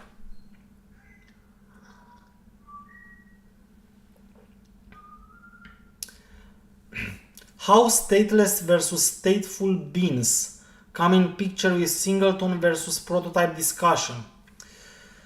Ooh, that's a question that drives us far away, because stateless and stateful, they are, if you are referring to what I'm thinking, they are two annotations that are part of the Java EE.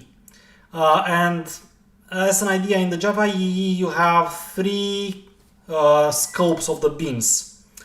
They are called stateless, stateful, and singleton. I used to work with Java EE a long time. I actually was quite an expert on Java EE many years ago. So, but I haven't worked with Java EE for many years, so I might have forgotten a lot of the things. But stateless and stateful were basically two scopes related to Java EE applications. They don't relate too much to how the scopes work in Spring. So singleton, in the end, in terms of how it works, is a stateful bean, because in case of singleton, it's created once, it's kept in the context, and if you have multiple threads requesting that thread by ID, that bean by ID, you will always get the same. So that means that theoretically singleton is kind of a stateless bean. It's not something where you'd like to keep data on, because if you keep data on a singleton, multiple threads will be able to see that same data, and then you might run into concurrency problems, race conditions.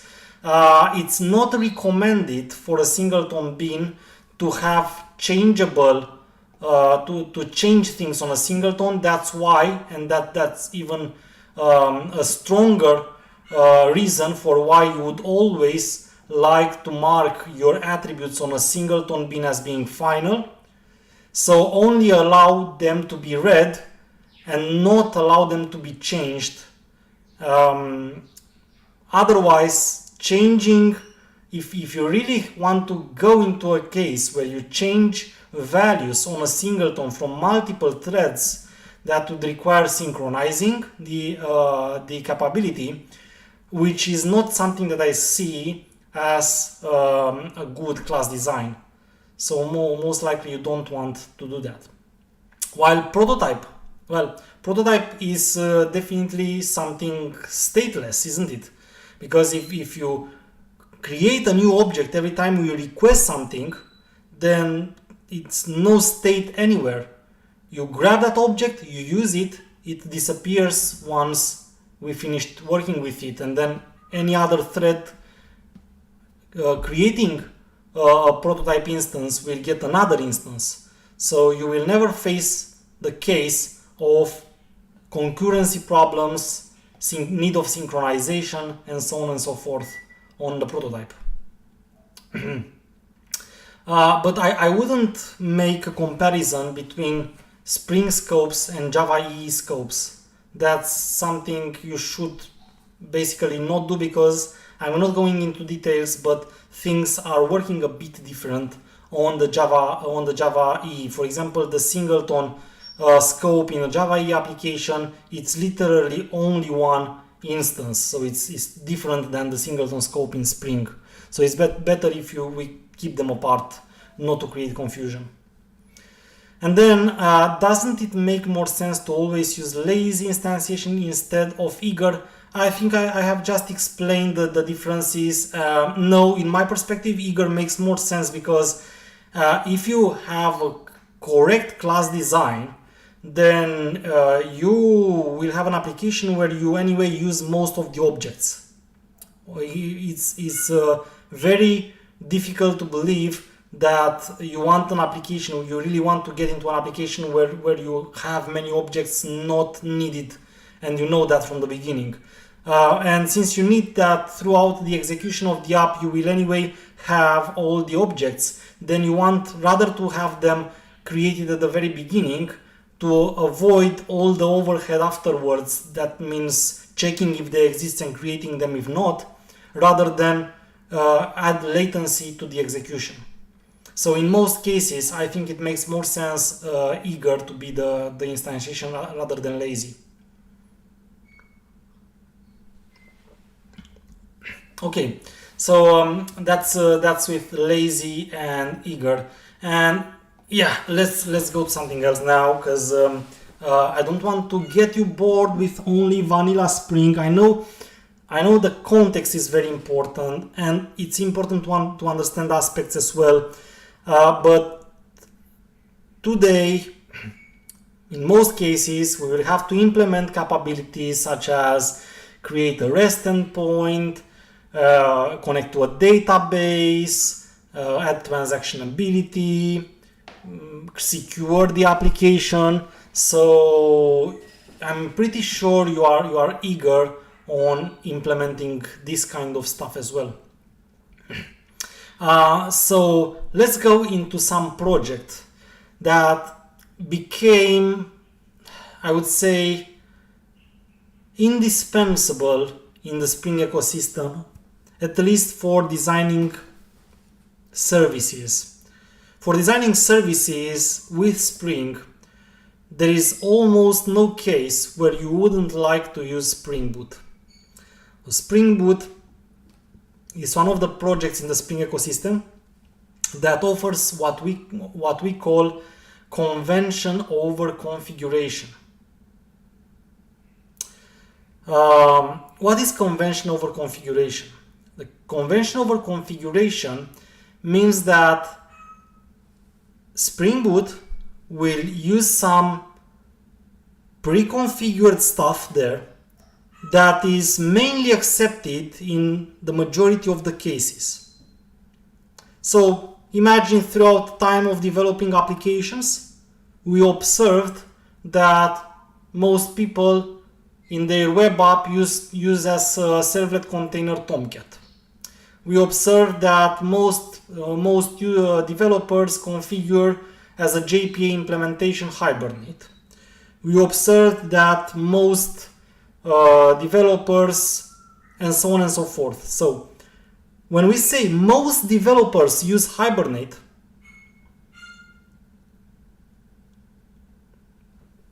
when we say most developers use Hibernate, that's a convention.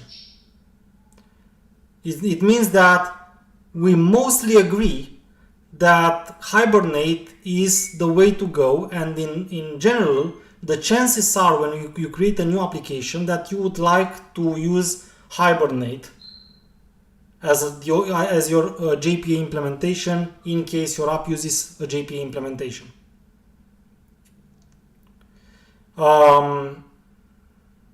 But you shouldn't be forced to use Hibernate, which means if you would like to use Eclipse Link as a JPA implementation, you should be allowed to do so.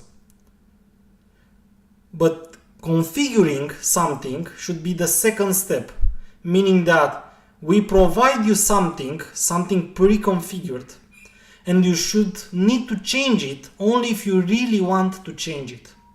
Do you really have strong reasons to not use Hibernate and use Eclipse Link? If the answer is yes, you are allowed to change it. You will work additionally, configure Eclipse Link and not Hibernate, but you can do that. And the same with any kind of other capability.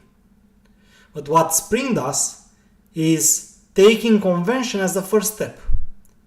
Based on the dependencies you add to your project, Spring Boot figures out about of what you are going to do and configures you the application by convention.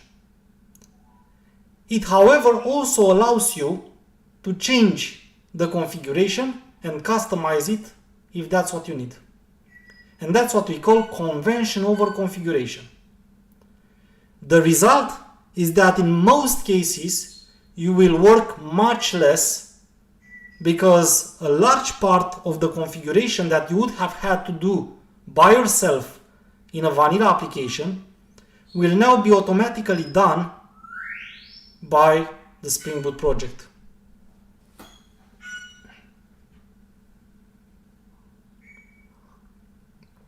So, in Spring documentation, the below statement, as a rule of thumb, you should use the prototype scope for all beans that are stateful.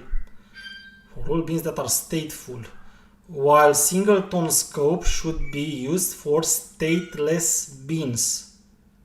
Correct, it's what I said. So, in singleton, you should never keep state. That's why, as I said earlier, you will always have the fields final. That means you should never keep values on a singleton attribute, and that way you will never get into concurrency problems because of having different threads changing the values. So I know what you mean now. I thought when you said stateless and stateful, I thought you mean the Java EE annotations. But now I know what you mean. You actually mean stateful in terms of keeping the state or not keeping the state. So what that sentence wants to say from the documentation is exactly what I told you 5 or 10 minutes earlier. You should never use singleton for keeping data on the attributes that is stateful. Okay, but singleton scope should only be used for stateless beans. That's why we also by convention should have always the attributes final, and we should not have changeable stuff on the instance itself. While in case of prototype you can do that, because also, as I stated a bit earlier, when you will have 2 or more threads creating the instance, all of them will get different instances, so you will not get into concurrency issues. So it's basically, with other words, exactly what I was explaining 5 or 10 minutes earlier. I hope that's clear now. And if that's clear, let's go to our first Spring Boot project. So to create a Spring Boot project, the easiest way, you can create it from scratch, that works, but the easiest way is to use the Spring Initializer service. So the Spring Initializer service is actually calling it's actually calling a web service which is called Start Spring IO, which you can independently use if you want. If you go to your browser, you can use Start Spring IO and configure your project and generate the project. If you configure the project and click this generate method, will download you an archive which you can import in your IDE. But a big part of IDEs, they provide you also the possibility to integrate with this web service directly from the IDE itself. So you don't necessarily need to go to the Start Spring IO and generate the project from there.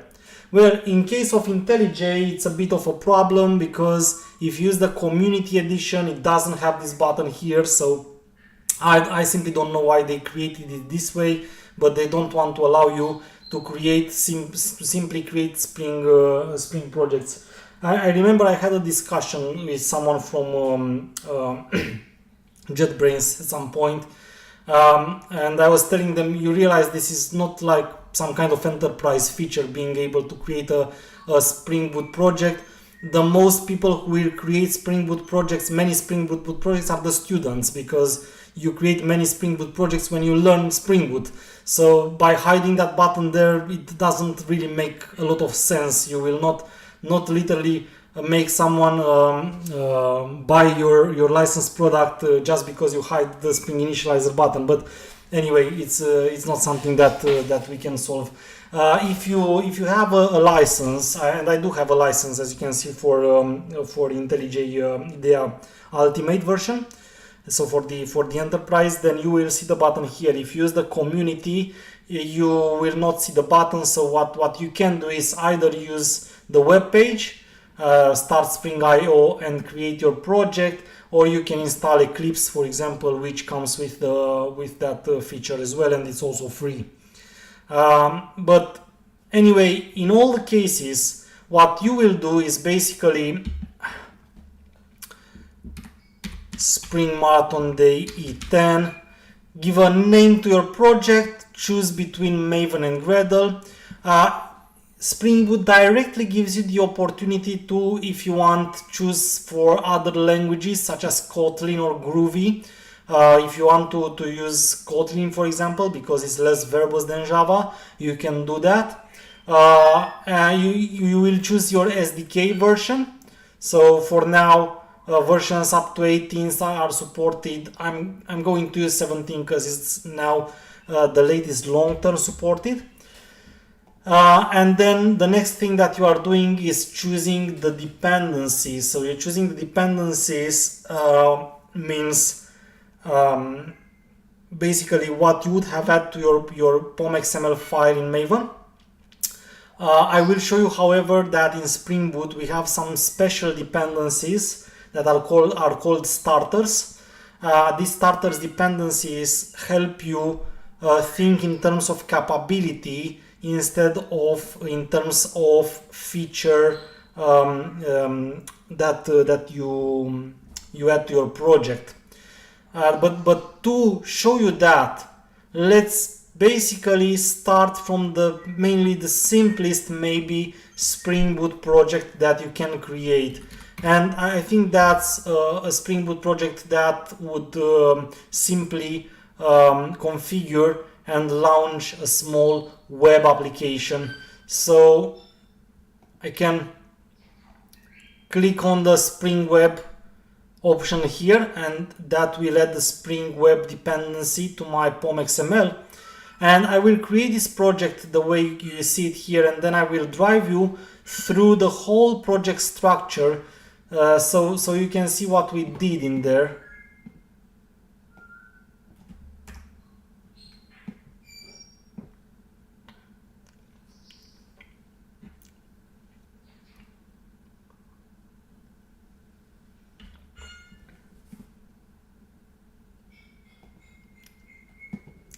Okay, this is how it is. It's still indexing a bit.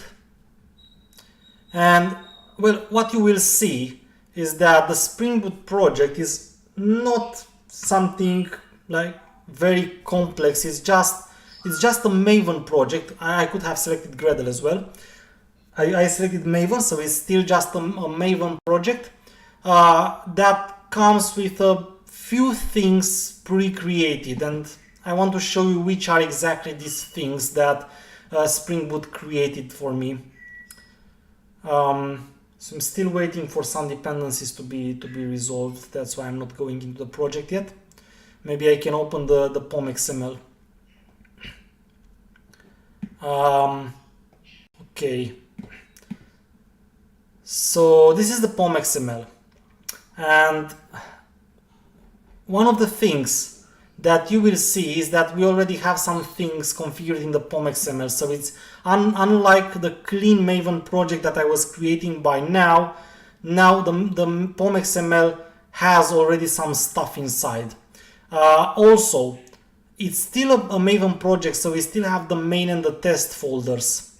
But in the test folder, you will see that Spring Boot created, or at least Spring Initializer created for me at least one class of test.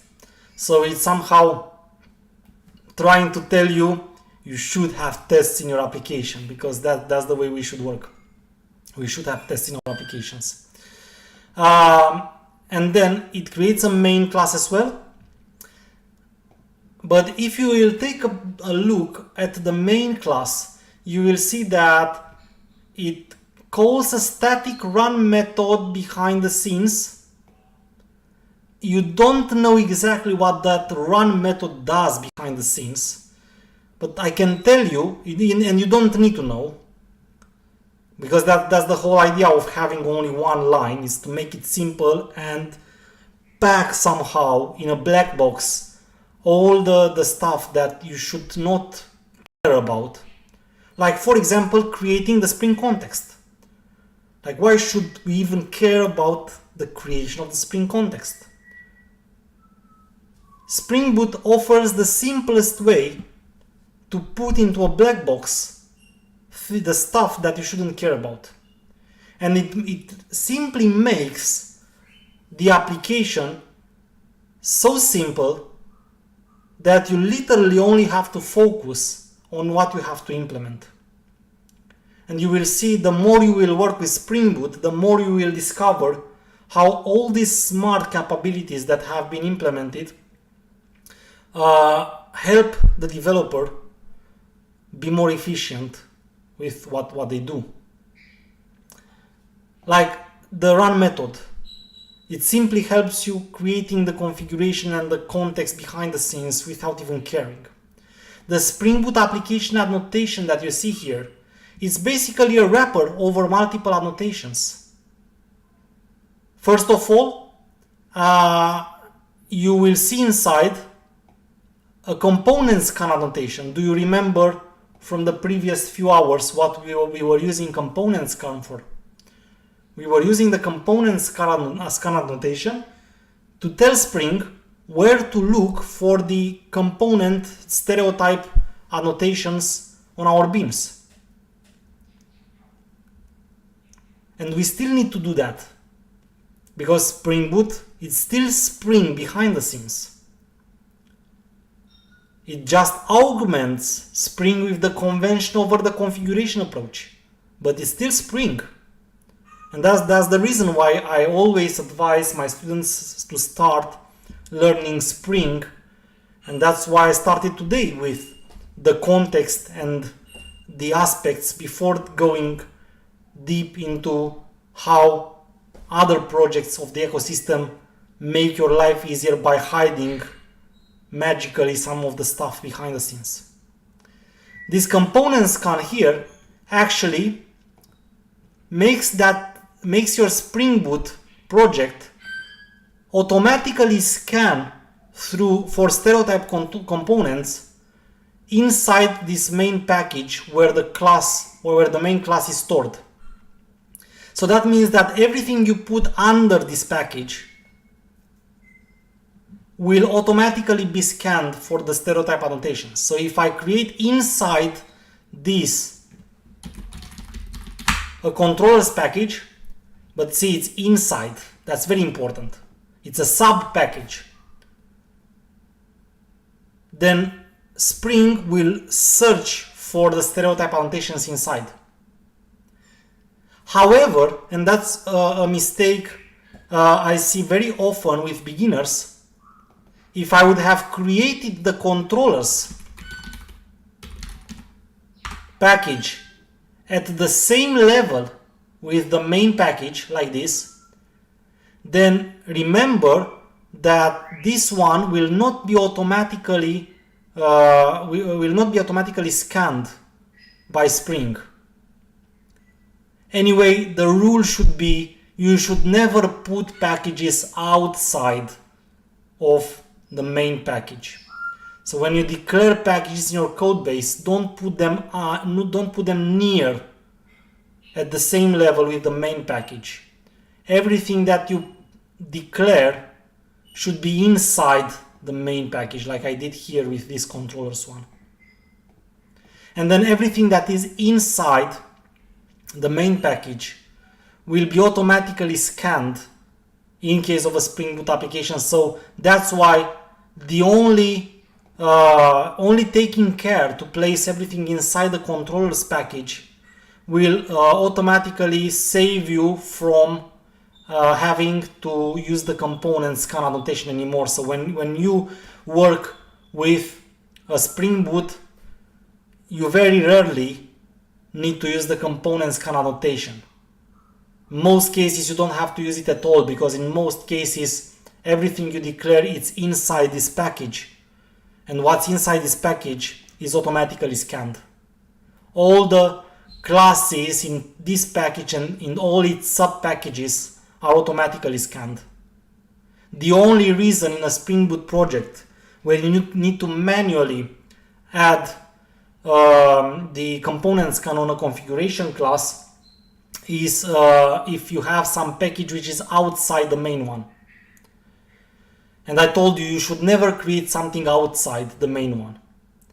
There are rare exceptions where you, for example, need to make a bean from a dependency that you added. Very rare.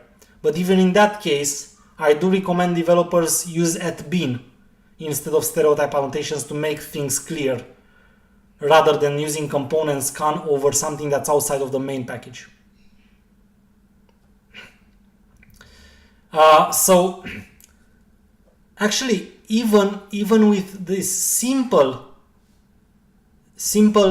structure where we didn't do anything, I just created a project. What is beautiful about Spring Boot is that you already have a functional application that starts and behind the scenes configures and boots also a servlet container, which is a Tomcat server. And of course, you will have to declare yourself the logic, plus the endpoints, plus the web pages in case what you do is a web application. But a large part of the configuration has been done by convention. So just simply right click on the main class and start this application. It will start. And you will have behind the scenes a Tomcat servlet container configured, and the whole Spring MVC architecture, which the Spring MVC architecture is what allows a Spring web app to run, to work correctly. And someone asked me before the break that we had, when do we start with Spring MVC? Well, now, this is the time to discuss also about Spring MVC. So I'm eager to hear all your questions about that as well.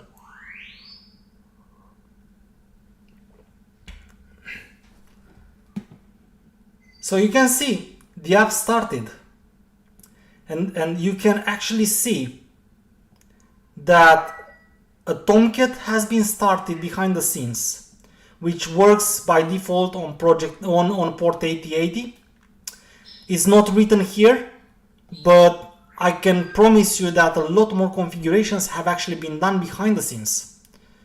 One of the most important being the MVC configuration, which is the architecture on which all the Java, all the Spring web standard non-reactive web apps rely on.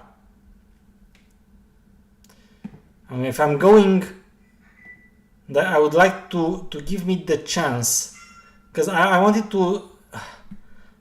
to actually show you some diagrams that I make myself, but I realized that my computer for some reason is very slow today. Maybe I should have used the other one. But I can still, I still have a workaround for that. I will use my own book. It's my Spring Start here, which you can find also on O'Reilly Learning. So fortunately for me, I have an O'Reilly Learning account and access to many books and my book as well.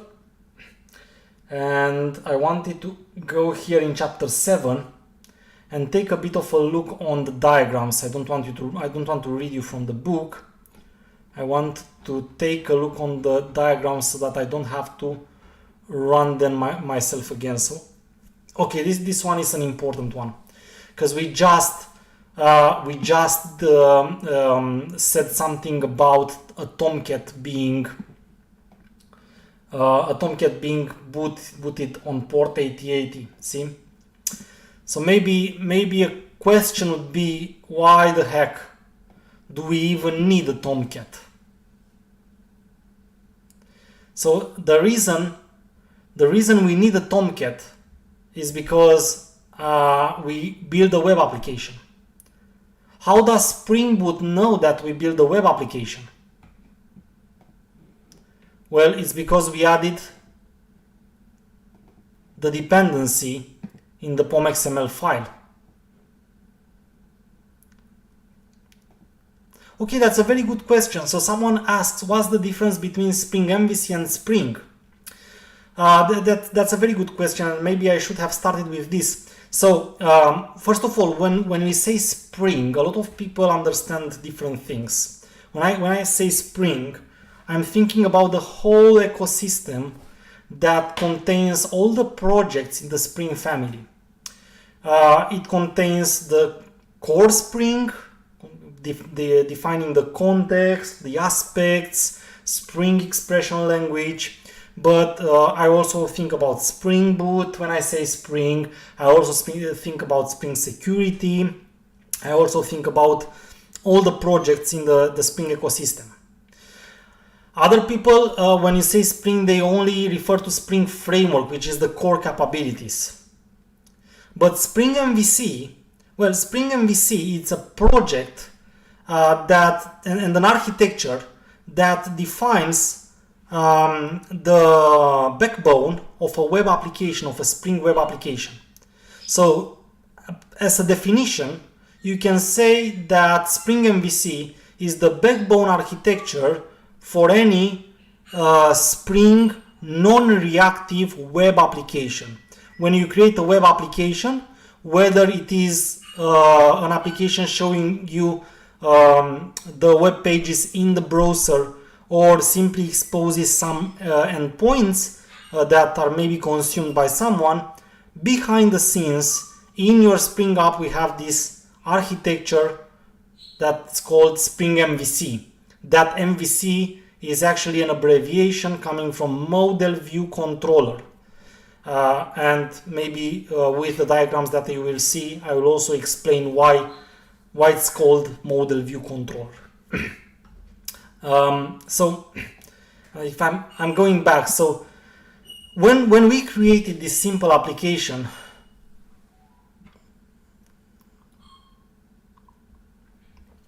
when we create a simple application, and we added the web dependency, automatically Spring Boot saw the dependency and knew that what we are creating is a web app. So it started to pre-configure us everything we need to have in place for a web app. I see now the question, what other kind of applications can we do with Spring or Spring Boot that are not web apps?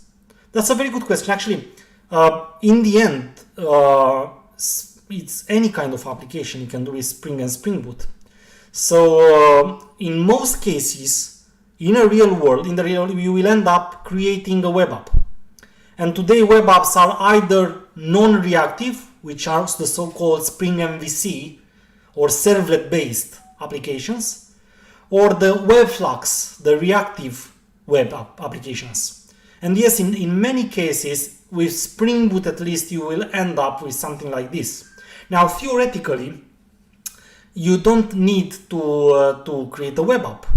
You can have any kind of an application. You can even have a console application with Spring Boot. I didn't have the chance in the real world to work with something else than web apps, because usually, to be honest, we do create web apps, especially with Spring Boot. But with Vanilla Spring, because not everything is Spring Boot, Vanilla Spring is in the end something that you might want to use in a lot of other kind of applications. I've seen Vanilla Spring used only for its dependency injection capabilities in a desktop application at some point. I've seen Vanilla Spring being used with a Selenium application, so that was a system testing application, and the reason we used their Spring was again for its context, dependency injection, and aspect capabilities. So in the end, Spring is just a framework you add to your application to benefit from its capabilities. And the reality is you can actually add it to any kind of an application, not necessarily for web app. It doesn't need to be a web app. It can be any kind of other application. But yes, I do agree that in most cases, especially with Spring Boot and even Spring, you will end up with web applications. So, because I added the web dependency, that's what happened. A Tomcat has been configured for my Spring app, and the reason we need the Tomcat is because the web app receives HTTP requests and responses. What does a web app do actually? You call it from a web client, the browser for example, you send a request, you get back a response, the browser interprets the response, displays you some stuff. Or the app exposes some REST endpoints, some application sends requests to those REST endpoints, your application sends back responses. But the requests and the responses are HTTP requests and responses, and HTTP is a protocol, a well-defined protocol, an old well-defined protocol already, that lays somewhere at the application layer in the OSI stack, and it's not designed for your Spring application. It's not designed for your Java application. It's actually not even related to any kind of technology. It can be used by any platform. So what you need to do is make your Spring application understand an HTTP response, understand the HTTP response, and then formulate the HTTP response, which is something you can do programmatically in your app yourself if you are a geek. If you are not a geek, you are probably looking for something that can do that for you. And of course, being that this capability is something that almost any application uses for many years, there are pieces of capability that have been designed to do that, to interpret the HTTP request, formulate the response, and only allow you to integrate with a Java app. And that's, for example, the Tomcat servlet container. Any so-called web server or servlet container. Jetty is, for example, another solution. But Tomcat being the convention and the most used, it's what we will use as well. So Tomcat is there and needs to be there because somehow your Spring app needs to get the data from the client and needs to send back the data to the client, and the Tomcat servlet container, it's in the end the translator between HTTP and your application. Now, in the early days, long time ago,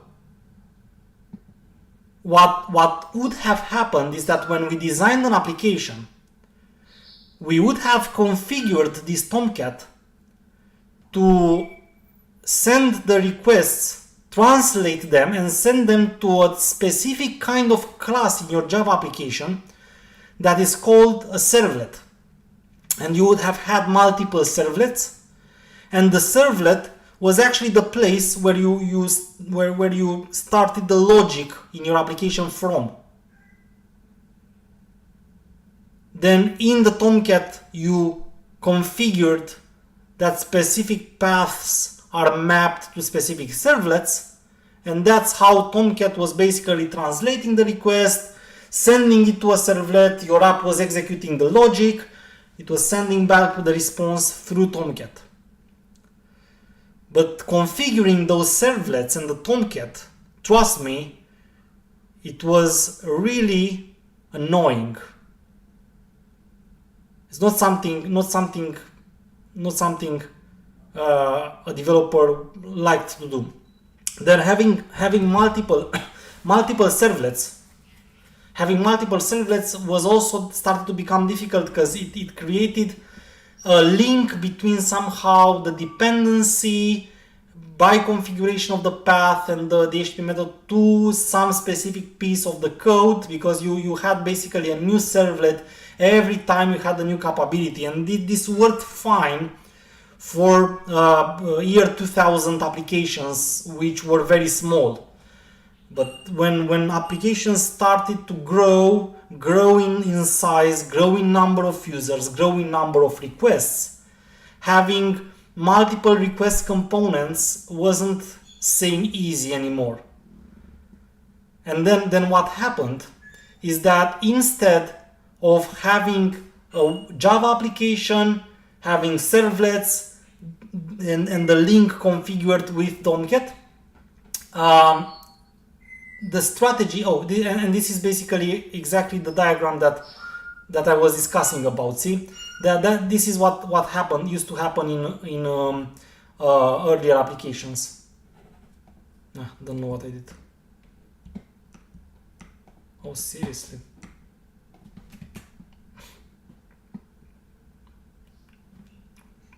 One second. I'm going back to that diagram.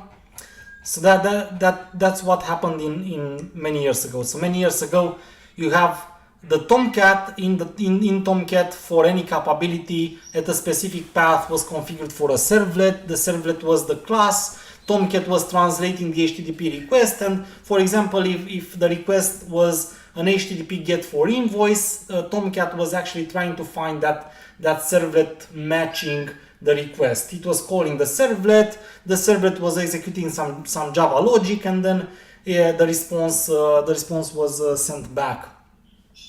But again, it started to become heavier with the applications growing. So we changed a bit the philosophy. We said, why should we actually have so many servlets? Each and every one of the servlets implementing kind of a responsibility. Let's do like this. Let's have only one servlet. Tomcat will always send that servlet. So suddenly we decoupled completely the Tomcat from the logic, which made a big deal, a big difference. So I'm talking you from the history of implementing Java applications. I'm even while I'm speaking, I'm not realizing that I'm that old. Sorry for that.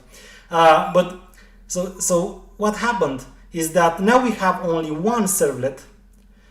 Tomcat decoupled from the app logic. This is actually what we call the dispatcher servlet. And this creates an architecture that has been called, and this is not only related to Spring, by the way, it's a known class design that is called front controller. You might have heard about a front controller. Front controller, it actually means this decoupling of the logic from the entity in your architecture that was responsible for the translation of the requests. So instead of having one controller per capability, now you have a front controller, and the front controller is the one now responsible to deliver the request based on the capability.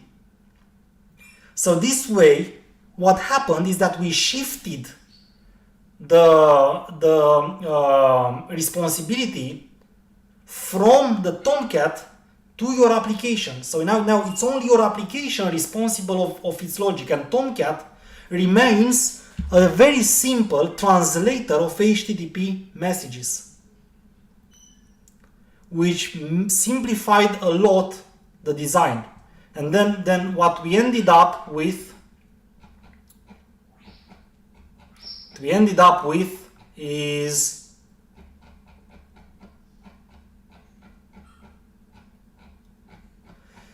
this. We ended up with this. Now, instead of having Tomcat managing the servlets and being responsible for paths and responsibilities in terms of app logic, in terms of capability, now Tomcat is thin. All the requests going through Tomcat, they will always be received by the only one servlet in your application, called the dispatcher servlet, or in terms of the class design, called the front controller. And what you see here is actually what we call the Spring MVC. Going back now to your question, the difference between Spring MVC and Spring. Spring is the framework. Spring MVC, it's only an architecture that we use in the web applications we implement with Spring. A way to design the classes and relationships between them to resolve HTTP requests into HTTP responses. So if you want a definition, it's not by the book, it's a definition I made. This is basically the way you should see Spring MVC. Now let's analyze it. So okay, we changed it, and now everything goes into the dispatcher servlet.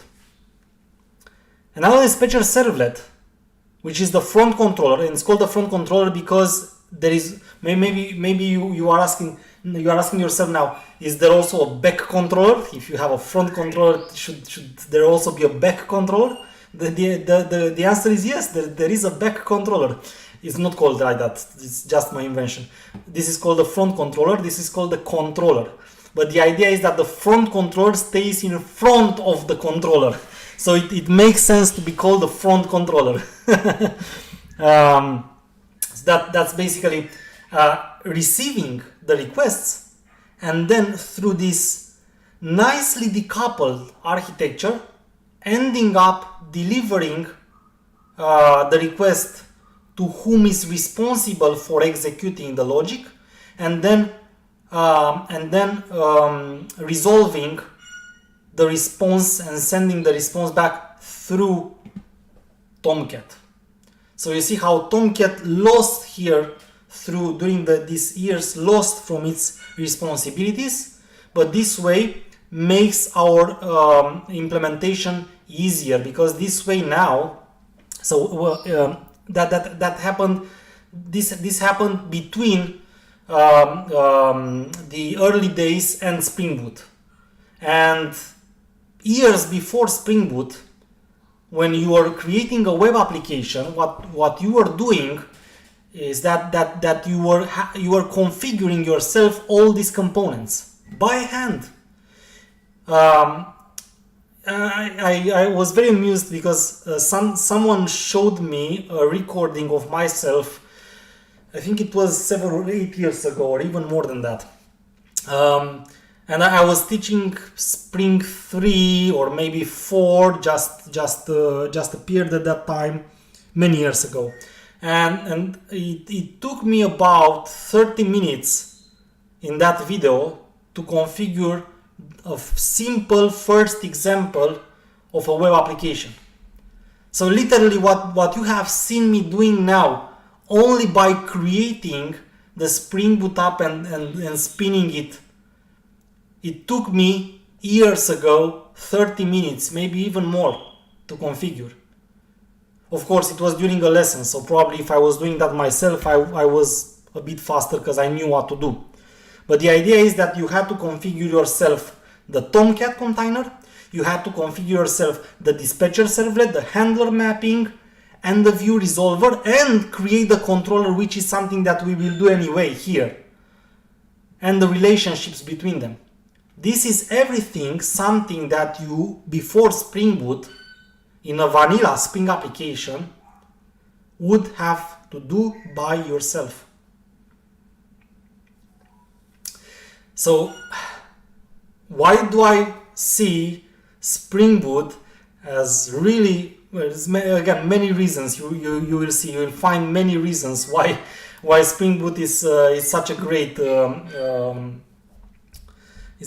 tool, but only looking at these cases where without applying the convention, because in the end configuring the dispatcher servlet, the handler mapping and the view resolver was literally the same thing you were doing for each and every application.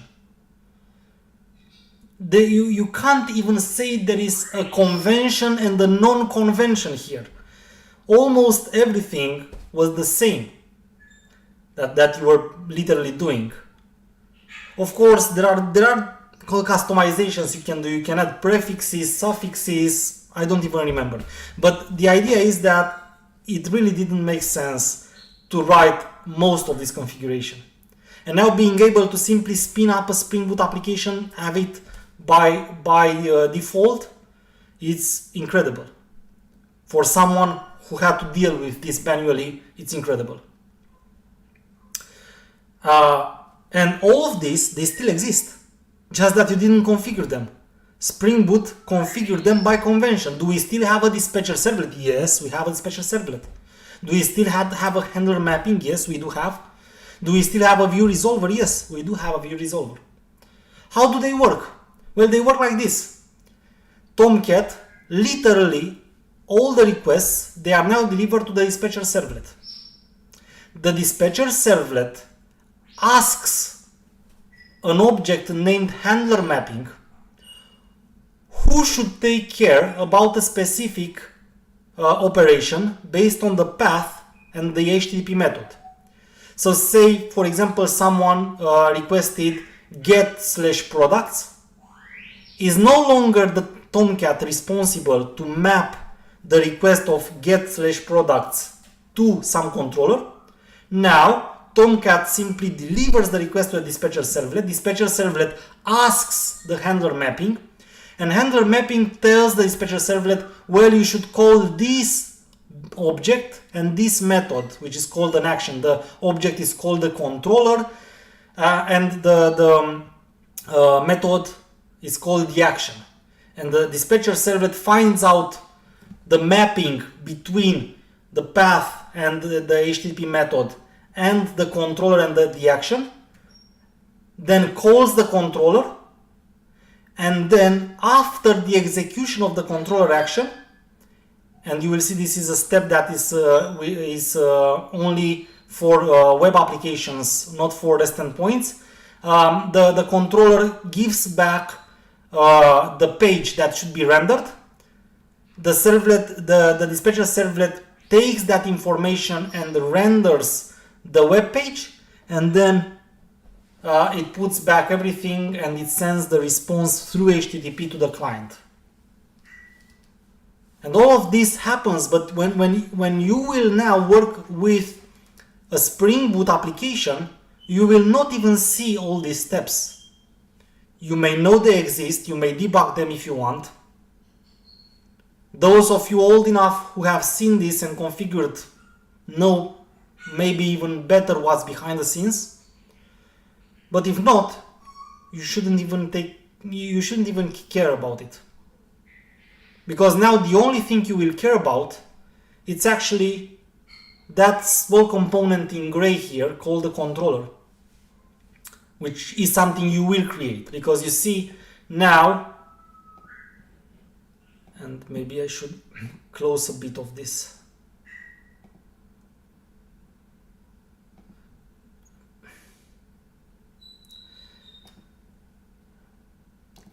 Just give me a few seconds, because I think I will make my computer work a bit better if I have more memory. So by closing some of the projects we don't need. I will put all the projects on my GitHub account and leave them in the description section and in a comment. Okay. Now going back to our Spring Boot. Okay. Going back to our Spring Boot. This is a plain project, okay? There is no controller. It contains the dispatcher servlet, but anything you would call, it will give you a pre-default error page. So if I'm going here and say localhost 8080 / whatever, you will go to a white label error page that is a default page, again configured by convention by your Spring Boot. If I really want to have some logic, I do really need to create a page for that. So what you can do is create, for example, a controller. So the controller, the creation of the controller is still your responsibility. And when I say controller, I do refer here to this controller, the gray component, which in the end, and it's probably in the next chapter, in the end, it's only the entry point. The reality is that this controller is only the entry point in your application, because the real logic will then be part of the service, and then your application will go further to repositories, proxies, and so on and so forth.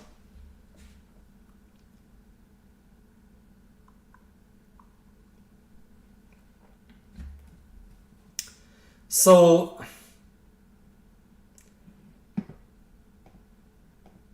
first of all, let's try to make a simple application. I mean, a simple application means only one web page. So I could use component here, which is the stereotype annotations we used by now. I could use it to create a bin, but if you really want this bin to be understood as a controller, Spring MVC needs a specific annotation to understand the class as being a controller. In other words, it's not enough anymore to simply add it as a bin in the context. So now we will start figuring out that component is not the only stereotype annotation.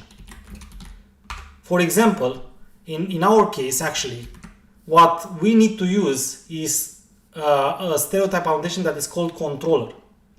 The controller acts as a component, and if you go, you will actually see the controller annotation is actually a wrapper over the component, so it also acts as a component, which means that Spring will create an instance in its context of this class. But the controller is more than that. It's also telling Spring MVC this is a controller class that will be managed by that handler mapping, the dispatcher servlet, and so on.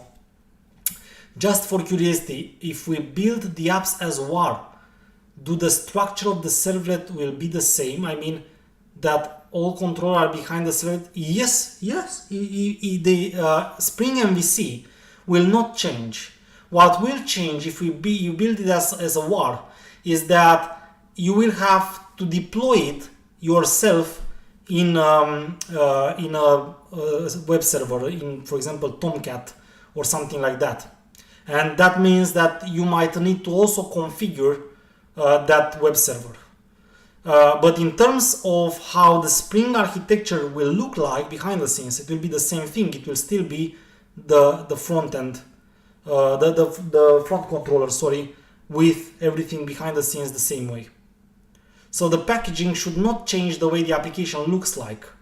But instead of having the Tomcat provided all together, you will have to provide the web server yourself and configure it such that the requests go to the dispatcher servlet. So good, and that's basically how we can create an action. And say you want to create a home page, you can say home HTML. And this, of course, this is the simplest the simplest action you have will just tell we'll just tell the dispatcher servlet to render a home HTML page that we need to provide somewhere here in the static.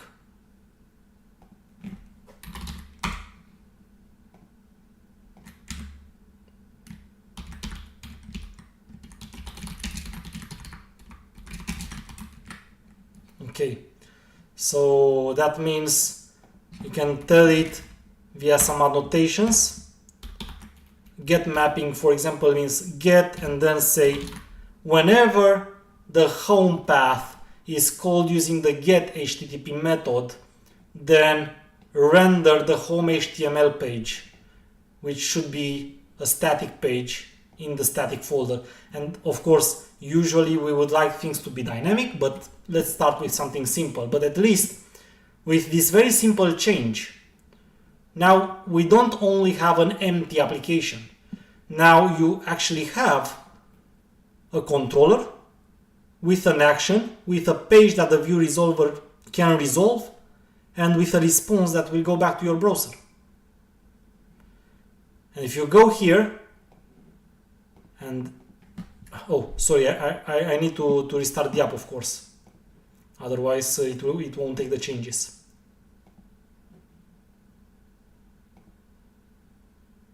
Okay, I restarted the application. I will wait for a few seconds for it to restart, and then I will make the request from the browser.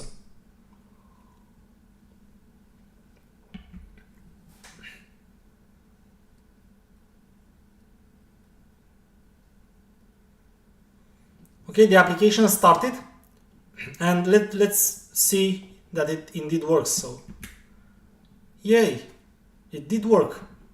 And it was as simple as only creating the controller, the action, and of course the page that renders behind the scenes. And with some templating engine, would be even simpler to create dynamic content on this page, and you can have a very simple server-side based web application where you don't have to configure almost anything. The minimum is the minimum you can write to create a web application. Now I won't go a lot into all the details regarding this, because again, same as in case of the context, there are so many things you can do that I don't know if it actually even makes sense to deal with all of them. And if you really want to see more details, in my Spring Boot you will find in my Spring Spring book you will find a lot of stuff. So I do recommend you read the book, and you will find, I think in the next chapter is using a templating engine. So it tells you how to use dynamic. But in our case, let's go a bit back, make a step backward, because I went a bit fast and I wanted to show you an app that actually does something and how easy is that to do it with Spring Boot. But I stepped over explaining some important stuff of Spring Boot itself, and I think it's relevant for you to know this stuff. And first of all, when I created the project, I told you that the Start Spring IO service created something for you already, that you could have done that manually, but you get it out of the box. So what is it? Let's analyze, starting with the POM XML file. Let's analyze what you have here. I will even separate them a bit like this. So take a look at the beginning of the POM XML file.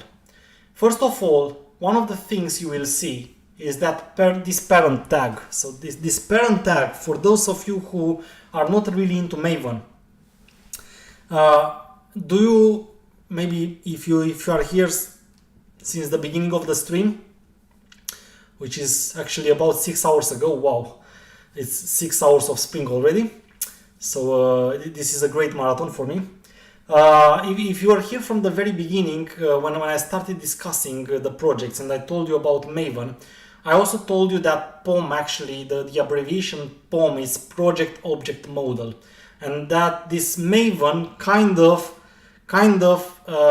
applies on the same concepts as an object-oriented language, and that's why you can think about the POM as a class. You can think about its dependencies as has relationships, okay, and you can think about the possibility of having inheritance, because even though up to this point we didn't have inheritance, this is and in case of Spring Boot projects you will always have inheritance used in your POM XML, and this parent is basically like extending a class in Java. It's very similar to extending a class in Java. So this is, first of all, it says your Maven project takes something from the parent, and a big part of the configurations are related to what you get from the parent. And maybe the most important, and I want to show you this. Take a look at these dependencies. What you will see different than for the projects we worked up to now is the fact that these dependencies are missing a version. You don't see a version for either the first or the second dependency. So why don't you see a version? Do you think it means that it takes the latest version? No, because if you listen to the stream, it's also I who said at the beginning that you should never use intervals of versions or things as latest in real-world apps. So it can't be that Spring Boot by convention tells us to do that. No, actually the version exists, but is inherited from the parent. So many things are inherited from the parent, including the versions, and it's recommended that you rely on the versions of dependencies that are inherited rather than putting them yourself. Because when you use a specific Spring Boot version, which is basically when you refer to the Spring Boot version, you actually refer to the version of the parent itself. It will come with all the dependencies that the Spring Boot version considers to be compatible one with the other. So if you add a dependency, but you override, which you can do if I'm adding a dependency here, if I'm adding a dependency here and I specify the version and the dependency is already also declared in the POM, then I can override the version, but that's not necessarily a good thing to do. It's actually an avoidable thing, because I might try using a version which is not compatible with some other stuff that I will use from other dependencies, which might create complexities for me that I want to avoid rather than get into. So that's a very important thing. Then, well, you have the normal definition of your artifact, which always includes the group ID, the artifact, the version, the name, and the description. Then you have properties, where we only care for the moment about the Java version, but you can add other properties if you want. Same as I told you, usually in the properties, especially if you have group of dependencies, it's good you add them as properties so you can change them in one place. And then you have the dependencies, and at the dependencies, I would like to take a look. I would like you to take a look at these two dependencies. So they are not from the Spring Framework directly, but they are part of the Spring Framework boot group ID.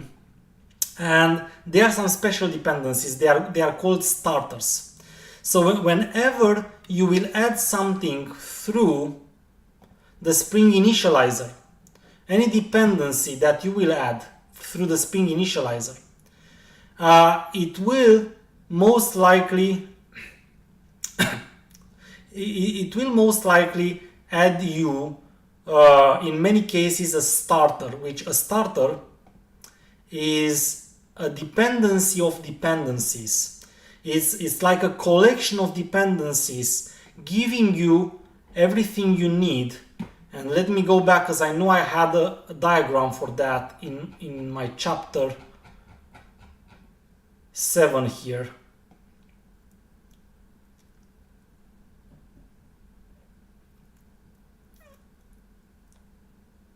Here it is.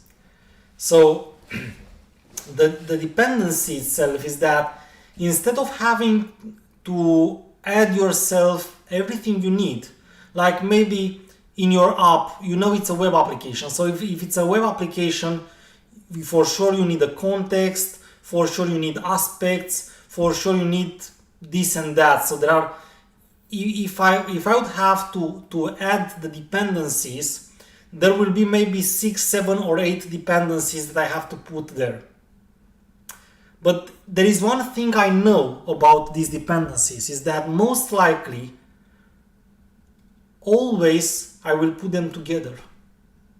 Whenever I require a specific capability, I always need at least these 7, 8, 10 dependencies.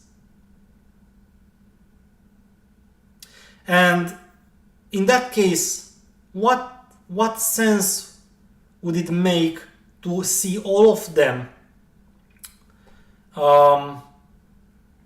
in the POM.xml file? Wouldn't that make the POM file difficult to read? Wouldn't that be more difficult for me as the developer to know and remember to add all the dependencies I need from the very beginning? Well, the idea of a starter is that if you know you will implement a web application, which implies you have 6, 7, 8 other dependencies, which is a minimum and you will always add. Adding the starter dependency will come with all the other dependencies, allowing you basically to add in your POM.xml only one dependency. You see it only as only one dependency, but instead of being dependency oriented, this group or dependency is capability oriented. Is the way you tell Spring Boot, I want web capabilities.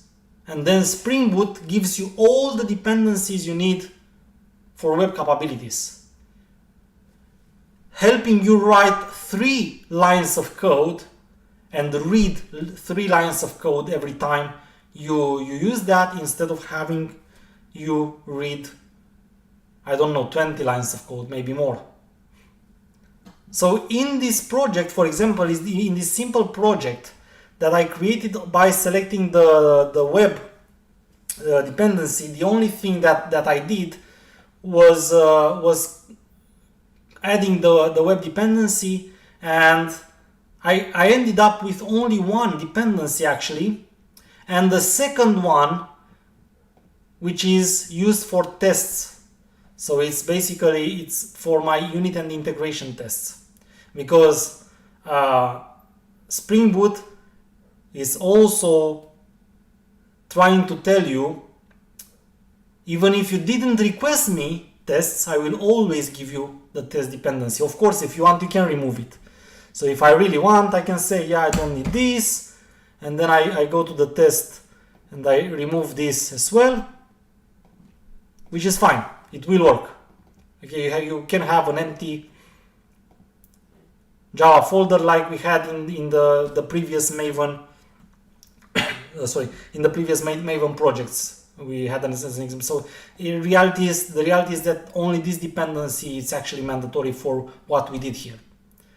But Spring Boot will always try to tell you how to be a good developer, and it will tell you, even if you didn't request me, I added you the test dependency because you need to write unit and integration tests. And then also in the POM.xml file for the Spring Boot project, you see that we have this plugin, because some of the things can't be done at runtime. Some of the some of the things need to be configured when building the project. And because of that, we need this Spring Boot Maven plugin in this case, which will take care of all the actions that need to be configured, that part of convention that needs to be configured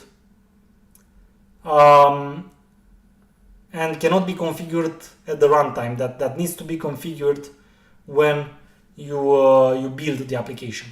So that's the last part of the POM.xml file, is the plugin that takes care of the build tasks that can't be done at runtime and they need to be done when building the project. So that's what this POM.xml looks like. What else have been added? So we already saw the main method, the main class. We already saw that by default it created you a default test. We removed it now, so you can see that it's not necessarily mandatory here for our example. And in the resources, besides the static folder and the templates folder that you will use to store the web pages in case you create a web app, one other thing that is relevant to observe is the application properties file. So the application properties file is the place where you can change, different switches that will make your app run differently. For example, one of the simplest one to consider is the port on which your Tomcat server started. So do you see here that Tomcat started by default on port 8080?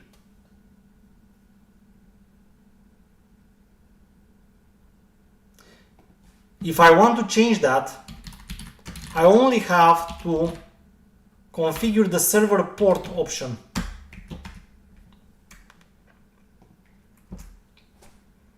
And I can give my service another value. So if I run the app now, you will see that Tomcat doesn't start anymore on 8080, it will start on 9090. There are properties which switch capabilities Spring Boot directly configures in your app, such as Tomcat. But there are also properties, you can also add custom properties.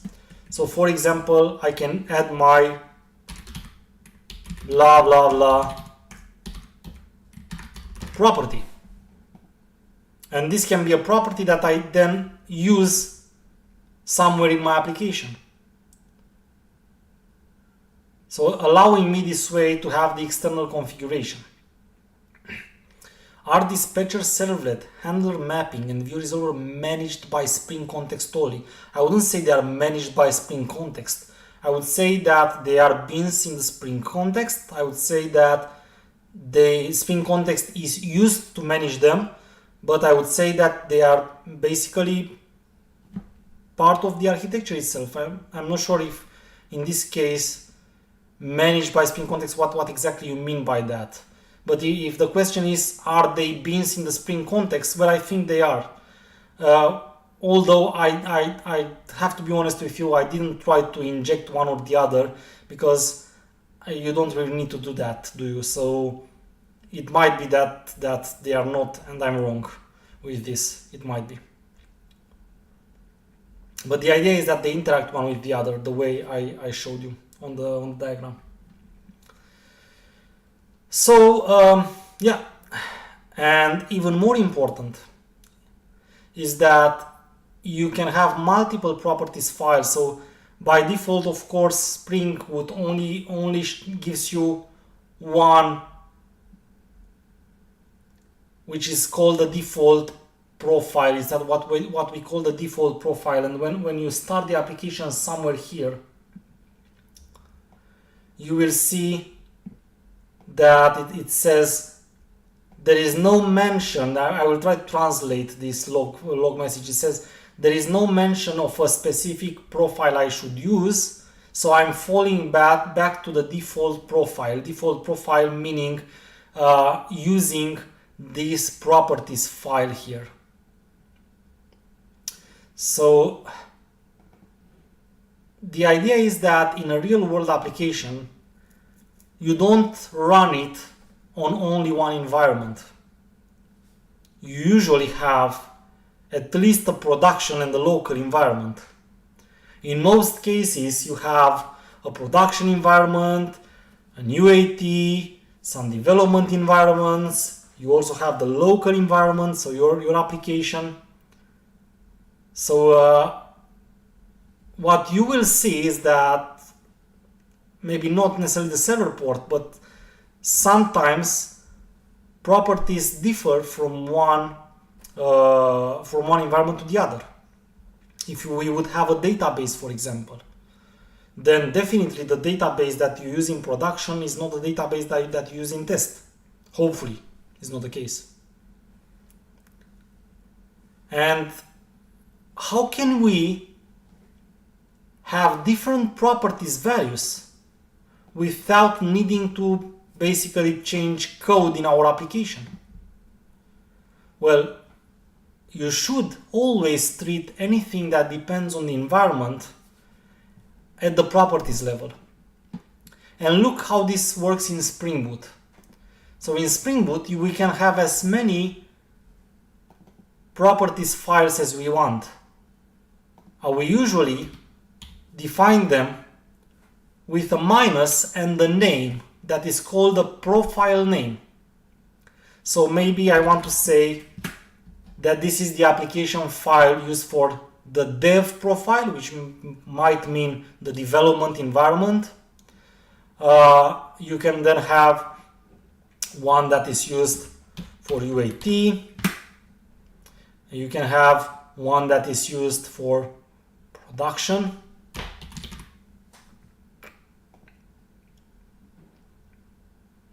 And you can have as many as you want. And what happens is that, of course, you can have the dev use 8080, the prod use 9090, and the UAT use something else, 7070. And this is called the default profile because it doesn't have a name. And all the others, the name of the profile is the string that is right after the minus. And now when you start the application, what you will do is that in the command, in the run command, you will actually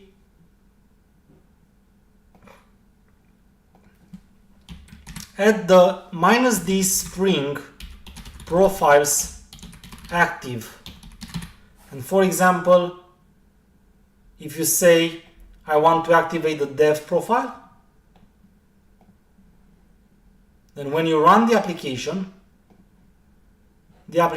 will run with the dev profile and will use the port 8080.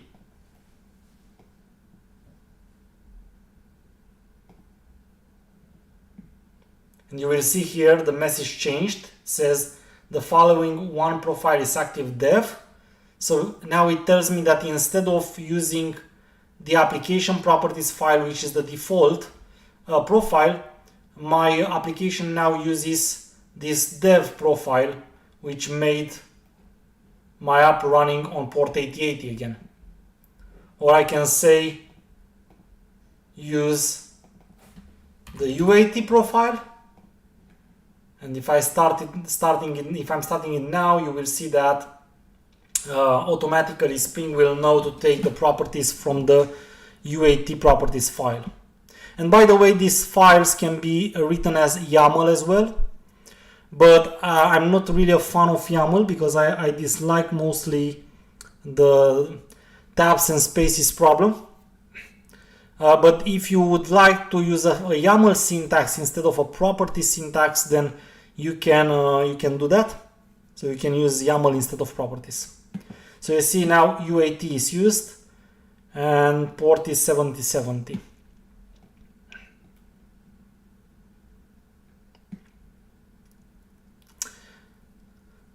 And one thing maybe that was to be mentioned is that if you don't have a property in the profile, it will always be taken from the default one. So remember that the default profile, which is this file, will always be inherited by all the other profiles. So for example, in UAT, if I'm going to remove everything, which do you think will be the port on which my server will start? If I'm starting it with UAT now, which will be the port used by Tomcat? It will actually be the port from the application properties. So the expectation is in this case that I will see my application starting the Tomcat on port 9090 because that's what the default profile says. So always in Spring Boot, one profile inherits the properties from the default one. So if you don't have, like what I did here, I removed, if I don't have a property that's needed here, it will always try to find it first in the default. So in my case here, you can clearly see that even if I didn't specify anything in the UAT properties, I'm starting with UAT, but the port is not here, then Tomcat started with the port defined in the default profile.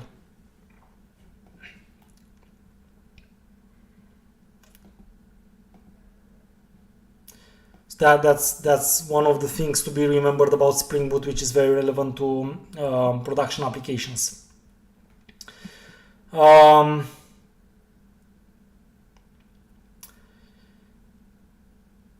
Usually we are often in the situation of having to connect to a database as well as having to expose some REST endpoints.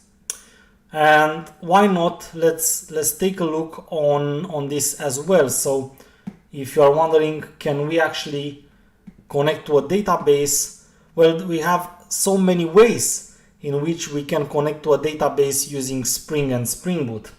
So we can connect to a database directly, low level, using JDBC. We can use a template class. In Spring is called the JDBC template. Or we can use directly an ORM framework such as Hibernate. Or we can use a higher level layer over Hibernate such as Spring Data.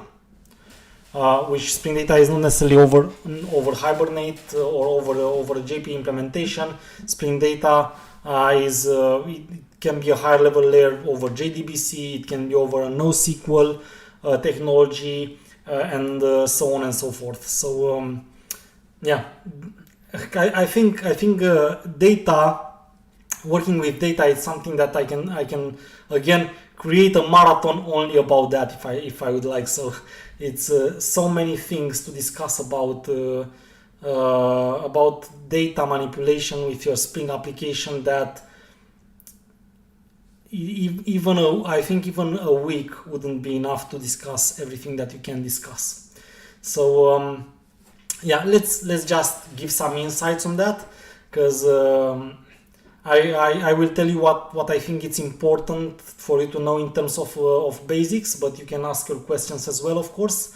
That's why you are here live with me. So let's say that in the next application, what we want to do is creating an app that stores something in a database and exposes that something through an endpoint. Can we do something like that? Well, I would say yes. Why wouldn't we be able to do something like that? So actually I think I have a MySQL on this system and I can use it.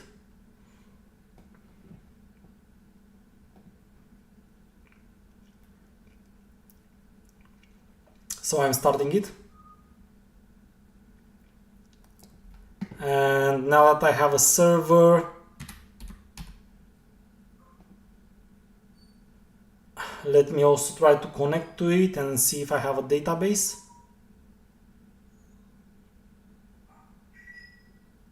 So that would be the thing about Spring Data.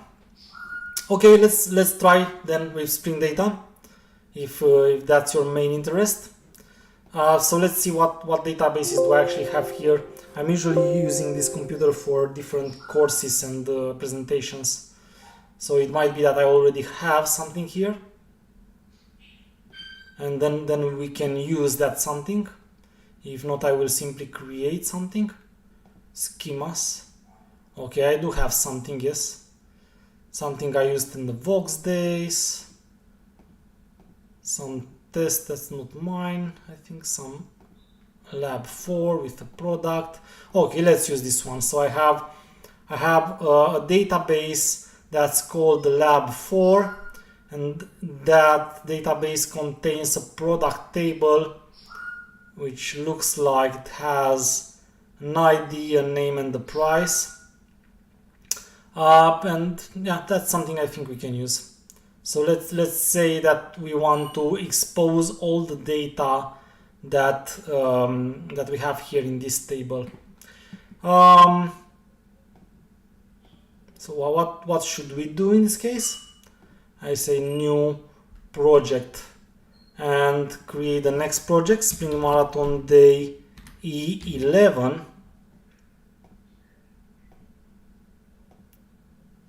And then if I want to expose data through an endpoint, then this is still a web application, isn't it? So I will need a web dependency. But if I want to connect to a database, and if I want Spring data for that, then I can use one of the Spring data dependencies. And this will be an interesting one. Why is this an interesting one? Because Spring data, even if we refer to Spring data as one project, a reality is that Spring data is not one project. It's basically you have a Spring data dependency for every kind of approach to connect to your database. So in reality, you will end up with a lot of Spring datas, and you will choose out of the Spring data which is basically your set of dependencies that you want. So for example, I can use Spring data over JDBC directly. So I can simply use Spring data without any kind of other framework behind the scenes. And if I want to do that, I will basically use Spring data JDBC. Maybe we want to start with this and try later JPA as well. I can try Spring data JPA, which will use an ORM framework behind the scenes. I can use a reactive approach, but that's only if I would have used a reactive application. Mine is not reactive, so it doesn't make a lot of sense to choose the R2DBC here, which is the reactive database connectivity. Or if I had any kind of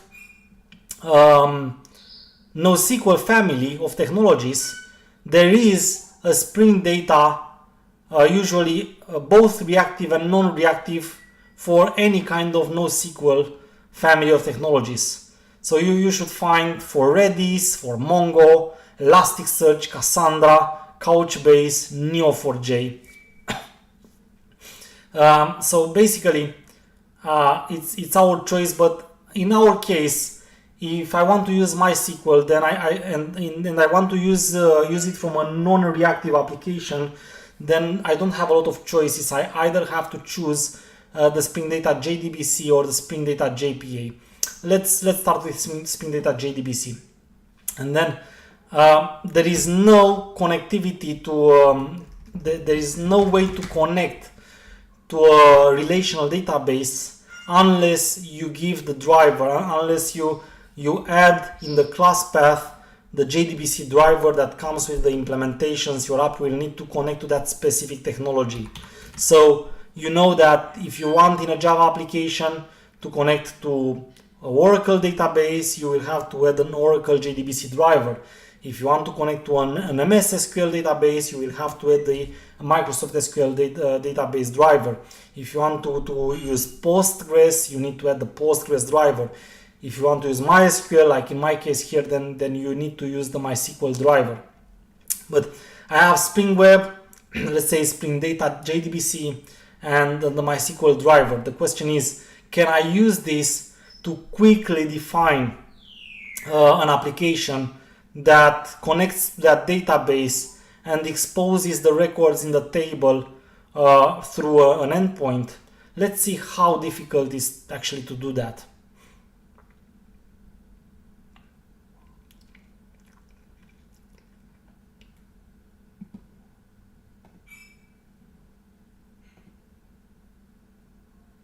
We have to wait a bit, just a bit.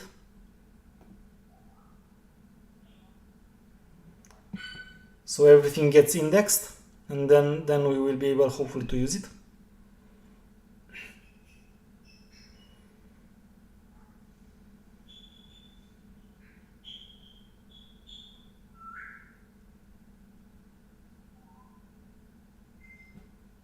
Okay, finally, so we have our application. Now we can go and take a look in the POM.xml file. You will see that we have indeed more dependencies that have been added. So you can see we have now the dependency for Spring Data JDBC. We have a dependency for our web. We have a dependency for the MySQL driver and the test dependency. You know that Spring Boot always adds you the test dependency as well. So if you go now to your application, you will see one of the things that you cannot start directly anymore your application. So even though it looks the same as the previous Spring Data, can you guess why it shouldn't start now,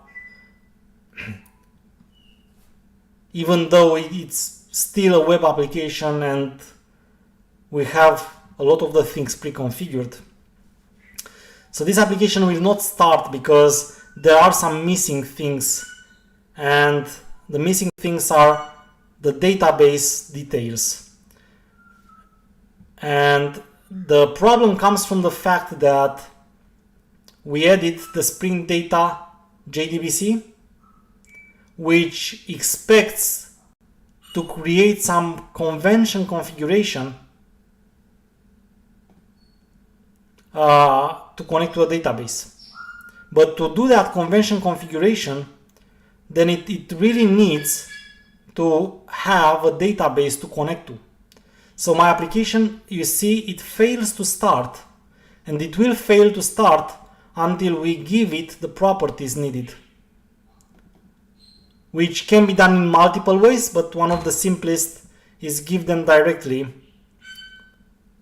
in the application properties. So Spring Data Source URL,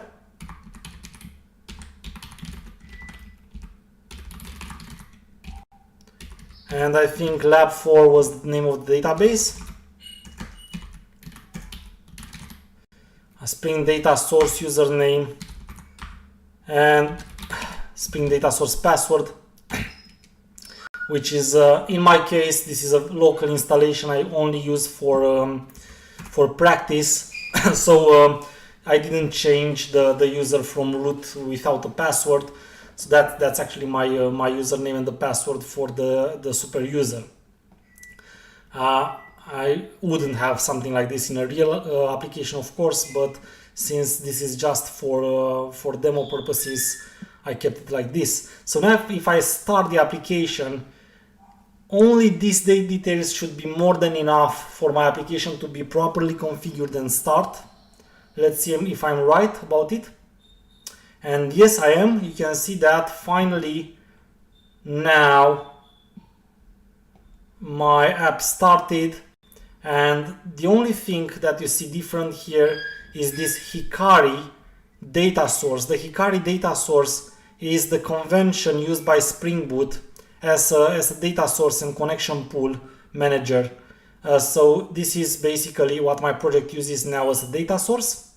And this is actually why the project didn't start without me providing the details to a database, because the Hikari data source couldn't have been created without the proper connection details.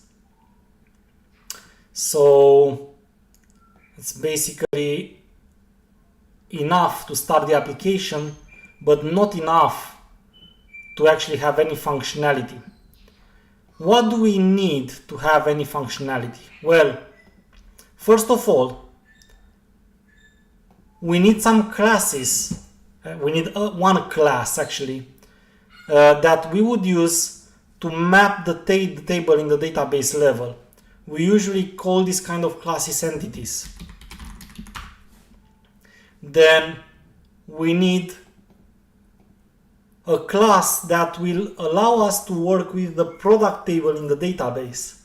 That kind of class that sends queries and that basically manages the operations to a specific table. So we call these repositories.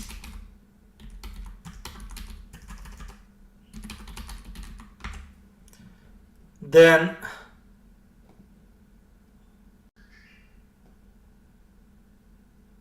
usually the use cases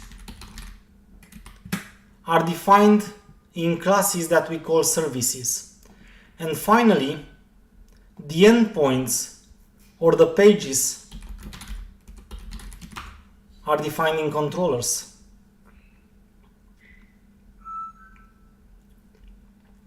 Doesn't Hikari dataset require JDBC URL instead of URL property? It's the JDBC URL that I gave here. So this URL is the property that refers to the JDBC URL. I don't think there is another one. Is there another one that is called JDBC URL?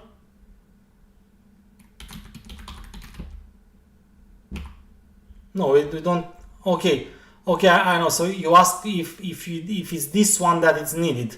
Well, I think it's basically the same thing because this one is related directly to Hikari, while this one is related to the Spring itself, which will take basically the one that has been configured, which is Hikari. So I think it's fine. It shouldn't need me to directly use the one on Hikari. It should be enough, the one that I used. Okay, and then I will create the product entity. So let me see. Going back to my database, product is the name of the table. And then I have ID, name, and price. So private string ID. It's not a string, it's an int, isn't it?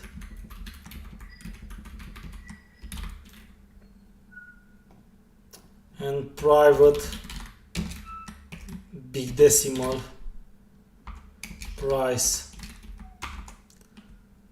and I will create the getters and the setters. And you always need to use the ID annotation to mark the primary key of the class. Then secondly, I will create an interface that represents my Spring Data repository, and I will name it product repository. Remember that with Spring Data you create interfaces, not classes, and they should extend the particular contracts of Spring Data. In our case, we use Spring Data JDBC, not JPA, so it will be CRUD repository. And then the generic types that you need to use are the type of the entity and the type of the primary key. And that should be enough to have at least the find all that we need. Then we would use a service, we will create a service. And I can use the component annotation and it will work, but remember that usually when we define services we want to mark them for documentation purposes as services. So instead of using the component stereotype annotation, we usually use the service stereotype annotation for that. then I can say private final product repository.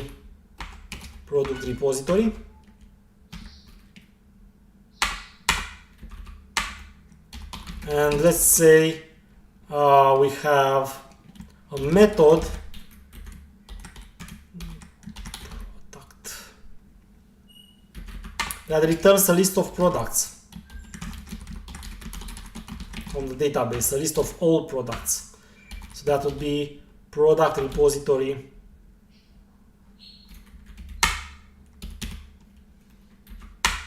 find all.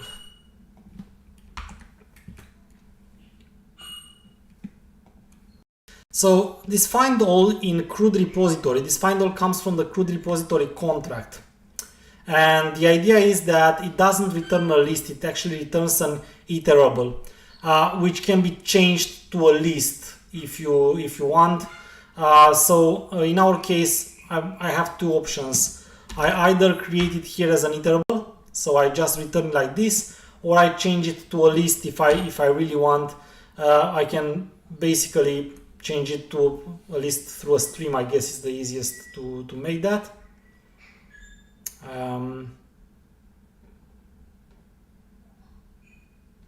Through the iterator, I think is the easiest to make that. So I just take the iterator, I have to iterate over it and create a list. Anyway, the easiest, let's just keep it as an iterable. And then I'm going to the controllers, last step. I say product controller.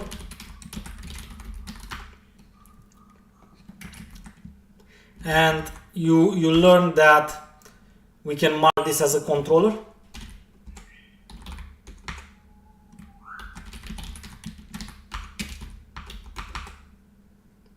And again, so we do choose to use dependency injection through constructor.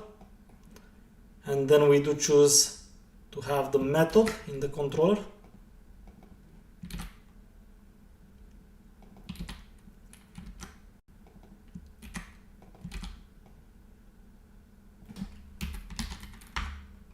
It should look like this. And say we get on the path product, and then you have to use the response body annotation to tell Spring that it should not expect to resolve a page. So you see, in this case here, in the first example we made, the view resolver was used after the controller immediately, and you remember that the controller returned the name of the page. The view resolver found the page, rendered the response, and then the response was sent back.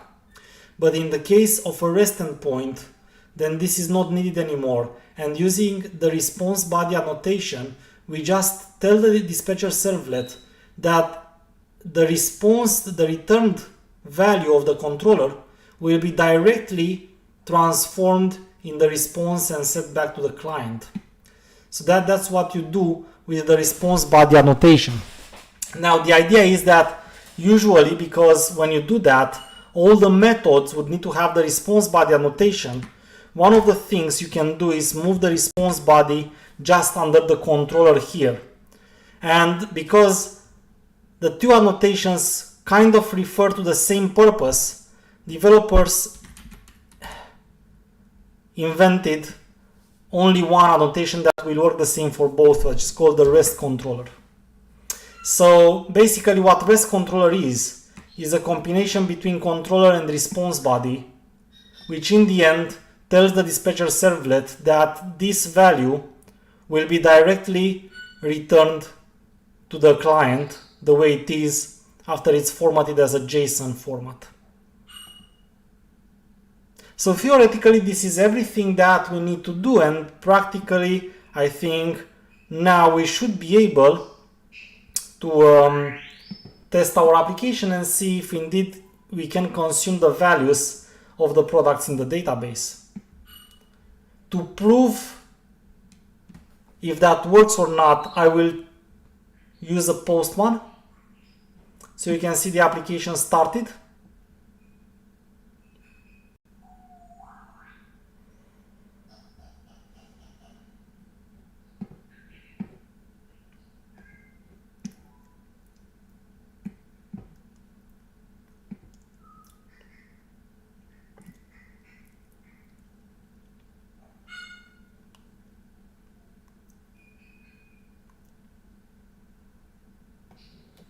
So I have my post one here, waiting for it to load.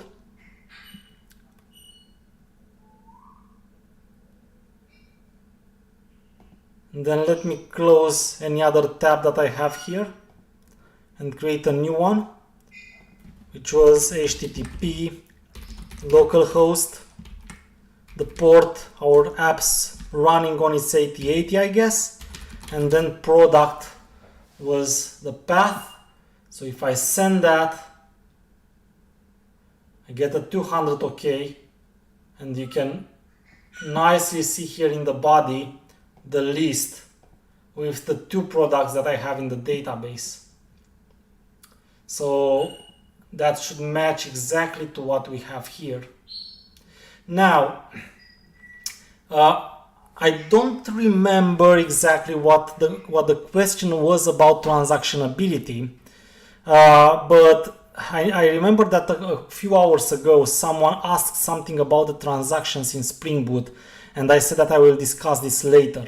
So the transactions in a Spring application, first of all, usually they are set at the service the service level, and to do that you use the transactional annotation.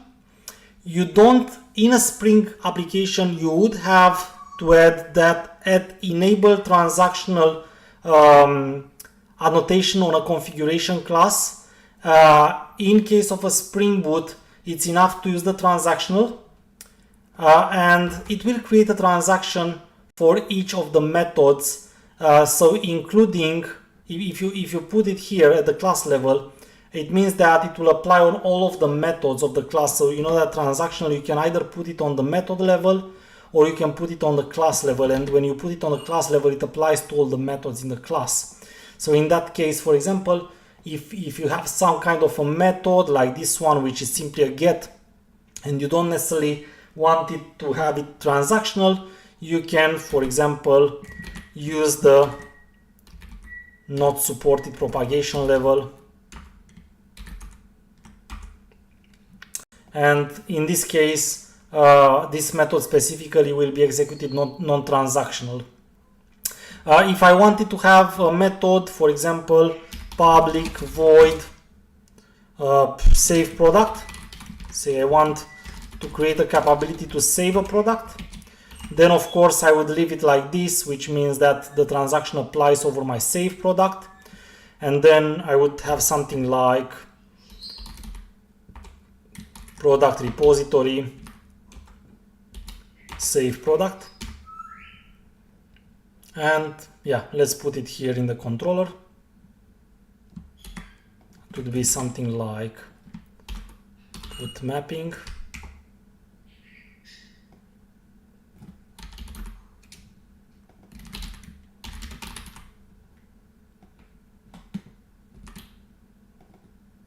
and then, for example, you can take the product from the request body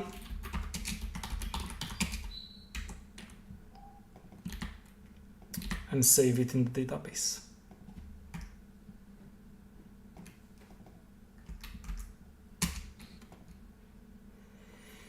Okay, so now theoretically I have a get on the slash product that gives me all the products, a put on the slash product that takes a product and then tries to save the product, and I added the transactional annotation to make that change on a transaction.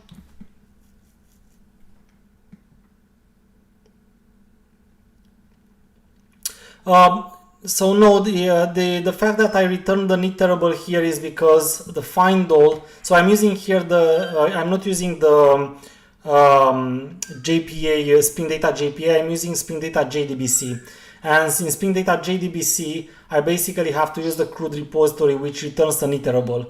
So if I want to make this one a list, I need to explicitly change it into a list. So I need to take the iterable and change it to a list. So to simplify my example, I simply returned the iterable because it didn't make sense to spend the time to do that here. But most likely, probably in a real world app, I would simply return a list. I don't think I've ever just written iterable.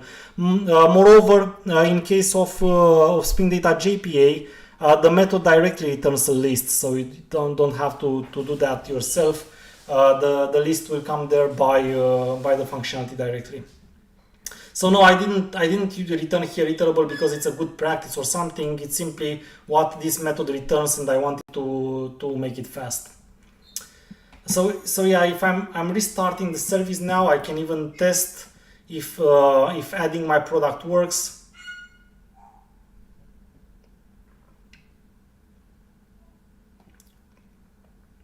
So I say post, and I use the same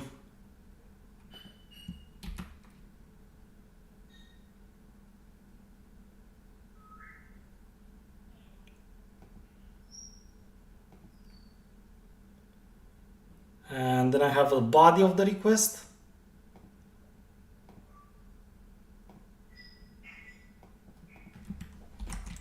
So is it necessary in production to mark a simpler product as a transactional? Well, if it's only an insert operation, the transaction will automatically be created by Spring Data. However, so you will have at the operational level anyway, without you having to do that. However, it's rarely the case that you only have one operation in a use case. So in the use case of a controller, you usually have a bunch of operations which you do need to have under a transaction, so it's unlikely you won't need to use transactional.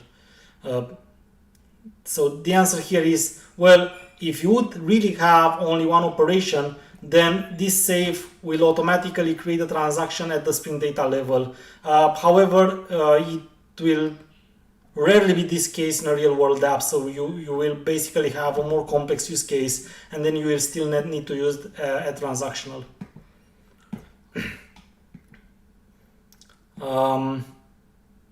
So what I was doing, I think I restarted the app and I was trying to send here, say,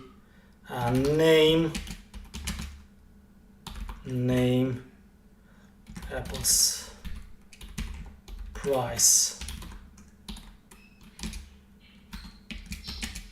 6. So if I'm sending this now, it says 40. Oh, it's post. Okay, did I do something wrong? So method not allowed. Oh, I said put. Sorry, post. Should have been a post here, isn't it? Put is when you change something. Post is when you add something. Sorry, my mistake. So post. And I'm restarting it.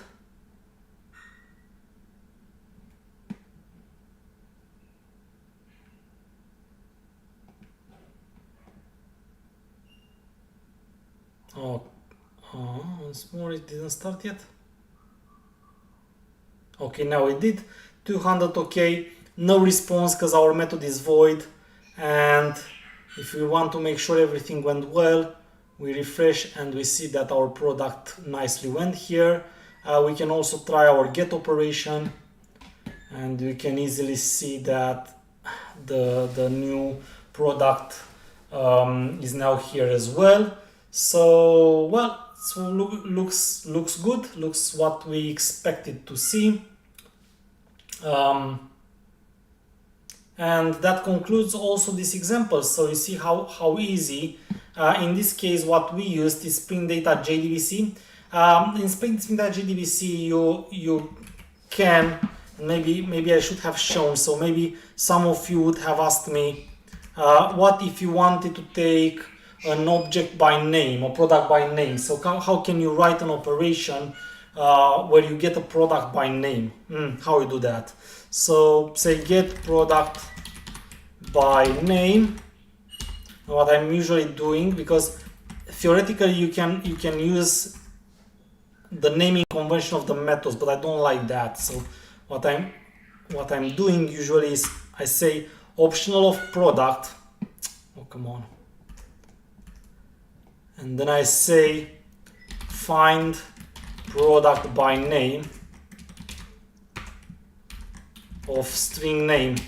So usually it's not just to name the method this way, and Spring Data will know, it will create a query to search for the product by name. But what I'm usually doing is that I'm actually writing the query myself. And remember, if you use Spring Data JDBC, then the query should be a native query, which is select from product where name is name, something like that. So it's literally a native query here.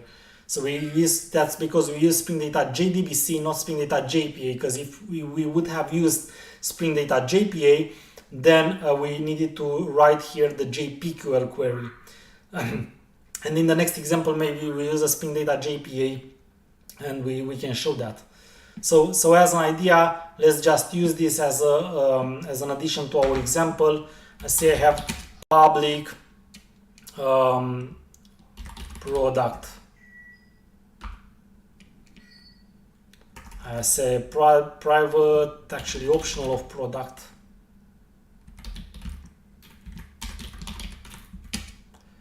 Find product by name, string name,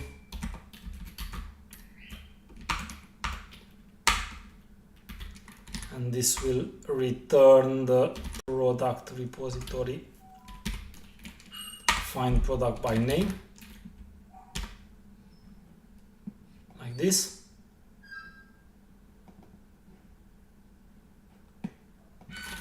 And then say public, and that's a good one, because the question is, what would you do here? Would you actually return, in this case, an empty optional, or should we do something like response entity of product and say find product by name? That would be a get mapping on slash product slash name. That's a path variable, so I would say here path variable string name, and then I would say something var p is product service find by name, and I would say p map. So I would map the product. I can't name it p again, so I say x. I map the product x to response entity okay of x, or else response entity how was that, not found, so no content, something like that. And here I think we miss a, no, I think this is okay. Here we miss a build, isn't it? Okay, and this now needs a return, and I think that's it. A very easy way to say, if the product doesn't exist, if the product exists, then you return the product, otherwise you return a no content. And if you want, you can even change this to the reference to method, like this. Okay, let's see what happens.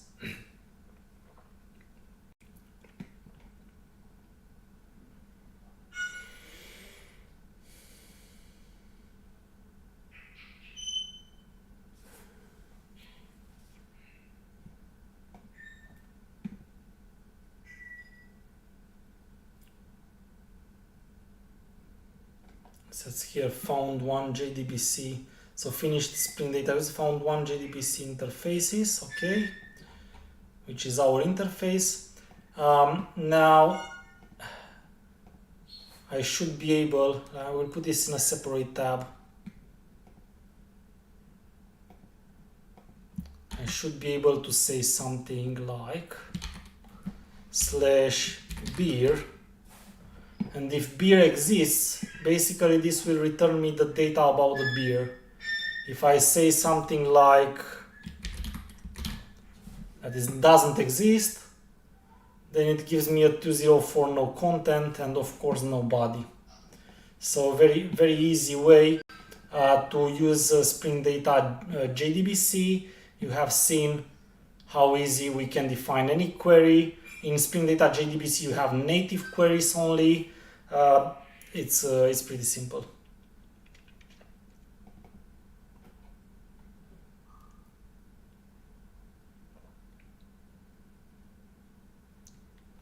Product name, no, I think it's okay what I did, so it worked fine. Why do you say that?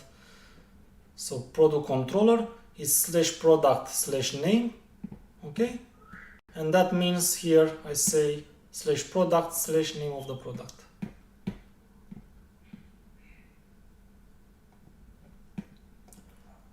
Okay, so it looks to be working fine from my perspective. Now if you allow me, I will take 10 more minutes break, then I will come back. We will work on one more project in which I will put more things together, and once we finish that, we can finish today's marathon because I feel really exhausted. It's 7 hours since I'm talking already. And also after the break, I will share the last voucher for a free Spring Start here. So let's have a 9 minutes break, and I will be back soon, guys.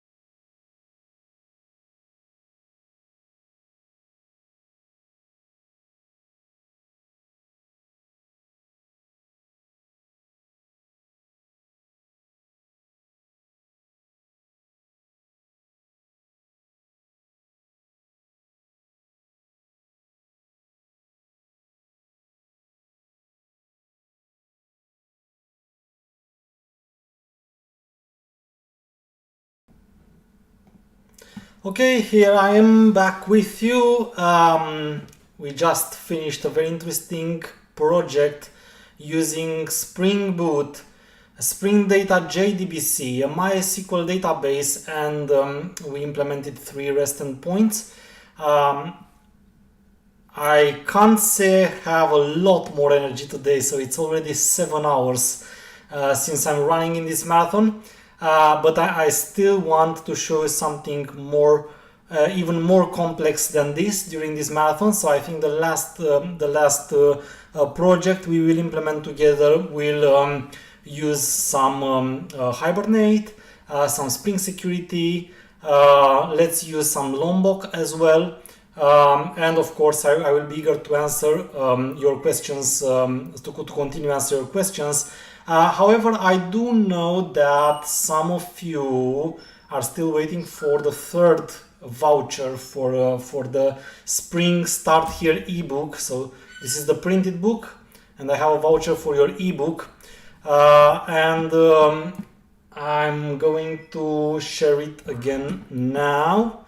So remember, I have to go on Manning.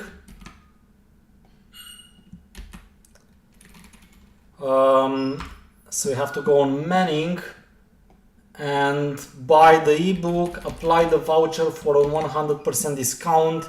The voucher is applicable only for the first who manages to use it, like the previous 2. I'm not sure who took the first 2, but this is the last one I have. So this is the last voucher. Do remember, however, meanwhile, I know that you are trying now to take the book. Do remember that besides these 3 coupons that have been provided to me for only the Spring Start Here ebook, you can take any book from the Spring, any Spring related book with a 40% discount using this code that you see now on the screen. So that should be one of the things that I try to come with during this marathon. And besides that, of course, I do still recommend you to follow me on Twitter, LinkedIn, and you might know that I wrote a couple of books, and in case you read them and you like them, don't forget to leave me some nice stars on Amazon, Goodreads, Manning, wherever you read it. So thank you very much for that. Now I will go back to what we were doing, and I promised you a last project for today. So let's see how much can we still get into. I still made myself a coffee, so I am still here with you and try to remain awake during the next project in our marathon. So don't forget to please let me know if you have questions. Oh, I see now that I have some questions. So maybe before going into the next project, I can answer the questions. So 404 or 204. So I think what you asked me is whether would I use for this no content or page not found. I don't think it's a lot relevant. I think it really depends on the specifications of the application. Both of them work fine, I guess. In this case, it looked me more like a no content because it's whether you have a product or you don't have a product. At the same time, I can see your perspective. You might think about it like not found or no content can be mostly the same thing. So I guess it can be urgent. You see, 404, it starts with a 4, so it means it's a client issue. No, because those HTTP codes starting with a 2, they are okay. With a 4, they are client problems. With a 5, they are server problems. With 3, they are redirects. In this case, I think choosing between 204 and 404 is more about what you would like to signify, that it is or not a client problem. So if calling that you would expect the client always get something, and when it doesn't, it means that's a problem, then I guess you would signal it with a 404 to tell the client you have a problem on your side because you gave me a product name that doesn't exist. But if you implement a feature where you expect returning nothing, it's a possibility, I guess that's more a 204. It's like, I didn't find anything to give you, but it's fine, it can happen. So I think that's the difference between 404 or 204 when you choose them. But it's a very small, I guess, difference for this situation. Okay, I'm not sure if you managed to finally get my third free ebook. I left the code in the chat, and hopefully one of you managed to take it. I think it's time to start our final project, and I continue to look forward for your questions. So let's basically do something very similar, but this time I will use a bit more dependencies. And so I started late but haven't been able to catch up. That's the standard joke when you watch me. I know you watch 2.x or 1.5x. Yeah, I know that some of you like to watch faster my videos, but I hope they are still useful the same way they are.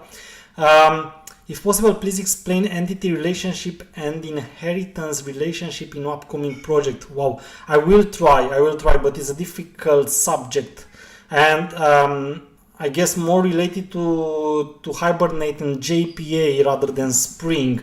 So maybe it's a good thing to think about a Hibernate marathon at some point where I will discuss that in more detail. But I will try Raul to explain what I can at the moment. If authentication using Auth2 is taken care at the edge, API gateway, how can I use Spring Security just for authorization? Well, I don't think it's a problem using Spring Security just for authorization, isn't it? I mean, in that case, I guess the gateway will still forward you the JVT token, and then it will be basically the same thing.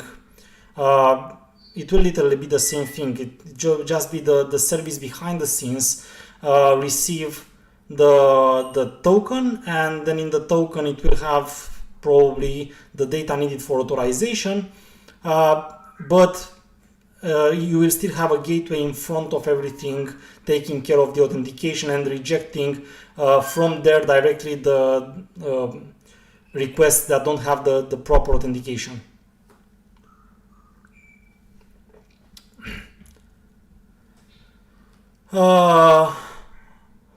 Okay, so last project, because I don't have voice anymore. So Spring Marathon Day E12,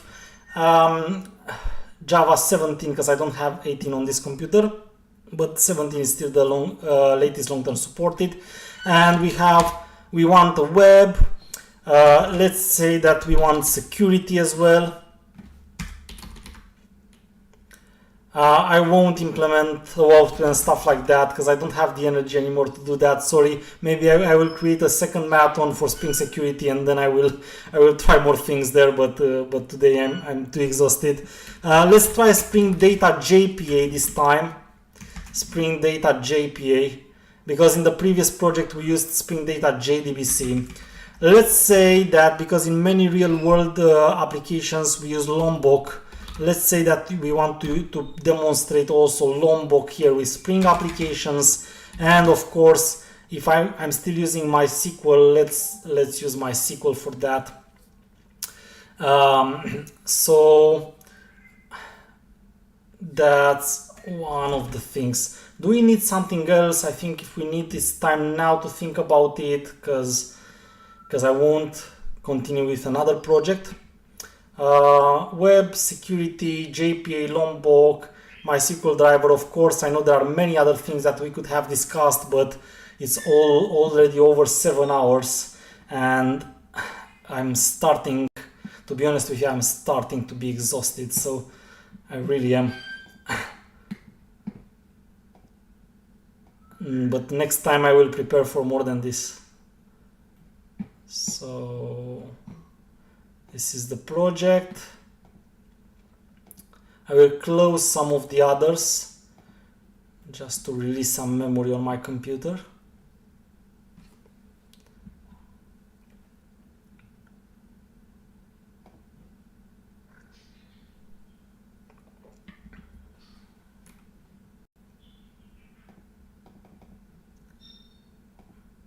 I can't even close some windows now. Don't know what happens. So let me see, scanning and indexing files. It still takes some time to index the files. There are more dependencies in this project, so probably it will take them some more to have everything in place.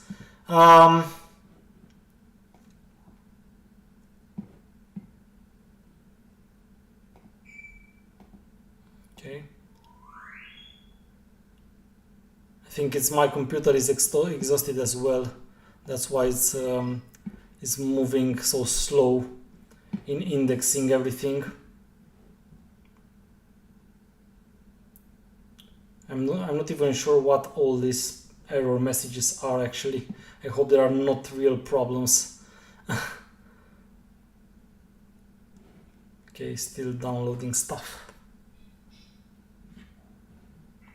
But meanwhile, we can take a look in the POM XML file, see what we have here. So we have the parent, and in terms of dependencies, we have now the Spring Boot Starter Data JPA. I added Spring Security, the web dependency, MySQL, Lombok, and then both dependencies for test, for the Spring Security integration tests and for Spring unit and integration tests.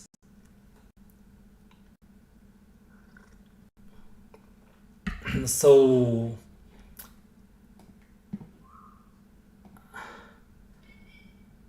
we will have to add, first of all, the Spring data source URL.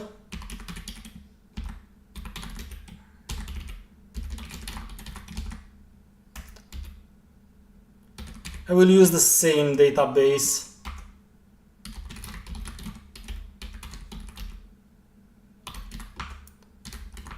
So data source password, and this should be enough.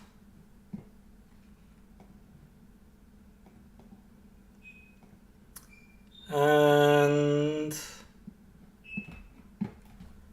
what will be the packages? So I have entities. This time will actually be even JPA entities, because in the previous project I called them entities, but they're not like JPA entities, you know. We used Spring Data JDBC, so they're just some model classes. I anyway used to call them entities, whether they are or not ORM related entities.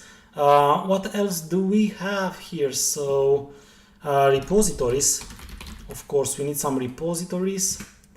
What else do we need? Well, we need some services. And we need some controllers. Probably we will have some configuration class.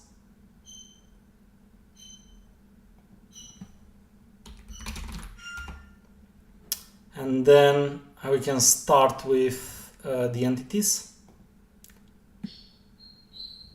So in the entities we can say product, because I'm using the same database in the same example, just that this time it's a bit more complicated because I have to annotate it with the specific JPA annotations.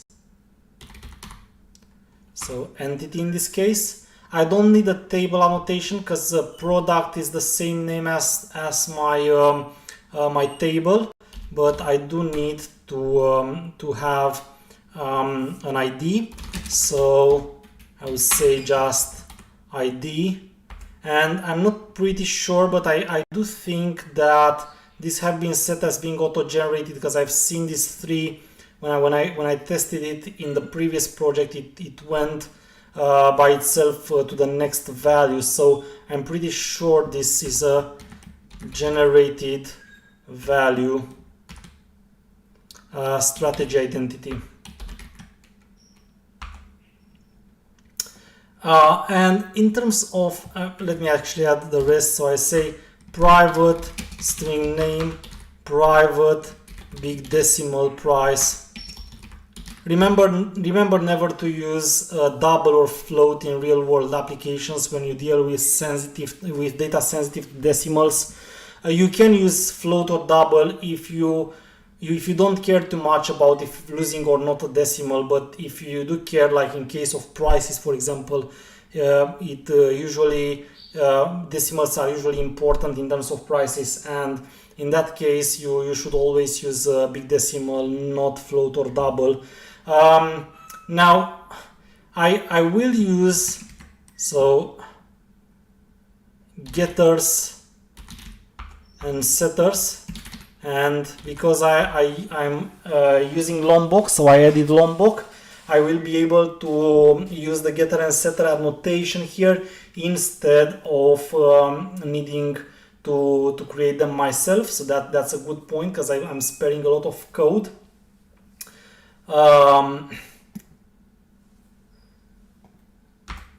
And I think that should be everything about our entity. But now, because you asked me, so one of the questions was discussing about inheritance and entity relationship. So you can do inheritance and have inheritance in entities, but first of all I would like to make it clear that this is not something I'd recommend. In my opinion, you should use simple data models and avoid using inheritance. Now, if you do use inheritance in Hibernate, you do have 3 different strategies you can use for inheritance. So you have the join strategy, you have actually, I think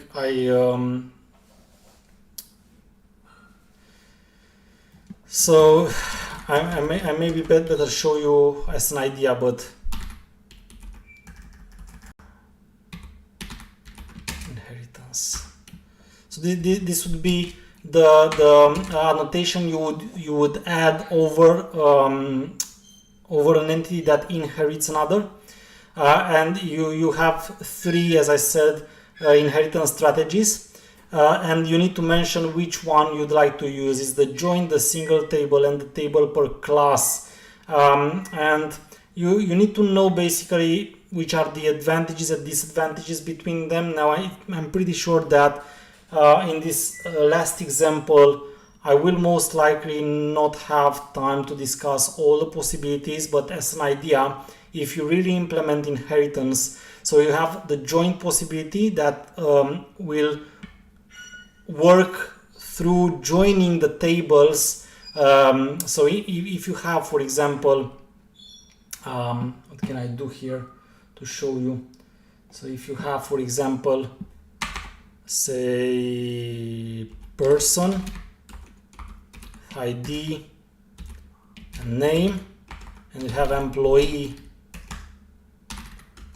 that has a salary. So these are your entities. Now you have different ways to store them, isn't it? So I think you can observe that at the database level you can have the person table, and that will have ID, name, and the employee table that will have the ID, name, and salary. That's one option. And the second option is you have the person and you have the ID and the name, and then you have the employee, which will have foreign key to a person, and then the salary. So basically an employee would be treated as a person through the foreign key, and this is the join strategy.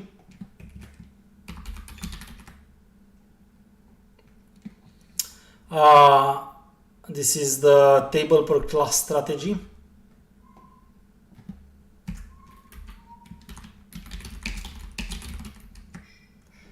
Or you can have the possibility to use the single table strategy, which, as the name suggests, you have only one table for both. Let's call it so single table. So let's call it employees or persons. I don't even know. The idea is that you will have ID, name, salary, and whether it's an employee or not. So it will have 4 columns. So depending on how you want to store the relationship at the database level, when you have inheritance between entities, you would either choose the table per class, where basically you have 2 tables, but the advantage is that you don't have to join between 2 tables, which in some case of queries will bring you a benefit to the time. So the time for execution, because joins, joining tables sometimes require more time to execute queries that use joins. But as you can see here, it means you also have some duplicated data models, so non-normalized data model. Same here, you only have one table, but you will have nullable fields. So this one will tell you if the salary is null or not. Or you choose a normalized model, but you have to join through the foreign key between the tables whenever you have an employee to find out its name. So the idea is that whether you choose one strategy or not depends on exactly the specific case, that what you are doing there. But you need to know that when you have an inheritance, you will have to specify the inheritance strategy, and that should be according to how you store the data at the database level. Now, I don't recommend you do that. Mainly, I do recommend you treat the entities independently. And the only kind of inheritance I do sometimes use is the inheritance of a mapped superclass. So, for example, in some cases, and it happens quite often, that sometimes you need to have fields that are common in all the class in all the tables. Like let's say you have something like creation timestamp, or creation user, or update timestamp. The question would be, of course, if I have 30 entities, should I duplicate these fields, creation timestamp, update timestamp, in all the fields? And in that case, the answer is probably no. You would actually extend an abstract class that you will mark with a mapped superclass. So, and then in the mapped superclass, you will put only once the fields that would repeat. But again, it's not something that I can detail at the moment. So let's keep the long answer. This was the short answer, but let's keep the long answer about inheritance in Hibernate for a stream that will be specifically about Hibernate, and that would make things more easier for me to focus on that specific answer. Now, going back to our Spring, and as I see you still have questions. Okay, I know I'm not killing myself. Okay. How do I scale role hierarchy in Spring Security for multiple companies? There are many options there. I'm not sure if something that we can discuss now. I think we can discuss one day only about that. Okay, and yeah, let's try to figure out if we can finish the project, at least this project, before ending the stream. So cool.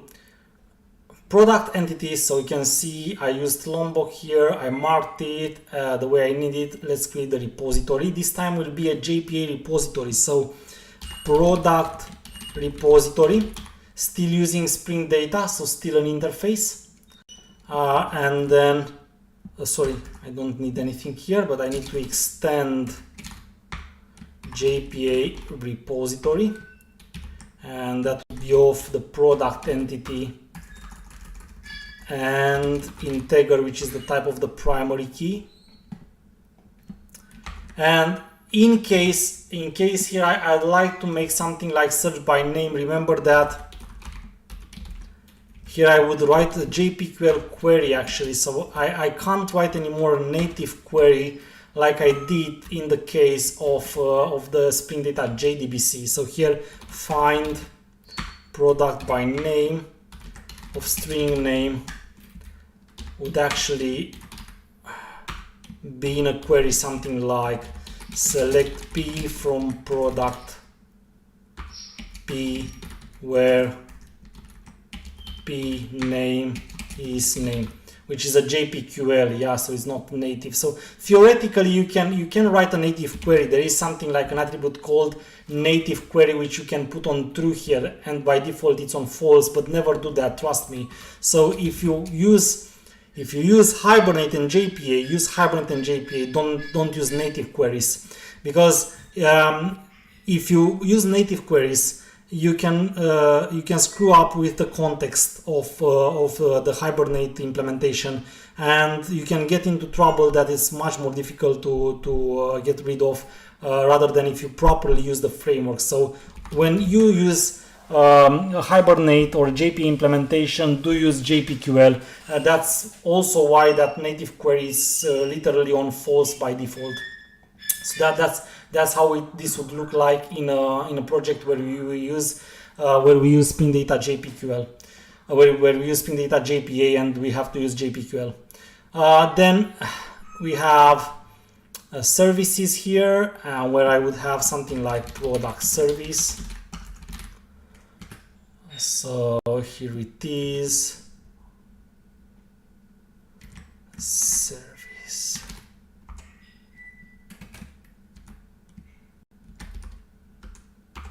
And one of the funny things is that I will use a private final product repository. And you see that I don't have to declare the constructor anymore, because I can use Lombok with its all args constructor annotation. So that simplifies a lot writing the class. And remember when we started this stream, we discussed that starting with Spring 5, you don't need to use the @AutoWired notation anymore. So that actually means that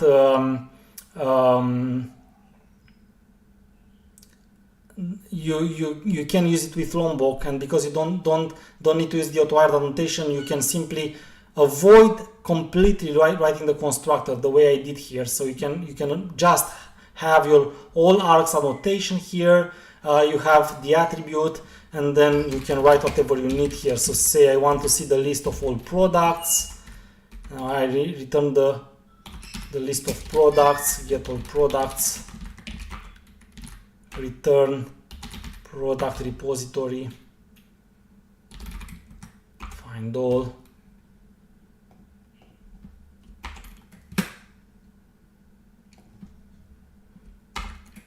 I do import everything I need.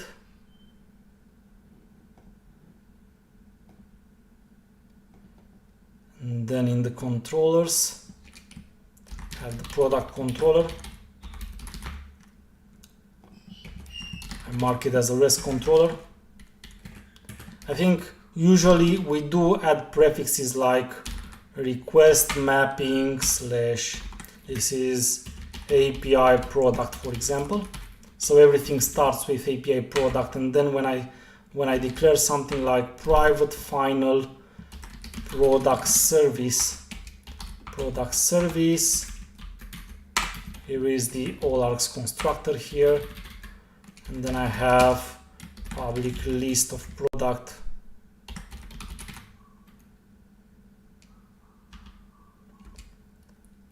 Okay, find all products. When I have 1 million records, when I have 1 million records, I don't of course retrieve all of them from the database, because that will lead to a fabulous out of memory error. I do use pagination. So Spring Data JPA comes with pagination. You simply just add a pageable attribute to, but not this one, sorry, this one. a pageable attribute to your method, and you can out of the box use pagination, so you don't have to retrieve, of course, 1 million records from the database, because that's impossible technically. So if you need to work with 1 million records, then first of all, if you need to process 1 million records, I doubt that I would use a JPA implementation for that. But if I simply have to display them somewhere, then JPA is fine, just that you have to paginate it, so you have to take it page by page and not 1 million records at once. But this is just an example, so take it just as an example. I don't usually have a lot of cases in a real world application where I do retrieve all the records of a table. So return product service, get all products here. And then usually we do have configuration classes, and here, at least for security config, it's a configuration class. And say we want to have at least a user and the password, then I will just add the user details service to my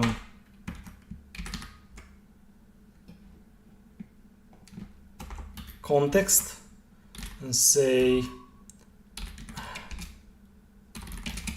in memory user details manager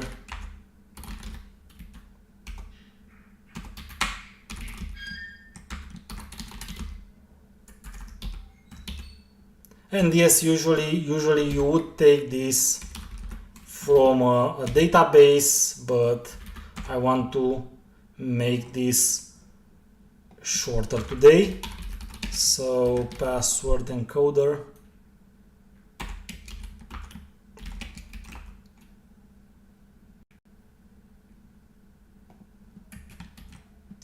Yes, Spring Batch or Spark would be good options. Anyway, I wasn't thinking about how to process them when I said I'm not using JPA. I was thinking that most likely I would directly use some JDBC in a way or another.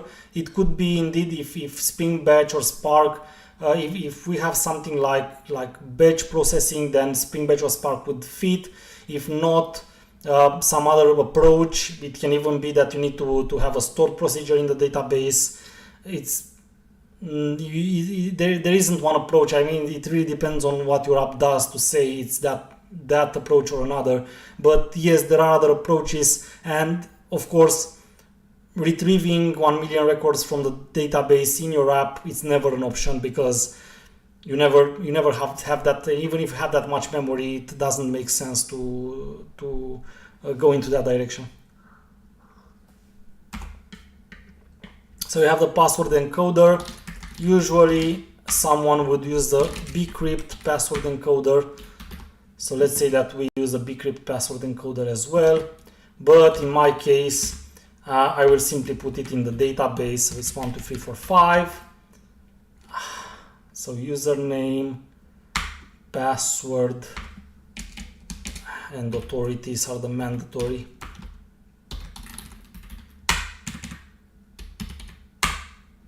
Okay. And that's just to have one user for us here. So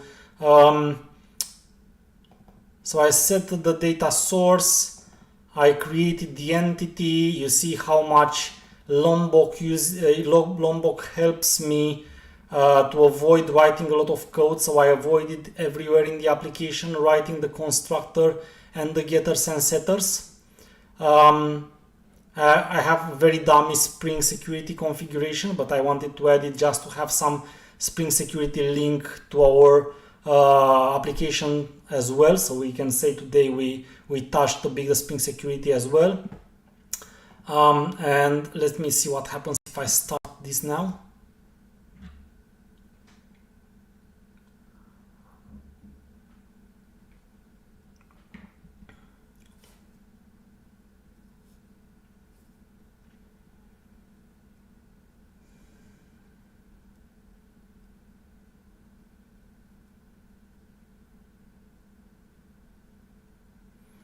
The app is starting.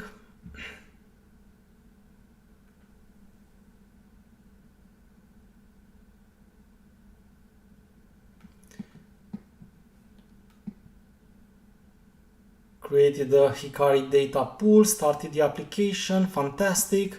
So that means now that I should, for example, be able to test. I changed a bit the URL, I think, so now it would be /API/product, I guess. Okay. And 401 unauthorized because Spring Security does its job. So I didn't configure anything, so I expect by default I can use basic authentication, and that would be Bill with the password 12345. In my case, I'm sending it, and you can see that I'm able now to call the get endpoint.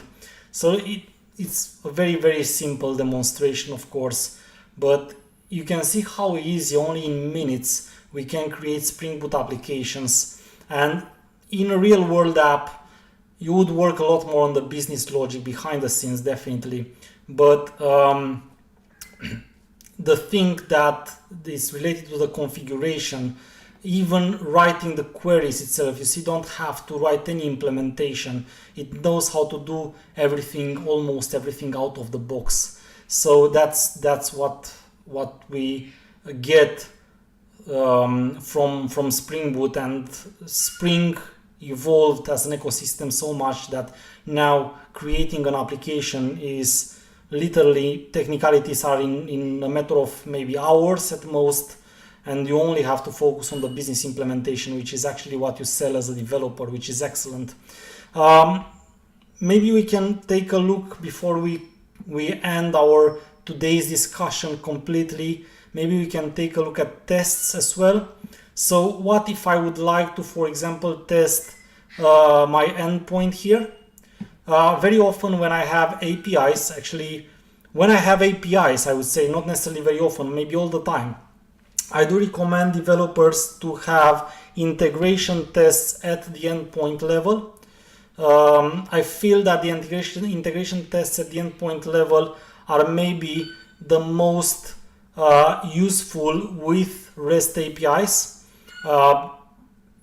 If you want, in one of maybe we will have an event also on testing, more on testing, and I will explain you why exactly, because I know testing itself is a huge it's a huge tome.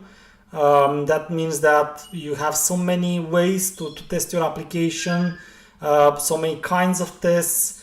And sometimes it creates a lot of confusion. What exactly should I use? Should I have integration tests? Should I use unit tests? Should I create both of them? Should I have container related tests? So many ways to test your application. Are system tests needed at the same time? Again, a lot of questions, and we can't answer all of them today. But one of the kinds of tests that I do recommend for any kind of API application. So when you have an application exposing APIs, like I have in this case, it's an application exposing an endpoint. When you have applications exposing endpoints, then I do recommend, and the easy way to do that is using mock MVC. So for example, auto configure mock MVC is an excellent way to test at the endpoint level everything.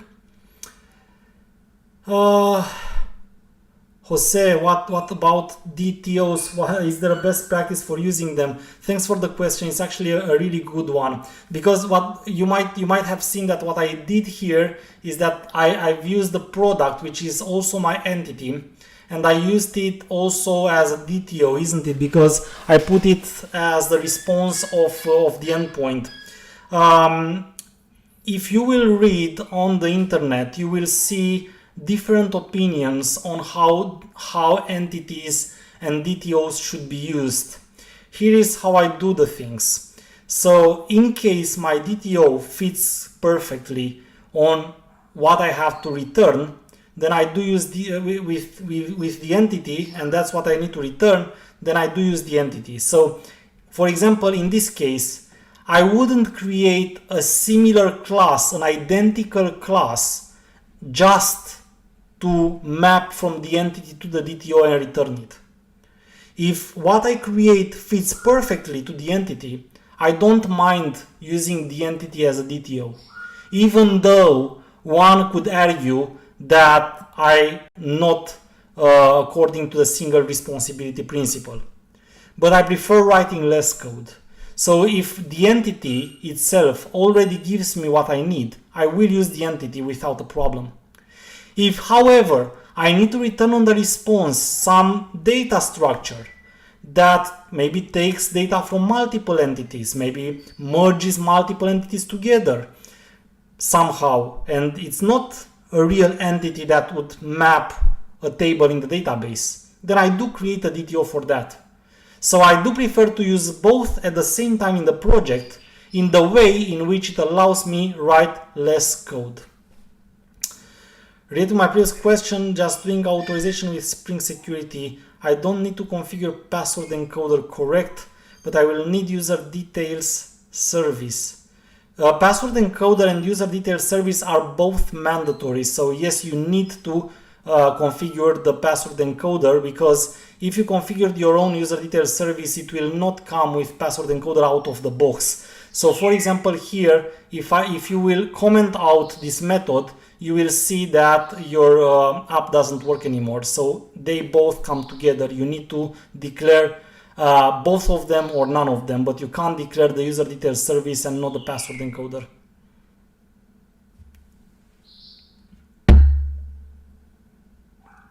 Something in the framework that needs to be used for authorization only. I'm not sure what to answer about that. The authorization rules, you can put them in with the HTTP security object, either by using a security filter chain, the latest approach, or the old approach by extending the web security configurer adapter and overriding the configure method. Not sure if I understood the question. Yeah, so what I was saying, yeah, the tests. Okay, so what I'm actually usually doing is private mock MVC, and then I put an auto wire here. And for those of you who watched me from the beginning, we had this discussion. I told you auto wired is not recommended on the field, which means field injection in Spring is not recommended. But I also told you that that applies only at the application level. In the tests, you can do that, and you also can see that IntelliJ doesn't tell me either this is a bad practice. So usually in tests, you will use field injection with auto wired. But in the application level, the recommendation is that you use the constructor injection. Yes, the recording is going to be available as any other event I have on this YouTube channel, and the projects, I will also create a repo for this project so you have them later. So what if I want to test now the endpoint?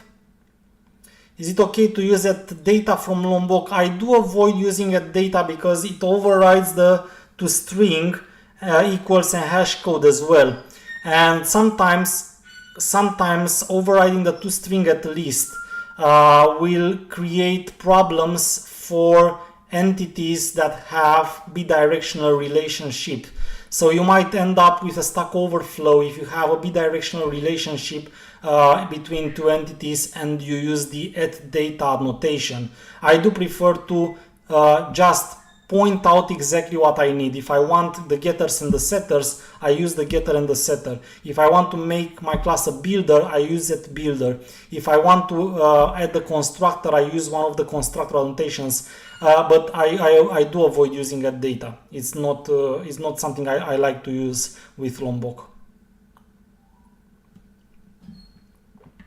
So what should I do here? Say test the get all products. So get all products test.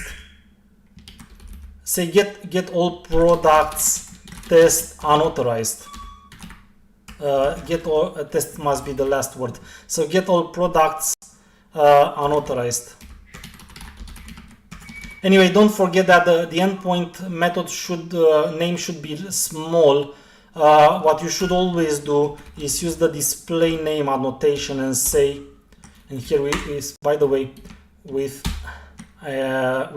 Java 17 I prefer using text blocks, and then I say, here I have to write the scenario, and I usually say, if the get all products endpoint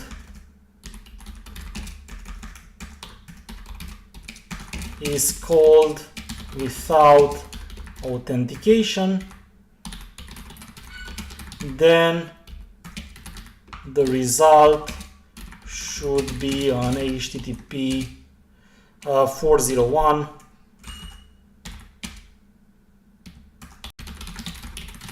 So it's always best, of course, write it correctly. It's always best you use the display name and you shortly describe in the display name what that test does, like I did here. Maybe even better. I'm just trying to prove you something, but you should be organized in your apps. And then you can say perform and say perform a get on /API/product. And because I use no authentication here, you say and expect status to be unauthorized. So status is unauthorized. So this is the simplest one. You also have to throw the exception, but this should be the simplest one. Okay, so in this case, when you run the test, this should go green because you see I didn't add any mock authentication. So my expectation is that performing this get will end up in an unauthorized status, and usually you should test more than the status, like maybe not in this case, but in case of endpoints, you want to test the body, headers, everything that is essential for the functionality.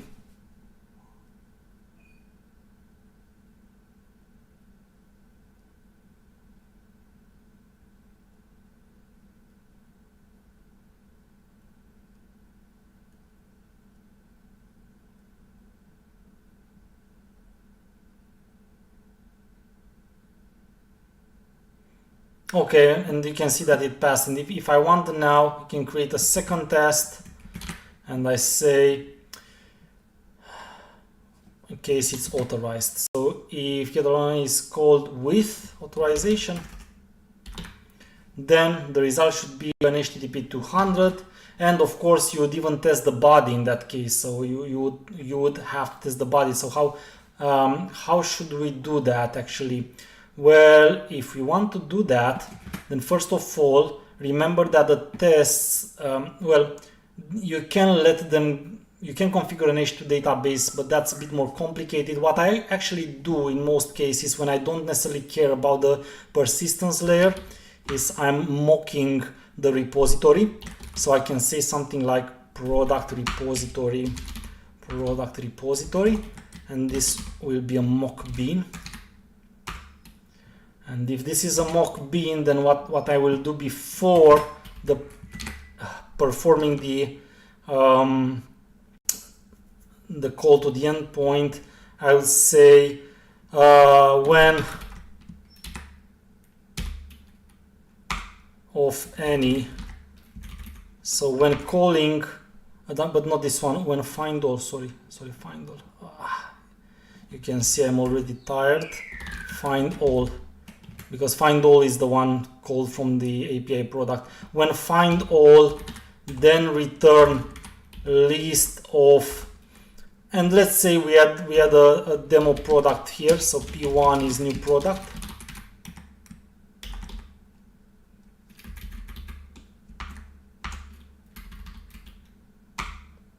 P1,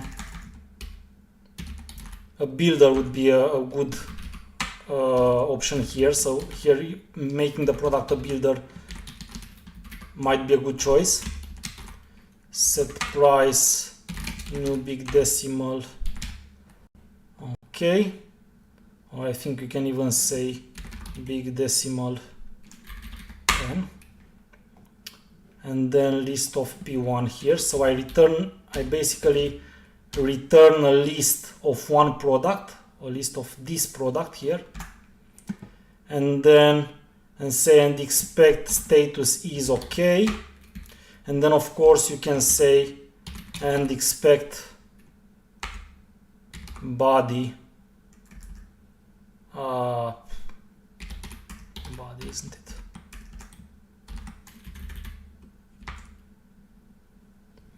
Or content was it?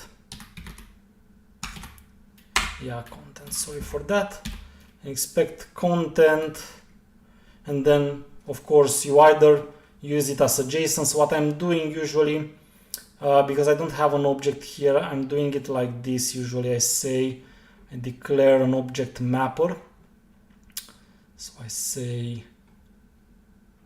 let's make it here. Usually I put it in some other place just to have the possibility to reuse it. So object mapper, new object mapper.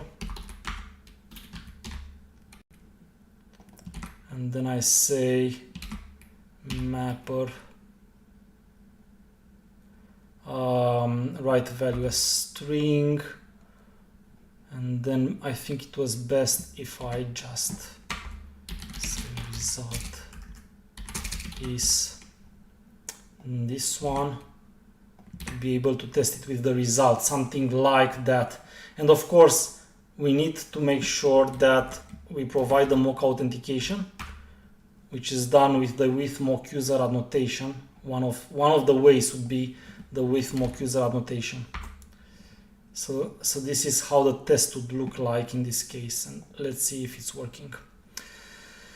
It's not possible one-to-one lazy initialization when on parent side. Related to what? One-to-one lazy initialization? To entities? Yes, I think it's possible, but I don't see the link to what we were doing or discussing. This specific example could be test be a unit 1 with web MVC test. I'm not sure what to answer. I'm sure if I understand. So what do you mean by be a unit 1 with web MVC test? If I could simply turn this into a unit test? Well, first of all, a unit test, in my perspective, is something that tests only a specific capability on its own. So once you use web MVC test and anything related, it's already an integration test, not a unit test anymore. If there are more possibilities, yes, I think there are a lot more possibilities than just using mock MVC. So I'm just trying to show you one approach here, and again, there are too many things that I couldn't take now and discuss all the details about them. But the idea was what I do generally in APIs applications, especially, is testing from the controller level, the way you see it here. So like in this case, for example, I just wrote a couple of examples. What happens if I call this endpoint and I'm not authorized? What happens if I'm authorized? And in this case, I also mock the repository to return a list of one product, and I test not only the status but also the content.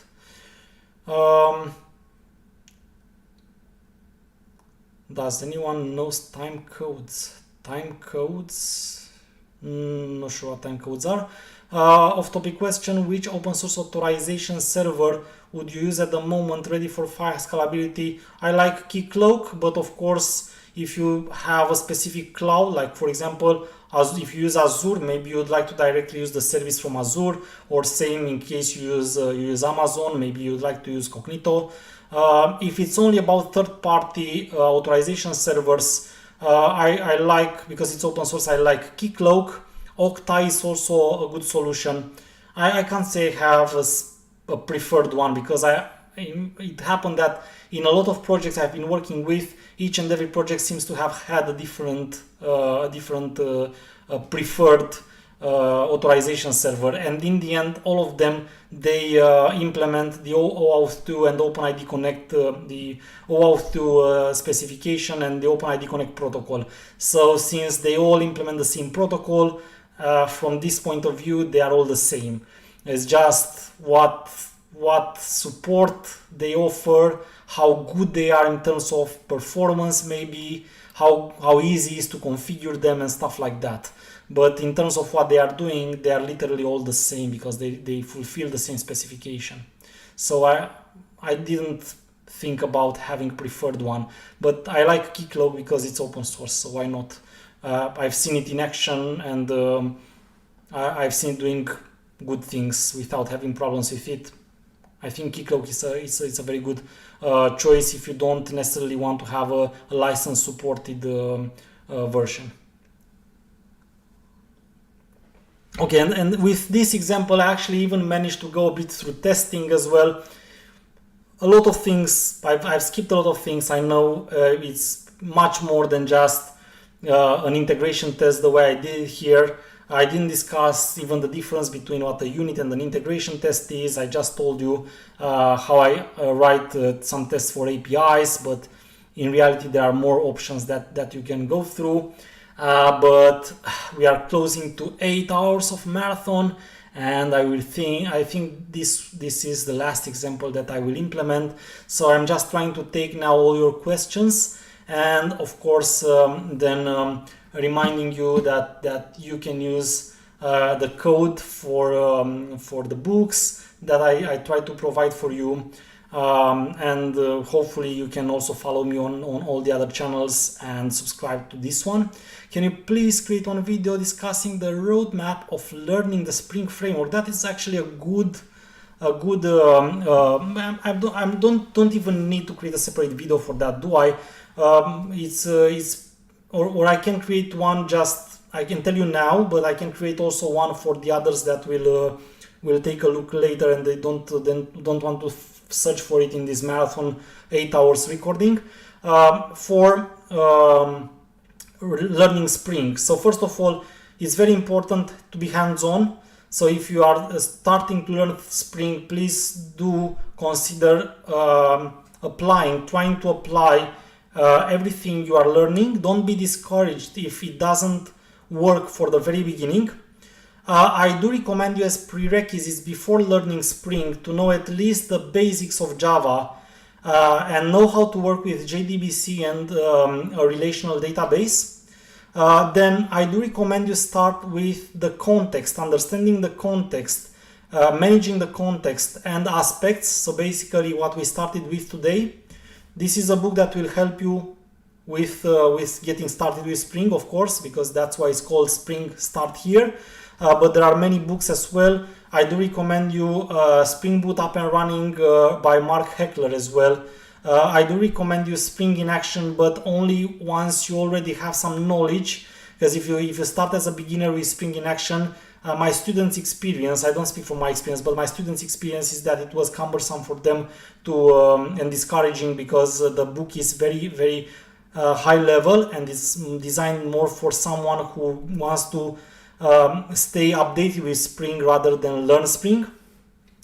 I do have an entire playlist on this channel which is free for everyone, so do use it.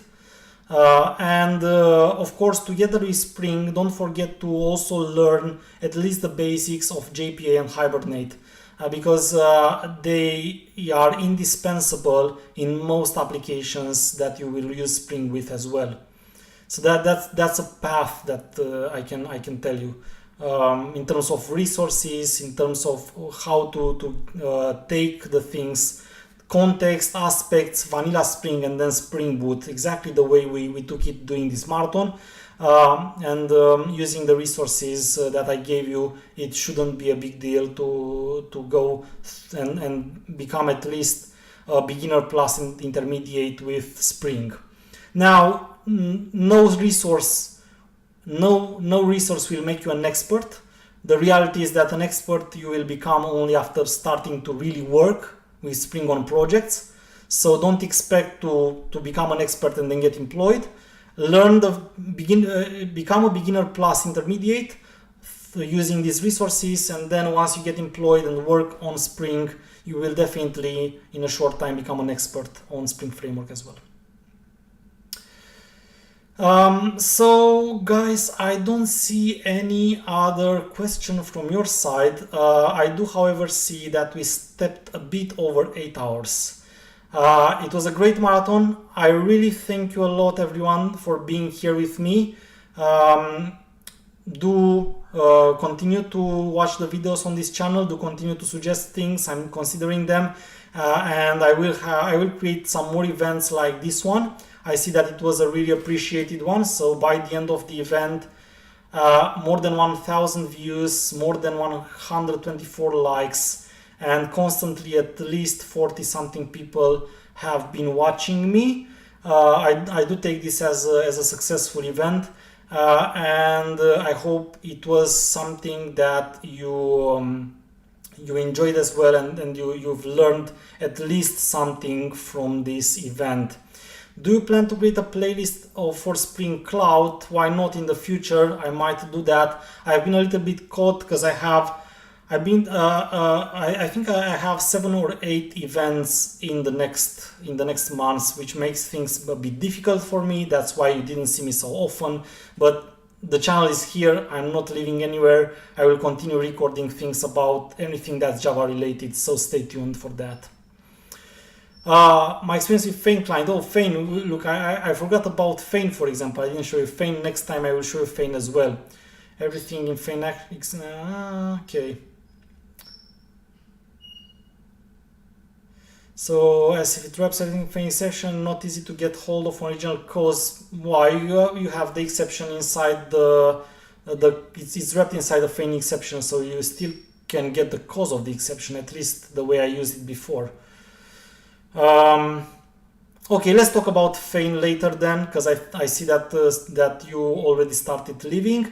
I think that Feign anyway would deserve an example and not only a 30 seconds answer. So let's take that later when we are a little bit more less tired.